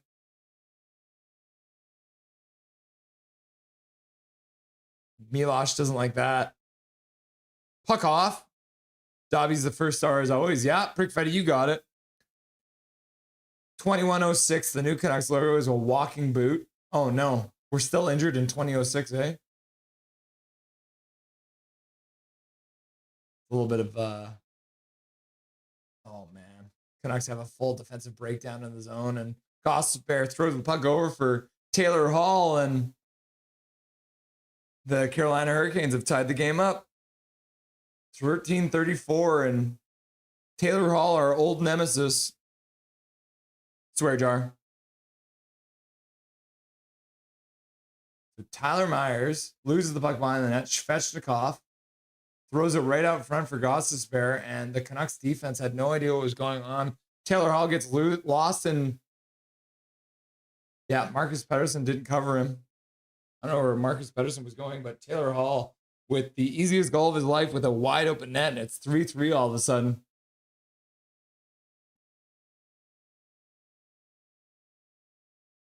Hronek chops it up for DeBrusque, who puts it over for DPD. DPD shot to the front of the net. Kochetkov kicks it away. Carolina starts out. Ehlers through center. Drops the puck for Jackson Blake. Ehlers throws it in front, and Carolina chips it wide. Oh my gosh, I thought that was in the net. I thought it was in the net, but it wasn't. It's not. They had another really good chance. They're buzzing. Pass across. Shot goes wide.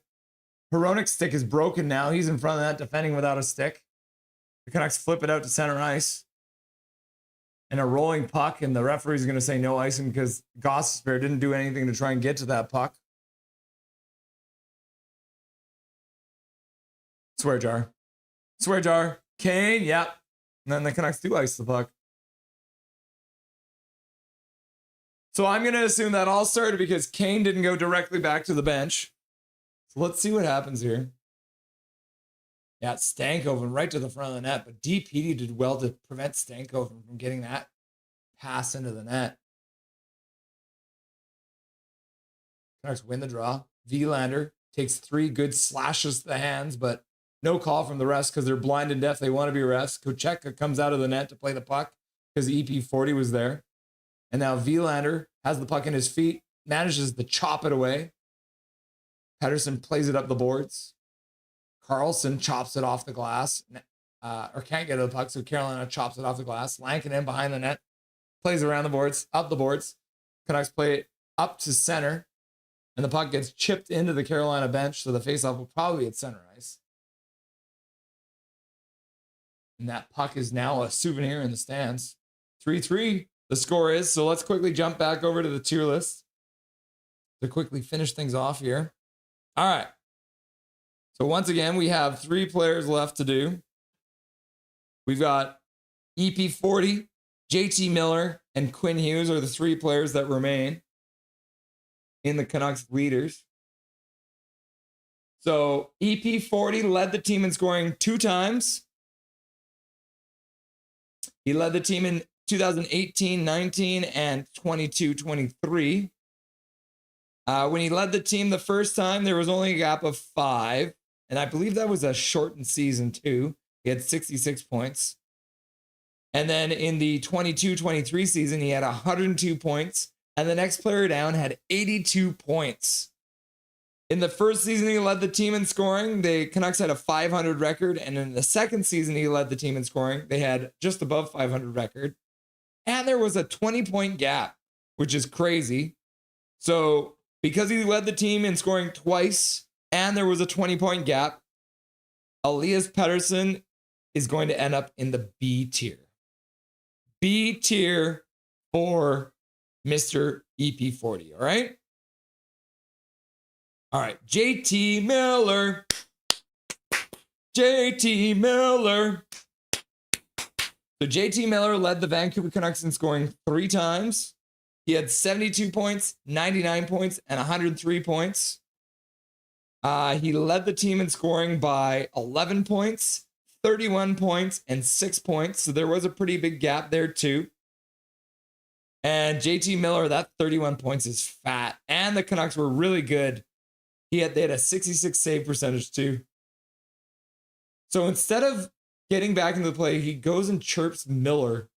So Kane caused that goal. What a stupid idiot. All right. So JT Miller, A tier. JT Miller is an A tier, all right? We only have 3 A tiers. JT Miller's is one of them.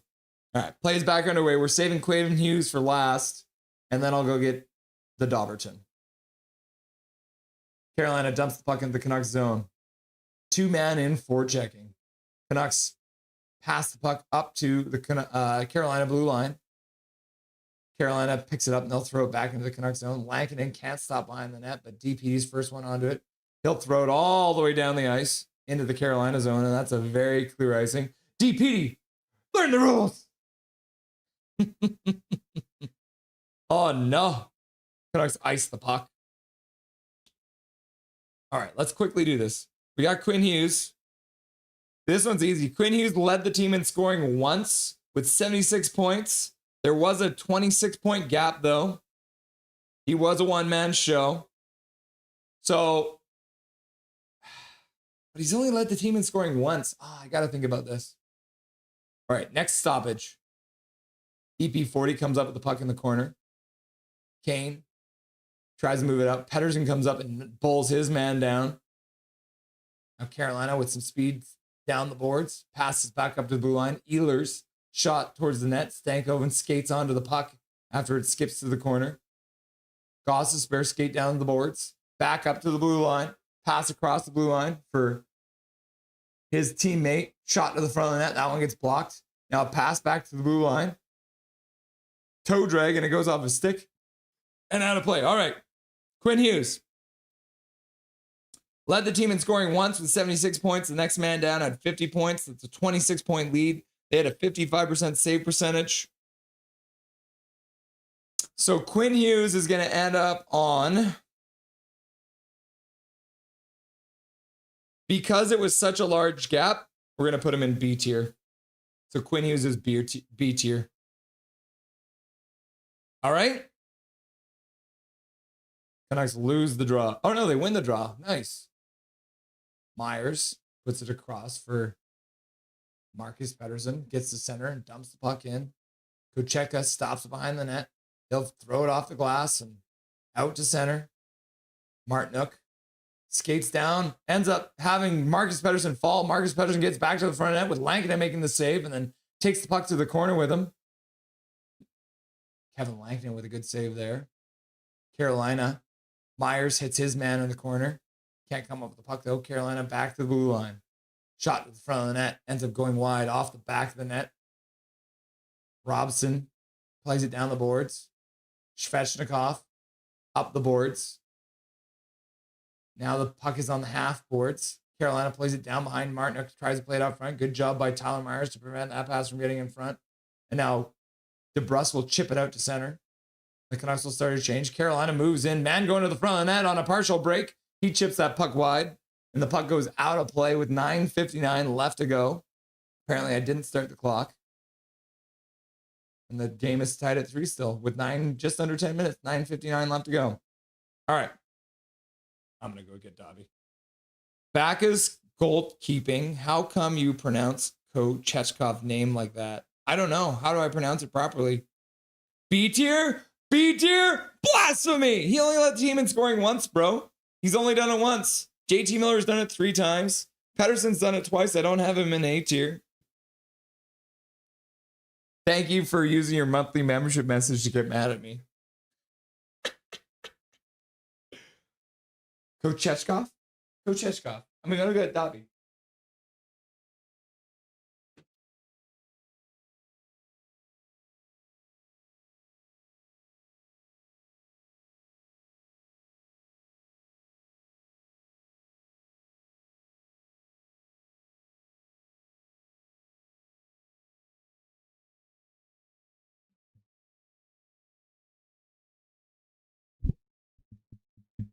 There he is. The boy. Dobby the Doge, huh?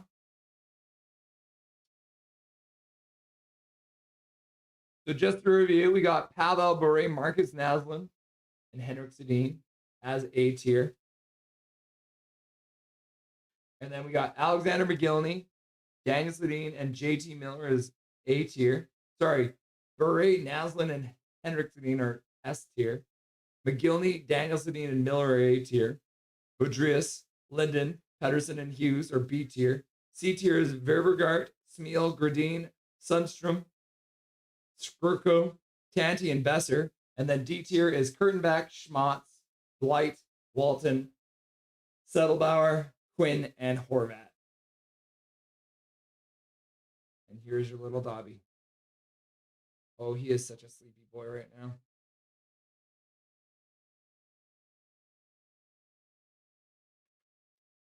All right, play is back underway. Canucks carry the puck out through center.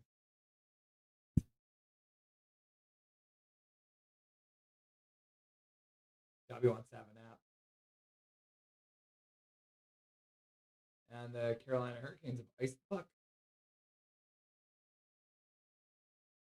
Why did my clock not start, bruh? 9:42 left to go in the third period of play in this tie game. Look at me scooch his head for you guys. Face off inside the Canucks zone, or in the Carolina zone, I should say. Sasson wins it. Sasson back to the blue line. Hronek chips it down behind the Carolina net. Puck up the boards. DPD pinches down and keeps it in. Carolina gloves it down though and flips it up to center. Now Hronek plays it out to the blue line. Canucks get onside. Try to make a pass across the blue line. That one gets blocked. So now they pass it up to Besser, who will skate back in his own zone.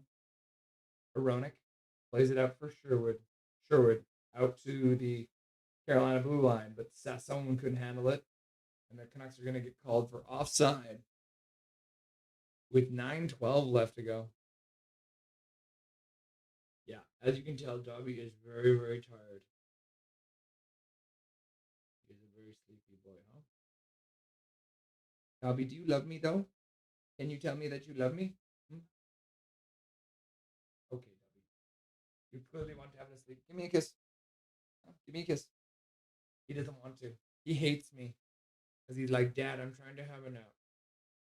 That's all he wants from this world now. Okay, I will let you go now. Thank you, Dobby. You're a good boy.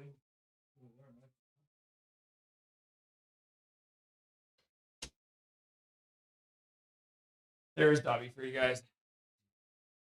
Canucks dump the puck into the Carolina zone. Oh, puck goes into the crease. Canucks can't do anything with it. Now Carolina gets the puck over the Canucks blue line. Stankoven rings the puck around the boards. Now he skates back onto it, but he loses it. The puck gets skipped out to center. Canucks will change. Or at least they'll get a partial change. Carolina gets to the red line, dumps it in. Does Dobby eat the mic? He does not. It is a metal mic, so he would have a hard time. Carolina brings the puck in. Good stick there by Hronek to prevent that pass from getting down low. Back to the blue line. Shot to the front of the net. Rebound comes to the side. Puck gets cleared away by the Canucks. Shots are now 29-15 for the Carolina Hurricanes, which is wild. Puck centered, goes off the side of the net by Carolina. Now they move it down low. Jordan Stahl stops up there. He'll play it up to the blue line. A big old exploding stick happens, and the Canucks will skate out. Carlson drops it for McEachern, who throws it across the blue line. Now Marcus Pettersson puts it in. Oh, why? What? That was weird. I don't know why he didn't pass that. Puck ends up getting passed down into the high slot, but it was deflected, so the player didn't expect it.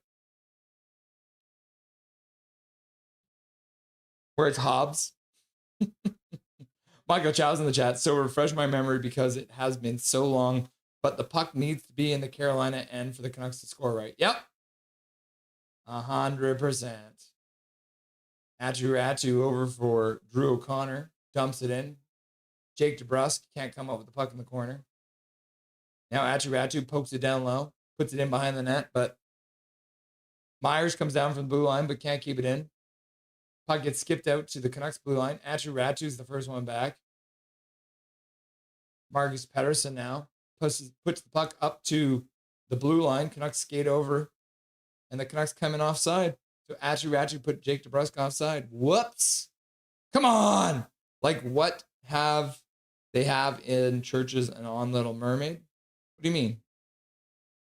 Probably not Van Isle. Bestest boy. Hashtag we want 2 points. Yep. He's had enough. Laugh out loud. Java thinking always. How many hits does Sherwood have this game? Face off just outside the Carolina blue line. 7. He's got 7 so far this game. Crazy, right? Back to the bar. I'll install a second pipe organ in the practice facility. Milosh is like, go Canucks, go! Oh, and a save by Lankin and rebound gets cleared out by the Canucks. They'll chop it down the ice. Not going to be quite enough for icing. Good weight on that one. Look at Dobby. Now you're thinking like Aqua, laugh out loud. Dobby. Now Carolina ices the puck because they apparently don't know the rules. Weird, right? Great play, Ratty. Yeah, he just fell and put DeBrusk offside. What a weird bounce that took. Lankin does make a save on that crazy play. Jackson Blake chipping it towards the net again from the same position he did it before. Eric Hunter with a gifted membership flying out into the chat. Personalized. Getting the free gift membership courtesy of Eric Hunter. So thank you very much, Eric Hunter. We appreciate you. And congratulations to Personalized for getting the free gift membership courtesy of this guy right here, Eric Hunter. Play is underway. Canucks lose the puck in the neutral zone for a second, but they'll retreat back in their own zone with it. Carolina gloves the puck down. Puck gets squirted out to center. Kane plays it back for Hronek. He plays it over for Marcus Pettersson. Marcus Pettersson over for Hronek. Hronek stands in the faceoff circle, looks up the ice, passes up to the center ice line. Canucks tip it in, ends up behind the net. Kane moves in on the forecheck, can't come over the puck, and the puck gets dumped out to center. Carolina gets it inside the Canucks blue line, and they'll turn it back up. Oh, good pass. Carlson in on a partial break, and he gets a shot off, and Kochetkov makes the save with the blocker. Shot to the front of the net. That one gets blocked. Under 5 minutes left to go in the third period of play. The Carolina player, Svechnikov, picked up the puck behind the net with his stick and was going to do a Michigan, but couldn't complete the task, or he was going to flip it over or something. Either way, it didn't work. But the puck comes back to the blue line. Puck comes out front, and the rebound goes to the side. Both Canuck defensemen dive on the puck to get it to the corner. Puck comes back to the blue line. But McEachran couldn't get that puck. So I think they might have changed up the forward lines now or something. DeBrusk gets knocked down, but protects the puck so Vancouver can flip it out to center ice, down into the Carolina zone. Less than 4:20 left to go in the third period of play.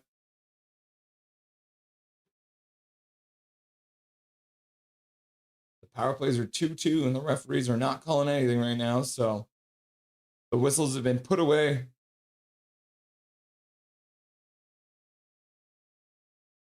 Puck into the middle. Canucks work it out to center. Now over the blue line. DeBrusk pokes it down low. Kochetkov plays it behind the net.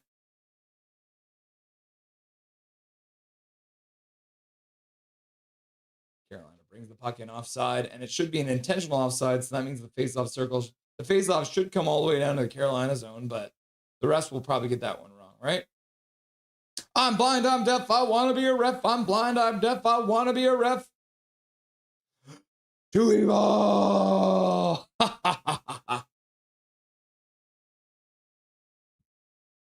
Oh, yeah. 2-goal leads are nice, but 3-goal leads are the band for the weight. High sticking missed, of course. Yep.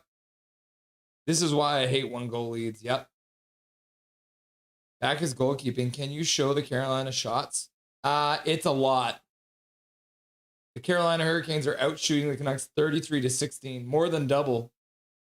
They had more shots in the second period than the Canucks had in the entire game.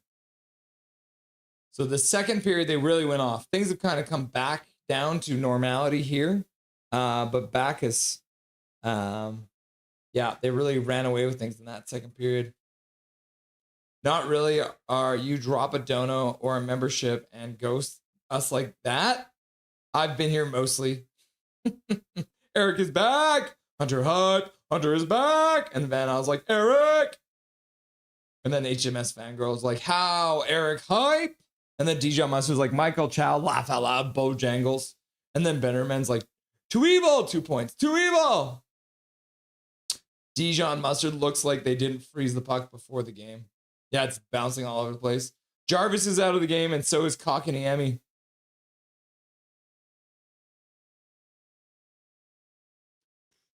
Yeah, so as you can see here, both Jarvis and Kotkaniemi have left.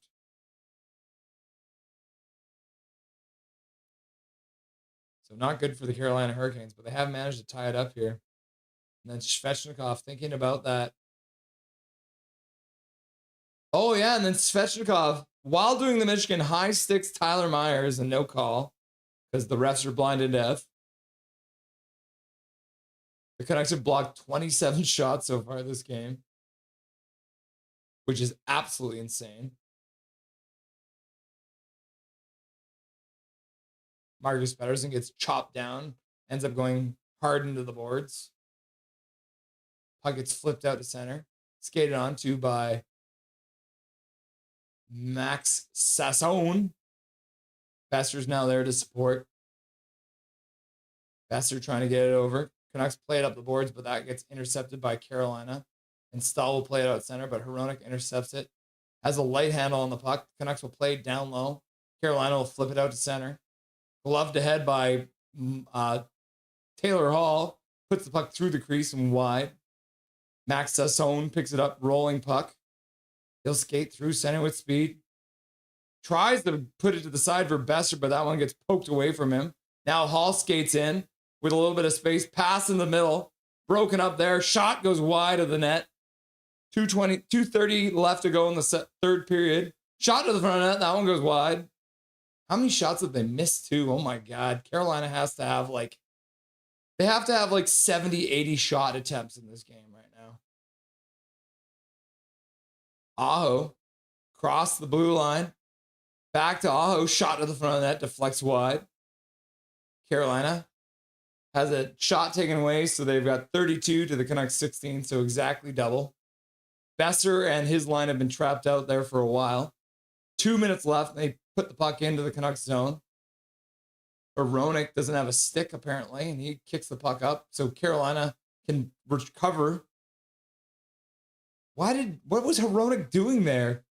Did he have a stick, or did he just pick it up? I'm so confused. Carolina back to the blue line, to the far boards. Riley with a shot to the front of net. Besser, after a long shift, flips it gingerly out into the Carolina zone. He'll go off on a change. Garland stays on for the moment to provide some pressure. Kane with a flyby. Pettersson in on the forecheck. Can't get to the puck. Carolina puts it into the Canucks blue line. Tyler Myers plays off the boards. Garland will spin. Garland puts the puck into the Carolina zone. Kane moves in on the forecheck. Gostisbehere puts it to the side, but away from his player. His player, though, skates onto it and bats it out to center. Under a minute left to go in the third period of play now. Puck out to center. And the passes gets by DeBrusk, and that means it's icing. Run the rules. I like that little kick pass. Did he lose his stick and then pick it back up? Great battle.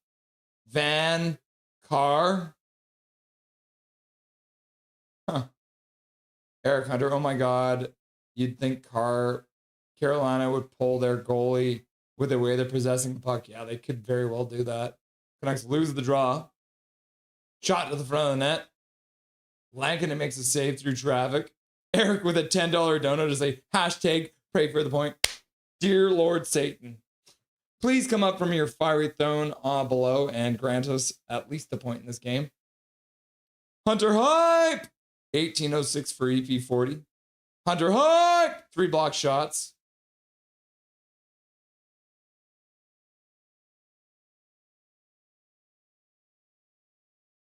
Pettersson can't win the draw, but they're going to redo it. They apparently didn't like the way it was dropped. Thank you very much, Eric Hunter, for the dono. We appreciate you donating to Dobby's College Education Fund. You're an absolute beauty. Total beauty. Go Vancouver! Calvin and Charlie, or change Carlson for Garland, who has experience more than Carlson. But sure, Sasson with Petey. Sasson with Petey. Can we check EP40 ice time in the third? Probably a lot. Pettersson can't win the draw. Carolina throws it towards the net, deflects wide.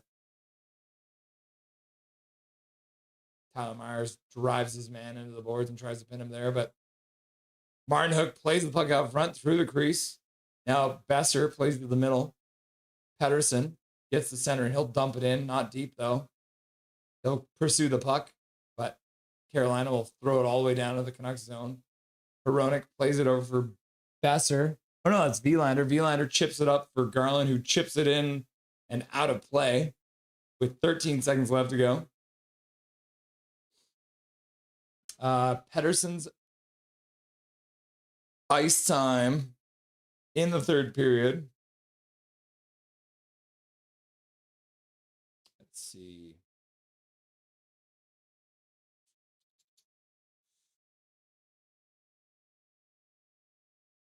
Philip Hronek just went to the dressing room.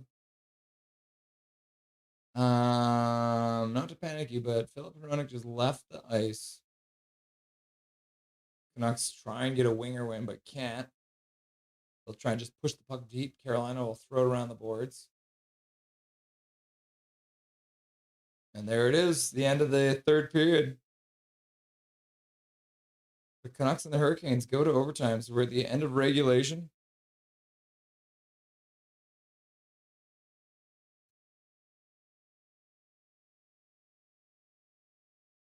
Pettersson's ice time in the third period. I can show you that. Eric Hunter comes in and drops 5 gifted memberships for overtime, I guess. You'll love to see it. We'll see how many of these go out. We're getting pretty close to the max again. So Eric Hunter, 2 of the 5 went out. So Eric Hunter with 5 gifted memberships. B-Dog and Logan Watts getting free gifted memberships courtesy of Eric Hunter. And my prayer to our Lord Satan. Eric Hunter, you'll love to see it. Only 2 of your gifted memberships went out, though. We must be maxed out again. Thank you very much, Eric Hunter, for the donation. For anyone who hasn't done it yet, make sure you turn on gifted memberships. Click on below me, there's a join button. Click on that. And then there should be 3 buttons on top there. And that'll allow you to turn on gifted memberships. There's 3 gifted memberships right now, if you don't have one, that you can get immediately. So make sure you turn on gifted memberships. Who's going to score in overtime? Everyone, give me your predictions. Who scores in overtime? Yeah, let's get this thing set up. So we're at 5 minutes of overtime. I think that EP40 is going to score. EP40 will score in overtime to win the game for us. Go Canucks, go, says Milosh. Wait, Hronek got punched? Maybe that's what it is. Okay, so Connor Garland, EP40, and Marcus Pettersson are out there. EP40 says Swervin. Eric Hunter says Vilander. Okay, play is underway now. Of 3-on-3 overtime. Canucks win the opening draw. Now through center. Garland over the blue line. Turns back to center. He drops for Pettersson. Pettersson. Slowly through center. He loses the puck and it skips out to center. So he'll take it back out to center. He plays it back to Marcus Pettersson. The 2 Canuck forwards will change. Vancouver still controlling. Got Besser out there with DeBrusk. And now we got 3 forwards out there again. We got DeBrusk, Besser, and Sherwood out there on the ice.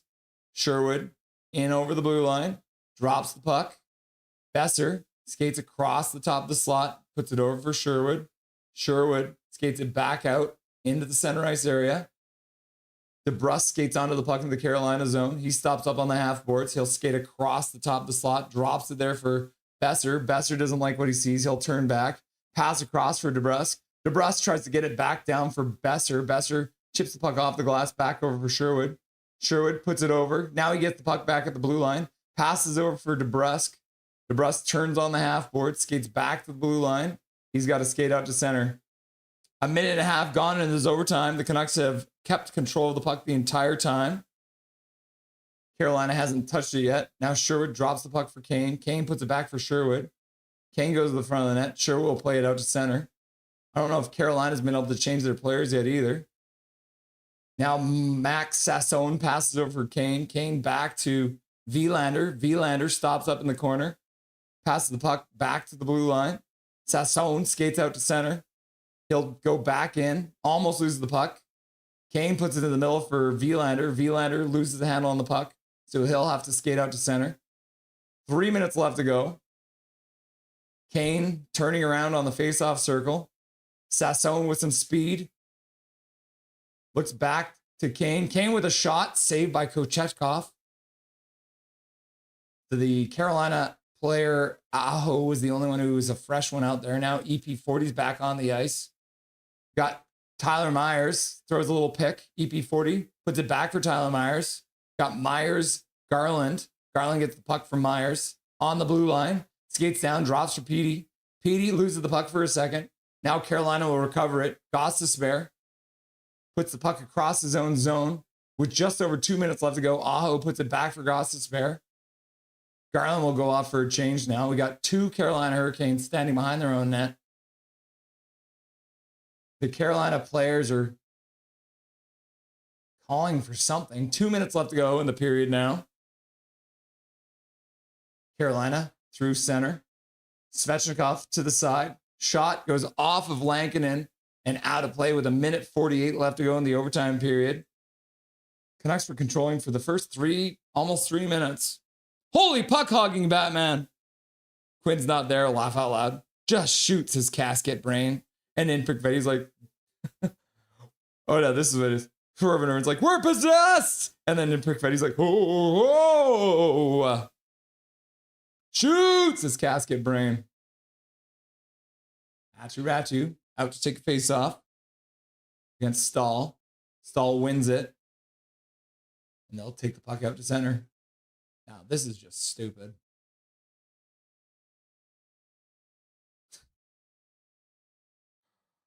Oh my gosh. Carolina through center. Jackson Blake doesn't like what he sees, so he turns back.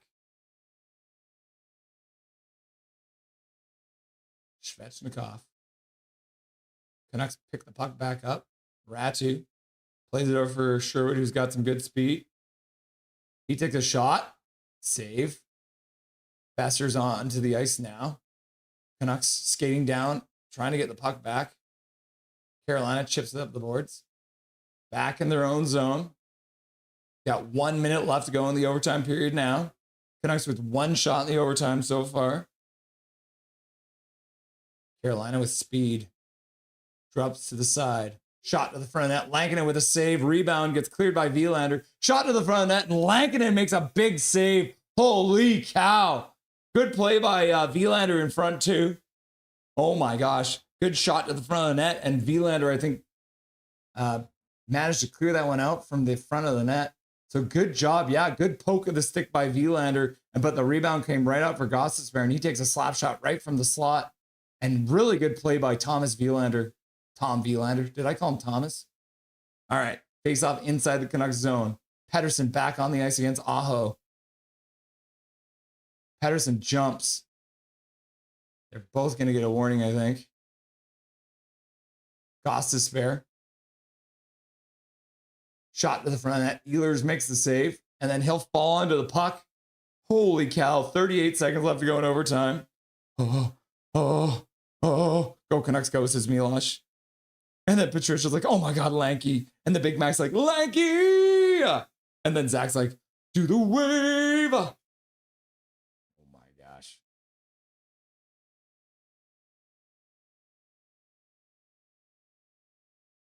"38 seconds left to go in overtime. Pettersson directing traffic. Can't win the draw, though. Carolina walking down the blue line. Shot to the front of the net. And what a shot that was. Carolina wins it in overtime.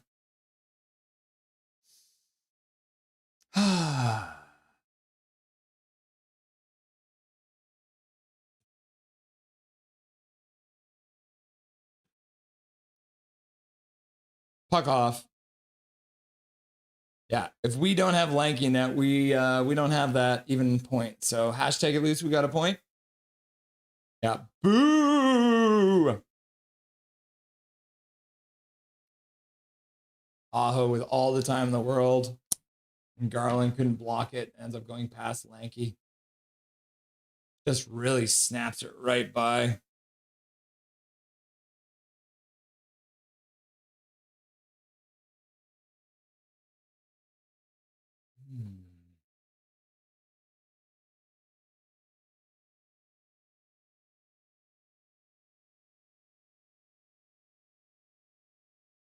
Hashtag at least we got a point. Oh, what great possession in overtime with only one shot. Like, I mean, if you're gonna do it, great, but get a good chance out of it. Oh man. I guess yeah, we got a point. Hey, yay. We're in the in the moral victory territory, I guess. Is it easy when it to comes just to put the this one injuries and right on stuff. top of Vander Kane's head because he was too busy trying to fight someone rather than being in a place where he should have been like defending in the third period? Well, yeah, and I mean Myers too on that play just got lost after he got his pocket picked behind the net. So Svechnikov came in and just took it right from him, and then Myers just kind of lingered behind the net for a while and didn't know whether to go left or right. And yeah, just all around awful play there on that goal in the third period. Just not good defensive play.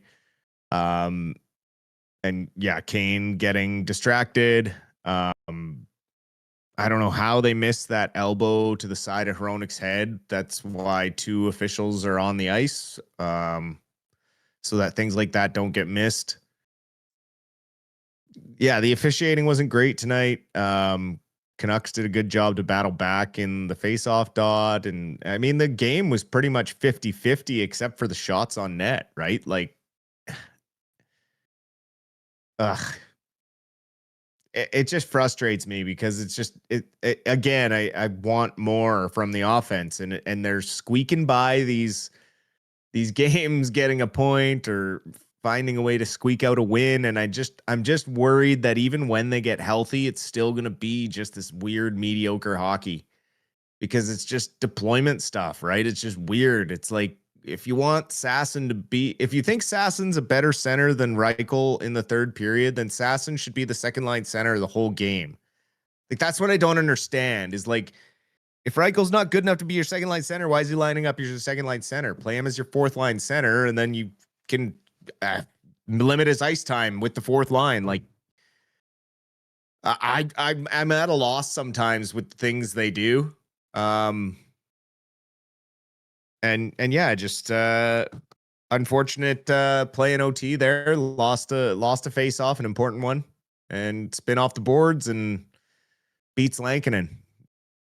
He they had a lot of shots on net. He did a good job stopping 34 of 38, but still, I mean, it's tough to dissect these, right? Because there are so many injuries. I mean, Petey had a hell of a game. Power play assist, a shorthanded goal, I think 2 hits, 3 or 4 block shots. Mm-hmm. I mean, that's a really good, solid game, right? But it's just overshadowed by the fact that, there's only 17 shots on net for the Canucks. And yeah, they managed to get 3 by Kochetkov, but still didn't manage to get the win. Everyone's probably going to be happy that they got 1 point, but all I'm kind of hoping now is that Hronek's fine, and it was just like a spotter saw him get hit in the head and he had to get pulled out of the game. I'm hoping there's no actual injury there, because I mean, man, like, when does it end? Honestly, like, at this point, it's just like, what the hell, man? Like, who did we piss off so badly? It's just amazing to me, the number of injuries, and even Carolina lost 2 guys tonight. I mean, they lost Jarvis in the first period, and then they lost Kotkaniemi late in the game. So, I mean, the injury issue is league wide with this condensed schedule. It's unusual for players. They're not used to trying to condition for this much hockey this early in the season. Usually, it's kind of spread out. They take their time getting into the Christmas, and then in the second half of the year, it's when things kind of pick up. You see a lot more back-to-backs after Christmas, and things kind of cramming together towards the end of the season. But with the Olympic break, everything's kind of zooming, and you're seeing it take its toll league-wide. I mean, every team has its issues with injuries, but I mean, none of them have the number of injuries that the Vancouver Canucks have. And boy, I mean, it just seems like a plague on the league. I don't know if you saw, but Jack Hughes hurt himself just out with the team last night, and he's out with a hand injury, and they don't even know the extent of it. So it's like Vander Kane got hit with a puck in warm up. It's like, well, wear your helmet in warm up, and that wouldn't happen. But that's just me. I don't see the necessity in not wearing a helmet and warm up anymore. It's just strikes me as vain and egotistical. So at this point, it's like just put your helmet on. There's pucks flying everywhere. Like, don't be dumb. So, because anything that can go wrong right now for this team is gonna go wrong, and that's just like, everyone just needs to be extra careful. But it makes him look so cool when he doesn't have a helmet on. Because like I don't even know what to say. Oh yeah. What did you see tonight? Because like I honestly don't even really know what to say. Like, you pretty much nailed it. Like we had control of the game, and then one mistake in the third period, and then all of a sudden the game's gone. And I'm the problem, Dustin. I am the problem. Let's list out why I'm the problem for everyone here. We'll talk about it in a little bit, but the Abbey Canucks won in the shootout the other day. I'm like, the curse is lifted. And then the other day you were shitting on Kane, which I don't blame you for ever, but I defended him saying, oh, he's only got 2 minor penalties in the last 7 games. Tonight he essentially caused 2 goals, right? Like, literally stupidest high sticking call I've ever seen. Right. And then trying to fight someone, and the guy's just like, yeah, stay here. You're totally out of position. My team has a breakaway, and you're still focused on trying to fight me instead. Right. So, and I'm a 49ers fan. So maybe I'm like somehow transmitting the San Francisco's 49ers immense injury list right onto the Canucks. Right. So maybe Marcus Pettersson got played some like 30 minutes tonight. Stage or something. You got it's got to be the mustache, maybe. Maybe you got to do some sort of seance or something, and just do some cleansing, spiritual cleansing. Get some gems or something. When I said my prayer to Satan, I did only ask for a point, so maybe I should have asked for 2. He held me to account. So, Big Mac with a $5 dono says, does Jack Hughes orders his steaks well done to the 9s? Maybe his night just skipped right off the steak. Thank you very much for the $5 dono, Big Mac. We appreciate that. Nah, he's still used to his mom cutting a steak for him. Those Hughes boys, they strike me as a bit of mama's boys, those 3. Yeah. P.O. Joseph only getting 7 minutes and 22 seconds tonight.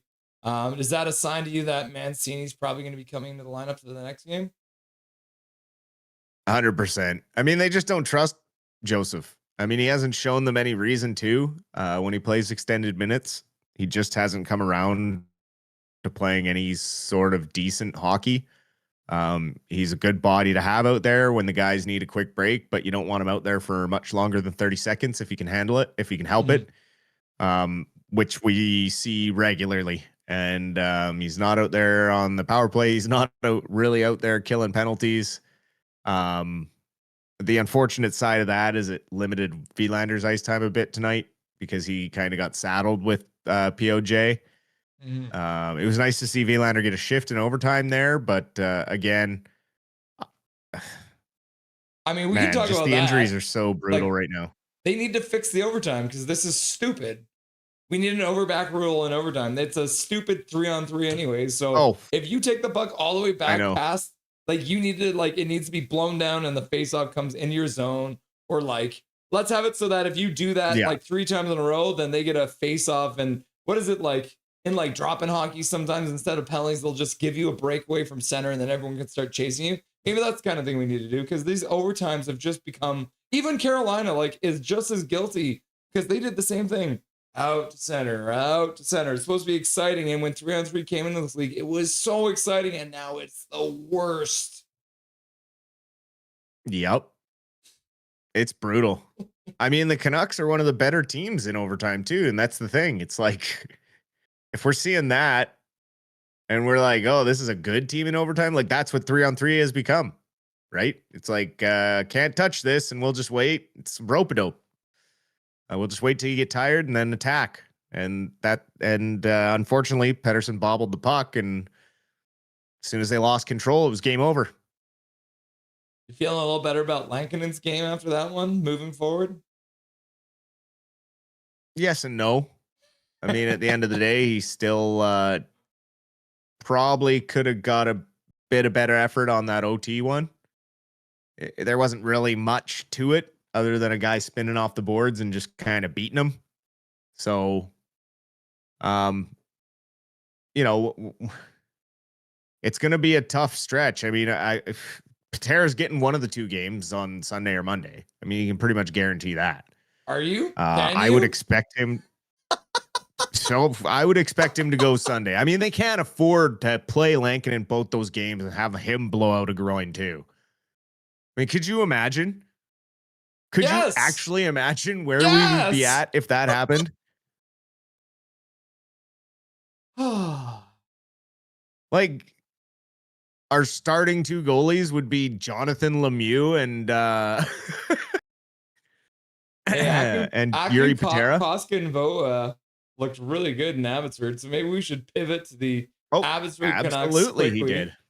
Wednesday, November 12th was the game. It was the Canucks versus the San Jose Barracuda. The night before, on the Tuesday, Abbotsford lost 7-0, which was insane. But this one, the boys stuck with it. They worked their butts off. Can you tell us a little bit about the Abbotsford Canucks on Wednesday? I mean, that's the thing is the 7-0 game. It's not because they're playing like they're not trying, right? Like they're trying. They still had, I think, almost 30 shots on net. They just don't have the talent to score unless lots of things go right. In this game, they got down. They were down 2-0 again. Things weren't looking great. And then Joe Arntzen gets his first of the season. Of all people, you don't expect to get a goal out of. It's Joe Arntzen from the blue line. And then Ty Mueller on the power play, a good goal to tie things up, and suddenly the Canucks kind of had some life. But then going into the end of I guess with 5 minutes left of the second period or so, the Barracuda again going up 3-2, taking that lead into the third period. But Joseph Labate, the leading goal scorer on those Abbey Canucks, with his 5th goal on the power play in front of the net.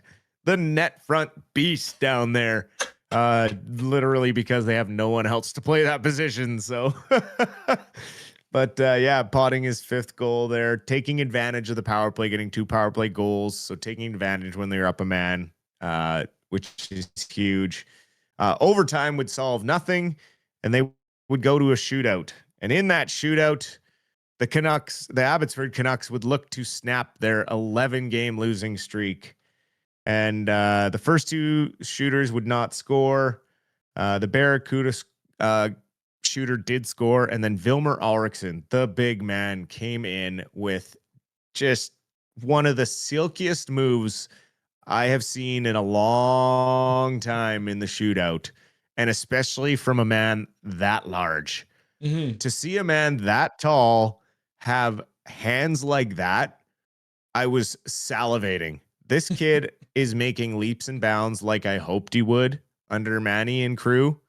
It's hard to see, obviously, because of the results that they're getting. But man, if he can just use that size a little more to start engaging the physical part of the game instead of waiting for it to come to him, oh man, he's gonna really push and be a really really great power forward.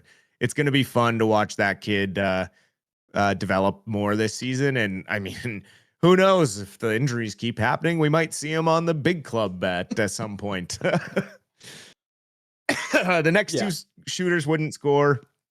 The Barracuda's final shooter would also not score. Ben Berard came in with a beautiful shot to beat the Barracuda goalie. And finally, the Abbotsford Canucks win a game after losing 11 straight. They snapped the losing skid and win this one in a shootout.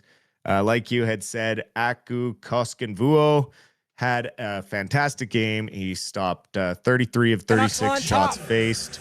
Ty Mueller got first star honors in this one with a goal and an assist.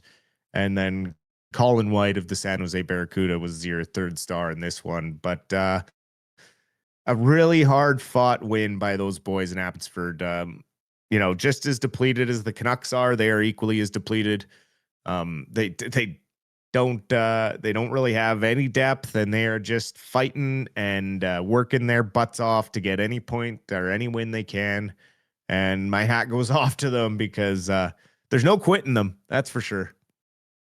How did you feel about my tier list for the Canucks leading scorers? Did you have any ones that really upset you? Nothing. Of course, I'm going to question your Horvat one a little bit just because he has more 30-goal seasons in a Canucks jersey than Brock Besser. He only led the team in scoring once, and it was with 51 points, and the guy behind him had 1 point less. I get that. But also, just far more seasons consistently scoring 20-plus goals than a lot of other people on the scoring tiers. So, just overall scoring ability. But yeah, no, I get why when you're like leading scorer. But yeah. It's hard, right? Like some of those guys only had like one good season. Yeah. Yeah. I even changed my mind on a couple. Like I fully changed my mind on Henriksen as I was reading his stuff out. So which you should have. You put him in the right tier. After you changed your mind, he should be an S tier player, right? Yeah. Like he did it alone. When Daniel was out with a concussion, Henrik carried the team. And the year that he won the point, the scoring trophy. So, S tier for sure. And leading 6 times, like, Daniel was right behind him all those times, right? Like it was either Daniel or Henrik. It was either going to be one or the other. But considering that Daniel needed Henrik more than Henrik needed Daniel, that's where Henrik is S and Daniel is A. I agree. Yeah. Well, and I'll quickly bring this up too for everyone to see. So this is the actual spreadsheet that I use to like decide. And I've sorted it right now by like how, because I was talking a lot about the gap between the player in first place on the team and the player on second place in the team. Burry had that one season, 93-94. He was 37 points above, right? And then JT Miller was 31 points above. But then Burry also had a 30 point above. That's the crazy thing about Burry's seasons and why he was 100% S tier. In the 3 seasons, 3 of the 4 seasons he led the team, it was 37 points more than the second player, 30 points and 25 points. Like he was the team scoring, right? Like insane. Arguably, he should be an S tier by himself, and everyone else should go down a tier. Like really, no one will ever come close to being the elite scorer and as naturally gifted at just turning the puck the other way and burying it as Pavel Bure was in those first couple of years that he was here. Like it was just unreal stuff to see as a kid. Like that's why we're Vancouver Canucks fans. Like our generation is because of Pavel Bure and Trevor Linden and Kirk McLean, like these underdog guys that weren't supposed to win or go anywhere. Like they just worked their butts off. And then Bure was just better and faster than everybody. Like he made defensemen look like they were standing still. It was unreal. So the other thing I did when I was making this list was I put in the season's results. So like what was their winning percentage too? So the Canucks, I have 54 years of data on this sheet. And I have it now sorted. So 28 times they finished below 500. So we actually got a little depressing while I was making this list. 28 out of 54 times they finished below 500. Oof. That's the wrong side of that. Yeah, the wrong side of history for sure. Dustin, this is our last chat before you head off for your golf tournament. So is there anything you want to say to chat before we let you go for the next week? Well, everybody, I hope you hang in there.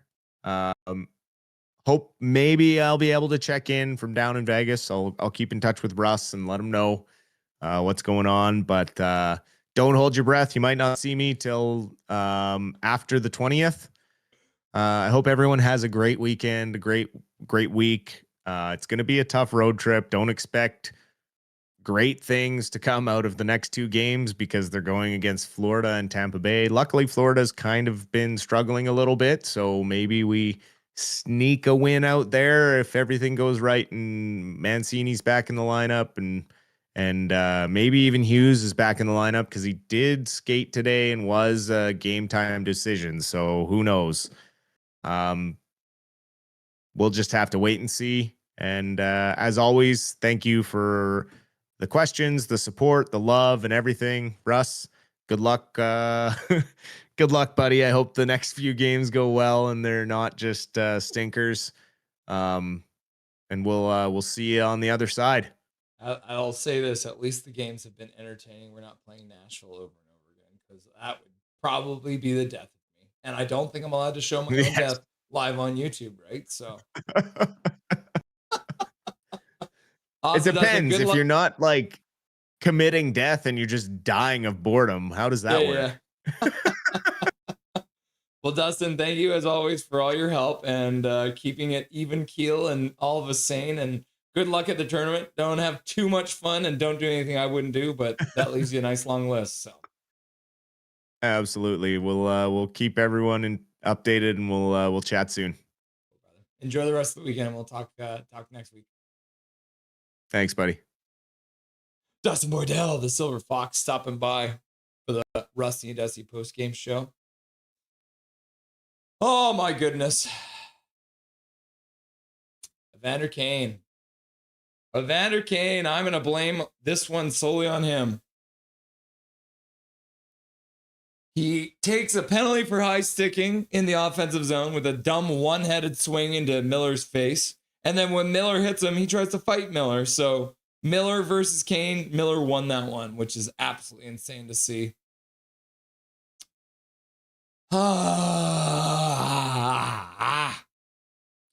And so just so you guys know too, I will release this tier list soon. I'll put it in a community thing. So I'll give you guys a week to do it.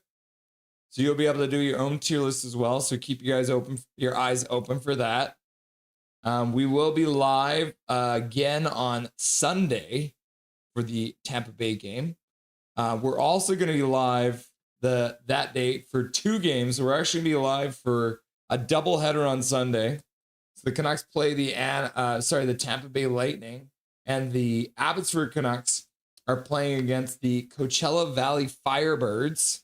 So we're going to be live for them. So we're going to be live for the Tampa Bay game at 2 p.m. It's going to be an afternoon game, which will be followed immediately by the Coachella Valley Firebirds. And it's going to be really cool because I'm actually going to be interviewing someone tomorrow as a pre-record. And I'll show you guys.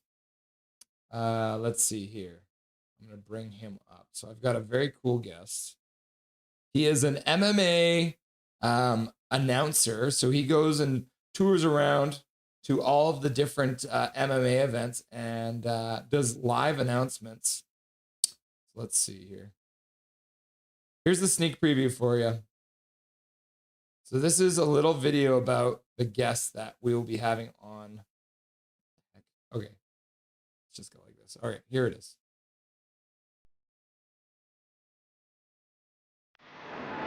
There are three things in this world that mean everything to me. My family, my culture, and Vancouver Canucks hockey. It's more than a game.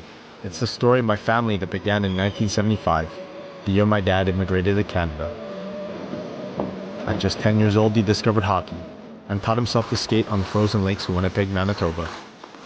I was born in 87, my brother in 92, and he passed that love for the game to us. Canucks hockey has been the heartbeat of every family gathering, something we share with our loved ones. The values of hockey, teamwork, perseverance, standing up for what's right, mere Filipino culture, and the spirit of kapwa, selflessness and resilience through adversity. That's why the Canucks' first ever Philippine Heritage Night on December 5th means so much to me. It's more than a celebration.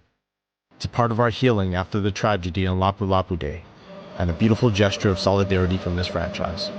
For nearly 15 years, I've been a professional ring announcer, performing around the world in sold-out arenas and in front of millions on TV. And this year, I made my big screen debut in The Smashing Machine, starring Dwayne Johnson, an experience that reminded me how powerful representation can be.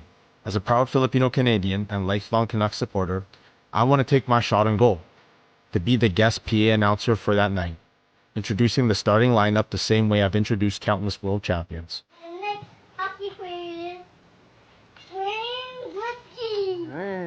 Maraming salamat.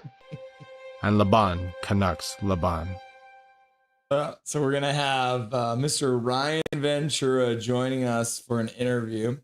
And he is going to be trying to get in to be the Canucks guest announcer. So should be very, very cool. So I'll be interviewing him tomorrow, and I'll be playing that during the Canucks game on Sunday, the Tampa Bay game. All right. Should be very, very cool, guys. Let's hop on over and look at the donos. There was a lot tonight, as usual. You crazy kids getting out there and donating. Benderman became a member. Welcome to I Lied, You Are Perfect. Eric Hunter donating 5 gifted memberships, and then Eric Hunter donating 5 more gifted memberships, and then Eric Hunter donating 5 more gifted memberships. I'm not skipping. That was 15 gifted memberships in a row from Eric Hunter. Swerve and Irvin shows up and uses his monthly membership message to say, all right, I'm going to say it now. Rutherford and Alvin is just Jim Benning to Electric Boogaloo, member for 8 months. So thank you very much, Swerve and Irvin, for being a member for 8 months. Eric Hunter then uses his monthly membership message to say, Garland! And then he donates $5 as well to say, welcome all 66 of you to chat, like, and subscribe. And then Big Mac used his monthly membership message. He's at 11 months now. B tier. B tier. Blasphemy! And then Eric Hunter with a 1 gifted membership. And then a $10 donor to say, pray for a point. And then I did, and we got it, but I only asked for a point. I should have asked for 2. And then Eric Hunter with 5 more gifted memberships. And then Big Mac with a $5 dono as well. I appreciate you guys. I appreciate Big Mac and Eric Hunter and Swerve and Irvin and Benderman for all their donations today.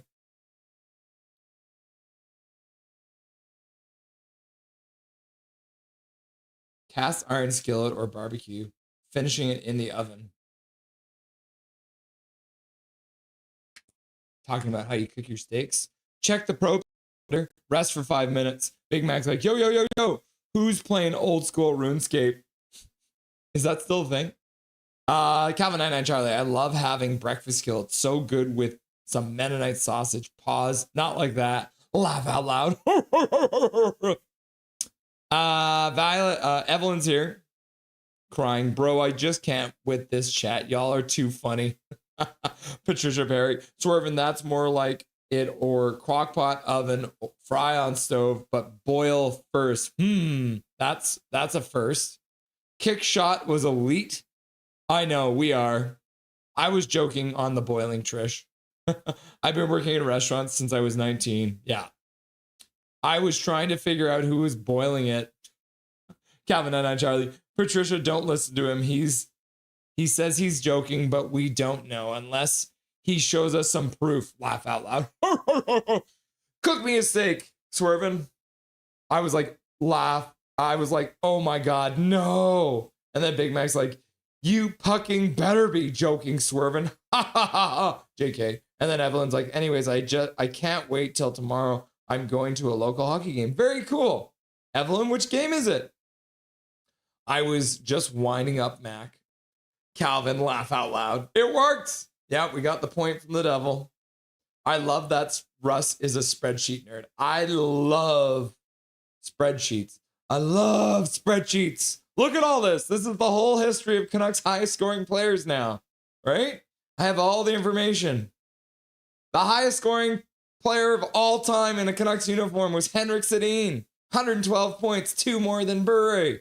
But Bure also has 2 of the top 3. McGillney had 107, tying Bure. Crazy stuff, right?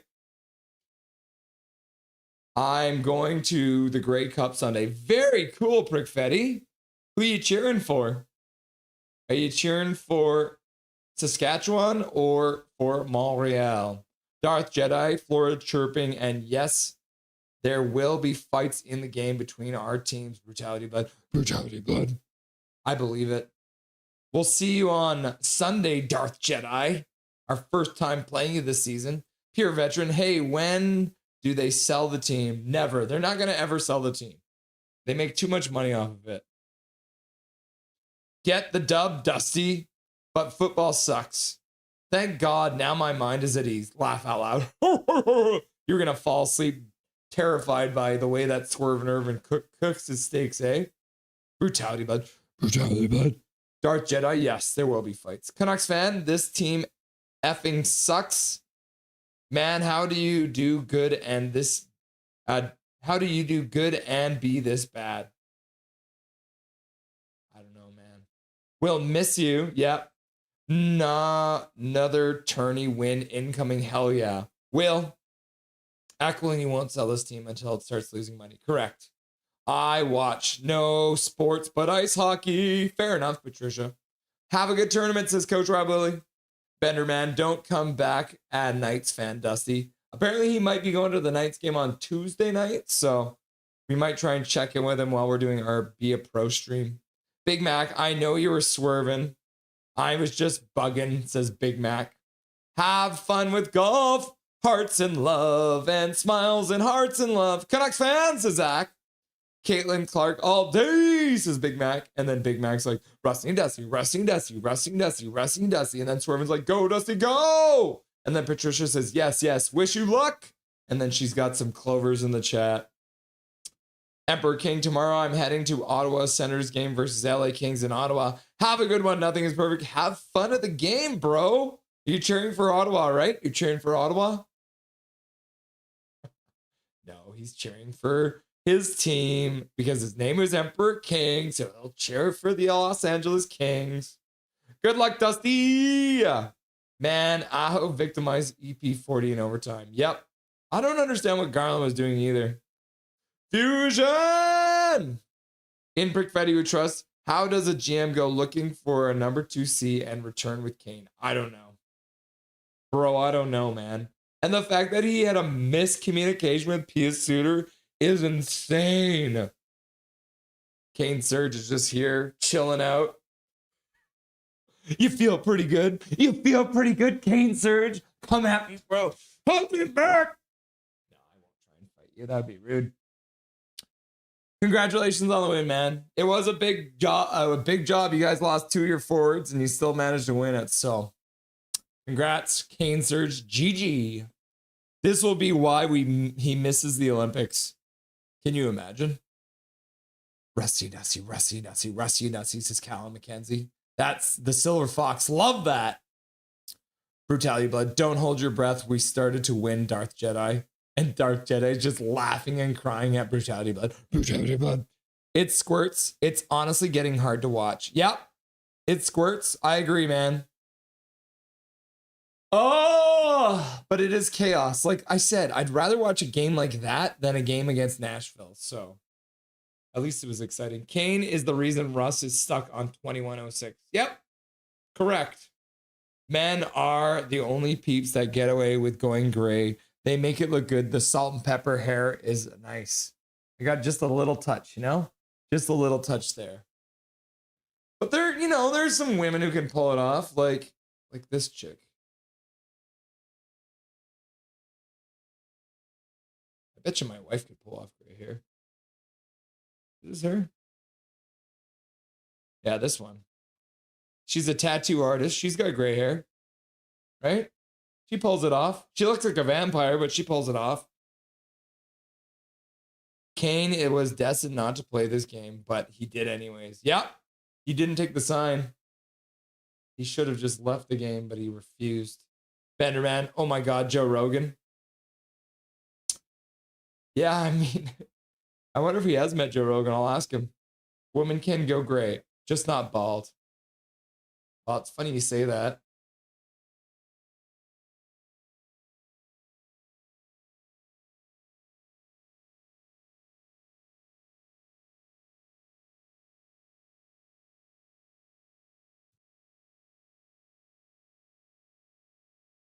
Hilarious that you say that because it's literally the same lady. She shaved her head.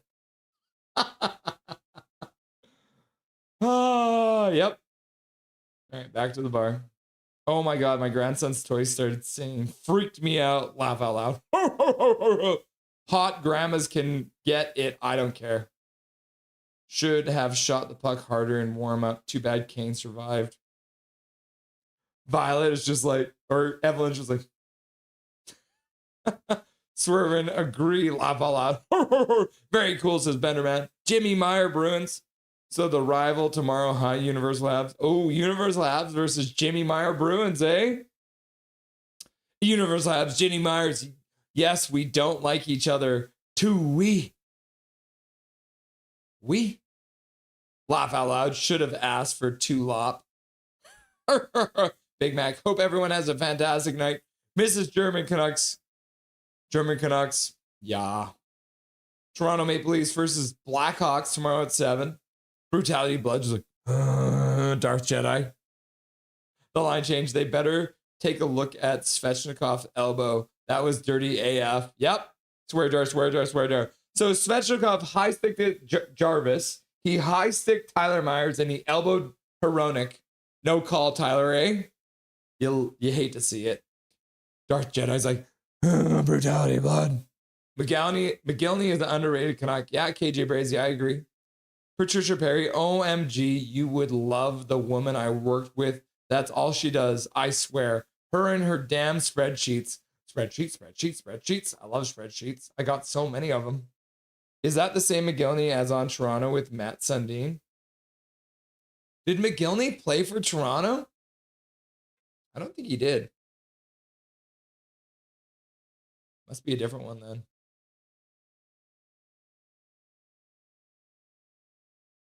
Alexander McGillney, career stats. Vancouver. Oh, he did. Holy shit, you're right. Alexander McGillney played for Toronto, bro. You're right. Huh. Crazy. Matt Sundin. Coffee, says Todd Peterson. Another loss incoming for me. Oh, no. What's the score in your game, friend? Russell Bleeding Blues. Are things going badly? Are you guys going to end up finishing last? Are you playing tomorrow? That's what it is probably, right? Sorry, Russell Bleeding Blues. You guys are in the bottom of the league. Yes, same McGillney. Crazy. The Bunny fan. Yo, someone give it to me again. Laugh out loud. I gotta go, but enjoy the stream all. Nice to see you, Bunny fan. See you all on Sunday, says Big Mac. Better to be gifted than grifted. That is correct. Yep. Omega Fish. Let us win, Fisherman Islanders. Well, you guys are up 2-1 right now. So you never know. You never know. The Flyers. Oh, there it is. Yeah, you guys are playing right now. It's 5-5. It's a tie game, bro. You guys are fine. Did you guys just tie it up too? Come on. Yeah, you guys tied it. Oh, no. Oh, you guys gave it up. Okay, that's why you think you're going to lose. All right, fair enough. Whoops. Okay, Jay Brazy, that's so maddening. The miscommunication with Sutter. Yeah, I can't even believe it. This whole season is because of a damn miscommunication. Miscommunication, aka we ran out of time 2.0. Correct, Tyler. Todd Peterson, thanking Sportsnet package 1 month for December for the World Juniors. Fireable offense. Later, Max, is Patricia. Brickfetti, there's one main reason that they went with Kane. One person. Sup line change, says Big Mac. Their name rhymes with something Squamalini. Hey, Big Mac. Hey, Big Mac. They playing with so much heart. I really wanted them to win this one, but can't complain about the effort. Yep. I'm vibing, says Fatality. Sounded like the Lankinen show. It was. That's intentionally gray. True. Nice. Lots of hearts. 15 shots on goal. I am. Her hair is dyed that way, and that's a filter. Fair enough. Emperor King at the game tomorrow. I might take a few clips too. Very cool. Get a couple pictures. Get a couple. And then if you have like an Instagram or something, I could always show them here too. Pesci took a beating. Tattoo artist, line change. Keep it in your pants. Ooh, but love her hair. Board Queen. Yes, Todd Peterson. She does look like the Board Queen. Resistance is futile. You will be assimilated. Okay, she looks good either way. 7 will always have my heart. 7 of 9. Tertiary Eric Jones is Unimatrix 0-1. A Unimatrix 0? I fooled around with a girl who had an undercut, but never fully buzzed. Interesting. Emmanuel says, hey, Swervin, that elbow was disgusting. I'll have to have another look. I think I missed it. But I'll take the fantasy points from Svechnikov. Laugh out loud. Hey, buddy.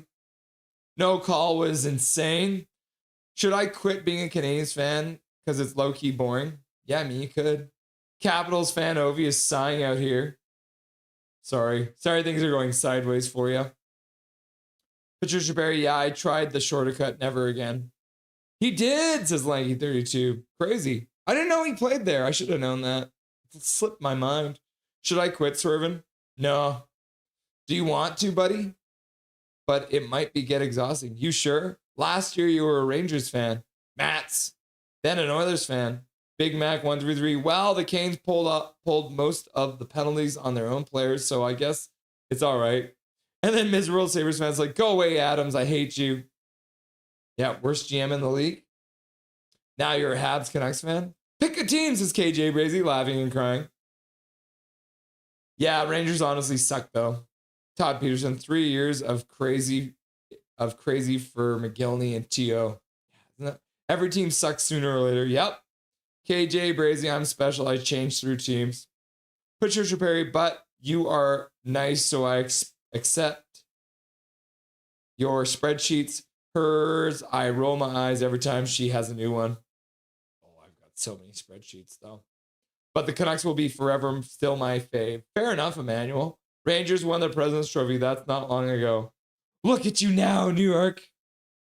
Oh, the joy ache of the home team. Yep. And then Swerve's out here. What are these? Just Russ, when are you going to do another Be a Pro episode? We're doing it on Tuesday. So we'll be live on Tuesday for Be a Pro. Patricia Berry's out here swearing at the New York Rangers. My cousin is an Oilers fan and used to like the Utah Mammoth. Not a fan. Ruthless Sharky. Well, I don't know how we lost the Flames yesterday. How did you lose? That's weird. Went to school with Schmegelski. Oh, I don't know. I watched the Flames game live yesterday. Ruthless. Too evil. Russ, in the summer, can we do a WWE 2K and have all the wrestlers be members? That would be pretty hilarious. Do like a everyone fights kind of a thing. That would be funny. Deadly Flames, thanks for being a good sport. Ruthless Sharkies, laugh out loud. The line change. High danger chances, 20-2 for the Hurricanes. Oh my God. And the Canucks scored more than that. Canucks scored 3 goals and only had 2 high danger chances. What the heck? Angry. Guys, I have ADHD, so I have a second team. It's like hyperfixation for me. Undead Avs still winning. We will finish number 1. Yeah, you guys will probably win the cup this year. Emmanuel, you should try being a Department of Player Safety fan. Then you have something to cheer about all the time. Dark Charge. I can finally walk again. Thank goodness, Dark Charge. That's good to hear, my dude. I'm glad that you can walk again. KJ Brazy, I remember when ADHD wasn't a thing. They skipped telling me. Patricia's like, laugh out loud, KJ. Chris in the chat, at least we are not in last. Laugh out loud. Correct, Chris. Always look on the bright side of life. Jimmy Myers, if we finish the season, I will be surprised. Sticking with my hot take, Kane's traded by the deadline, especially if he keeps being a bonehead. I don't know, man. I think he's here to stay because Aquilini likes him. Even though it's 4 a.m. here, you're still awake. Later, y'all, says Calvin99 Charlie, Trevor Linden, Trevor Linden, Trevor Linden, Trevor Linden, Trevor Linden. Here's Hope and TLC. I didn't watch the game because it's depressing. Fair enough, German Canucks. Das ist nicht gut. Das ist nicht sehr gut. ADHD, as the government calls it, is a gift and a positive thing. Very common in smart people. Weird. Whoa, Brian Schmegalski. You know, if you know, you know. I don't know. And Elon's home planet. What? Good job with the name there, Russ. Oh, goody. OT for the Blues. Calvin leaving. If so, see you laters. Emperor King, I will DM you clips when I make them. Cool. It's the Habs. My mom says people my age, aka 9-year-olds, don't know how to read still, but I learned when I was 6. I didn't learn to read until I was like 12. Boston Bruins, too evil, too evil. I mean, we did wave the white flag last season, laughing and crying. Chances of the Canucks signing Conn for us? Man, I am scared they will. Maybe they'll have a miscommunication, though. Swerven's mom says he's special. Universal Labs, that was an F. KJ Basie's laughing and crying. What? Says Todd Peterson. Okay. Okay, guys, we're going to be live on Sunday for the game between the Vancouver Canucks and the Lightning, and then we're going to be live between the Vancouver Canucks and the Coachella Valley Firebirds. We're going to have a whole bunch of fun stuff going on. Let me see. What do I have planned for that day? Oh, what the heck? So for the double stream, we're going to have we're going to do some Never Boring. The up and down history. We're in chapter 2, so we're going to do a little more Never Boring. We're going to have Ryan Ventura on, who is a MMA ring announcer who wants to work with the Canucks on Filipino Day. We're going to do another spreadsheet because it'll be the game between Tampa and Vancouver will be the 20th of the season. So once the game is over, we're going to go into the spreadsheet and have a look at the Canucks after 20. And then we're going to have an open house too. So get excited because we're going to do an open house so you guys can come on and chat with me. Okay? Cool. So until we get to Sunday, we are going to be chilling out on our Saturday. I'm going to interview Ryan tomorrow. So just get this ready here for you guys because we like seeing Connor McDavid getting cross-checked. Okay. Cool. So until Sunday, remember, my name is Russ Holiday. This is Nothing is Perfect. And make sure that you make good choices.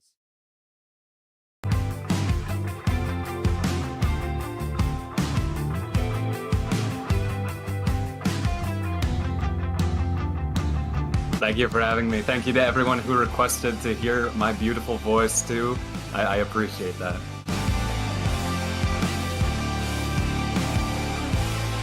How you doing tonight? Doing good?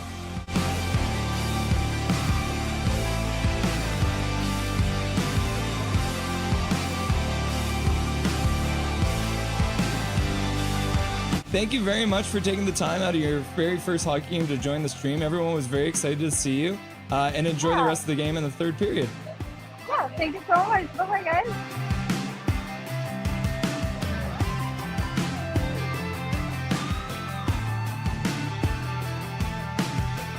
Trevor Beggs joining the show from Locked On Canucks. Thanks for joining me today, brother. My pleasure, Russell. How you doing today, buddy? I'm doing really good. Hey, buddy. What an intro. Thanks, man. Hey, no problem. It's nice to see you again. It's been a while. Dude, absolutely. Yeah, those late nights, early mornings. Yeah, weird they were times. rough. We are excited to welcome Dave Hall to the show. Welcome, my man. Hey, thanks for having me today. I'm excited to be on. We're excited to welcome to the show Larry Fisher. Thanks for having me, Russell. Looking forward to talking lots of hockey.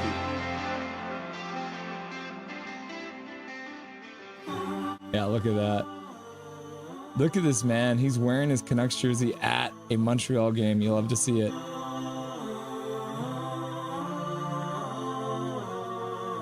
He became a local legend by calling the Abbotsford Canucks Calder Cup run. We are very happy to welcome Brandon Astle to the show. How's it going, brother? Russell, I'm doing well. Thanks a lot for having me on. I'd like to introduce to Nothing is Perfect, Mr. Zach Nolan. Thank you so much for having me. Ah, it's great to have you.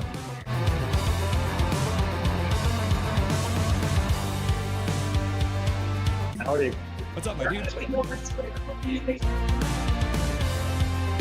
They say never meet your heroes, but boy, am I glad I got to, because here he is, the man, the myth, the legendary host, Toddcast Podcast, Mr. Todd Hancock. Dude, thank you, man. What a crazy introduction. A hero, a myth, a legend. Yeah. We are pleased to welcome to the show Canuckland. Thanks for having me on. I'm really excited. Passionate, realistic, honest. Rev Trev. Let's go. Let's get some passion going. There's some actual hockey playing.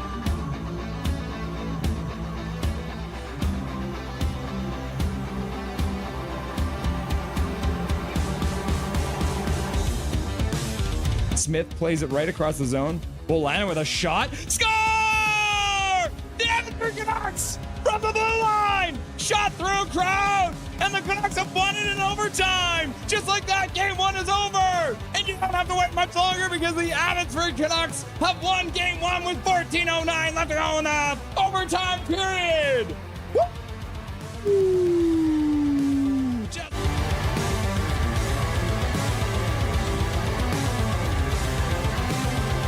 Charlotte wins the draw. They skate in. They take a shot towards the net. Goes high and wide. Comes around. In behind. Into the corner. And just like that, being resilient. Next man up. The Edmonton Canucks, no doubt, never lost 2 games in a row in this Calder Cup Finals. And the Edmonton Canucks are Calder Cup champions. Woo! Can you believe it?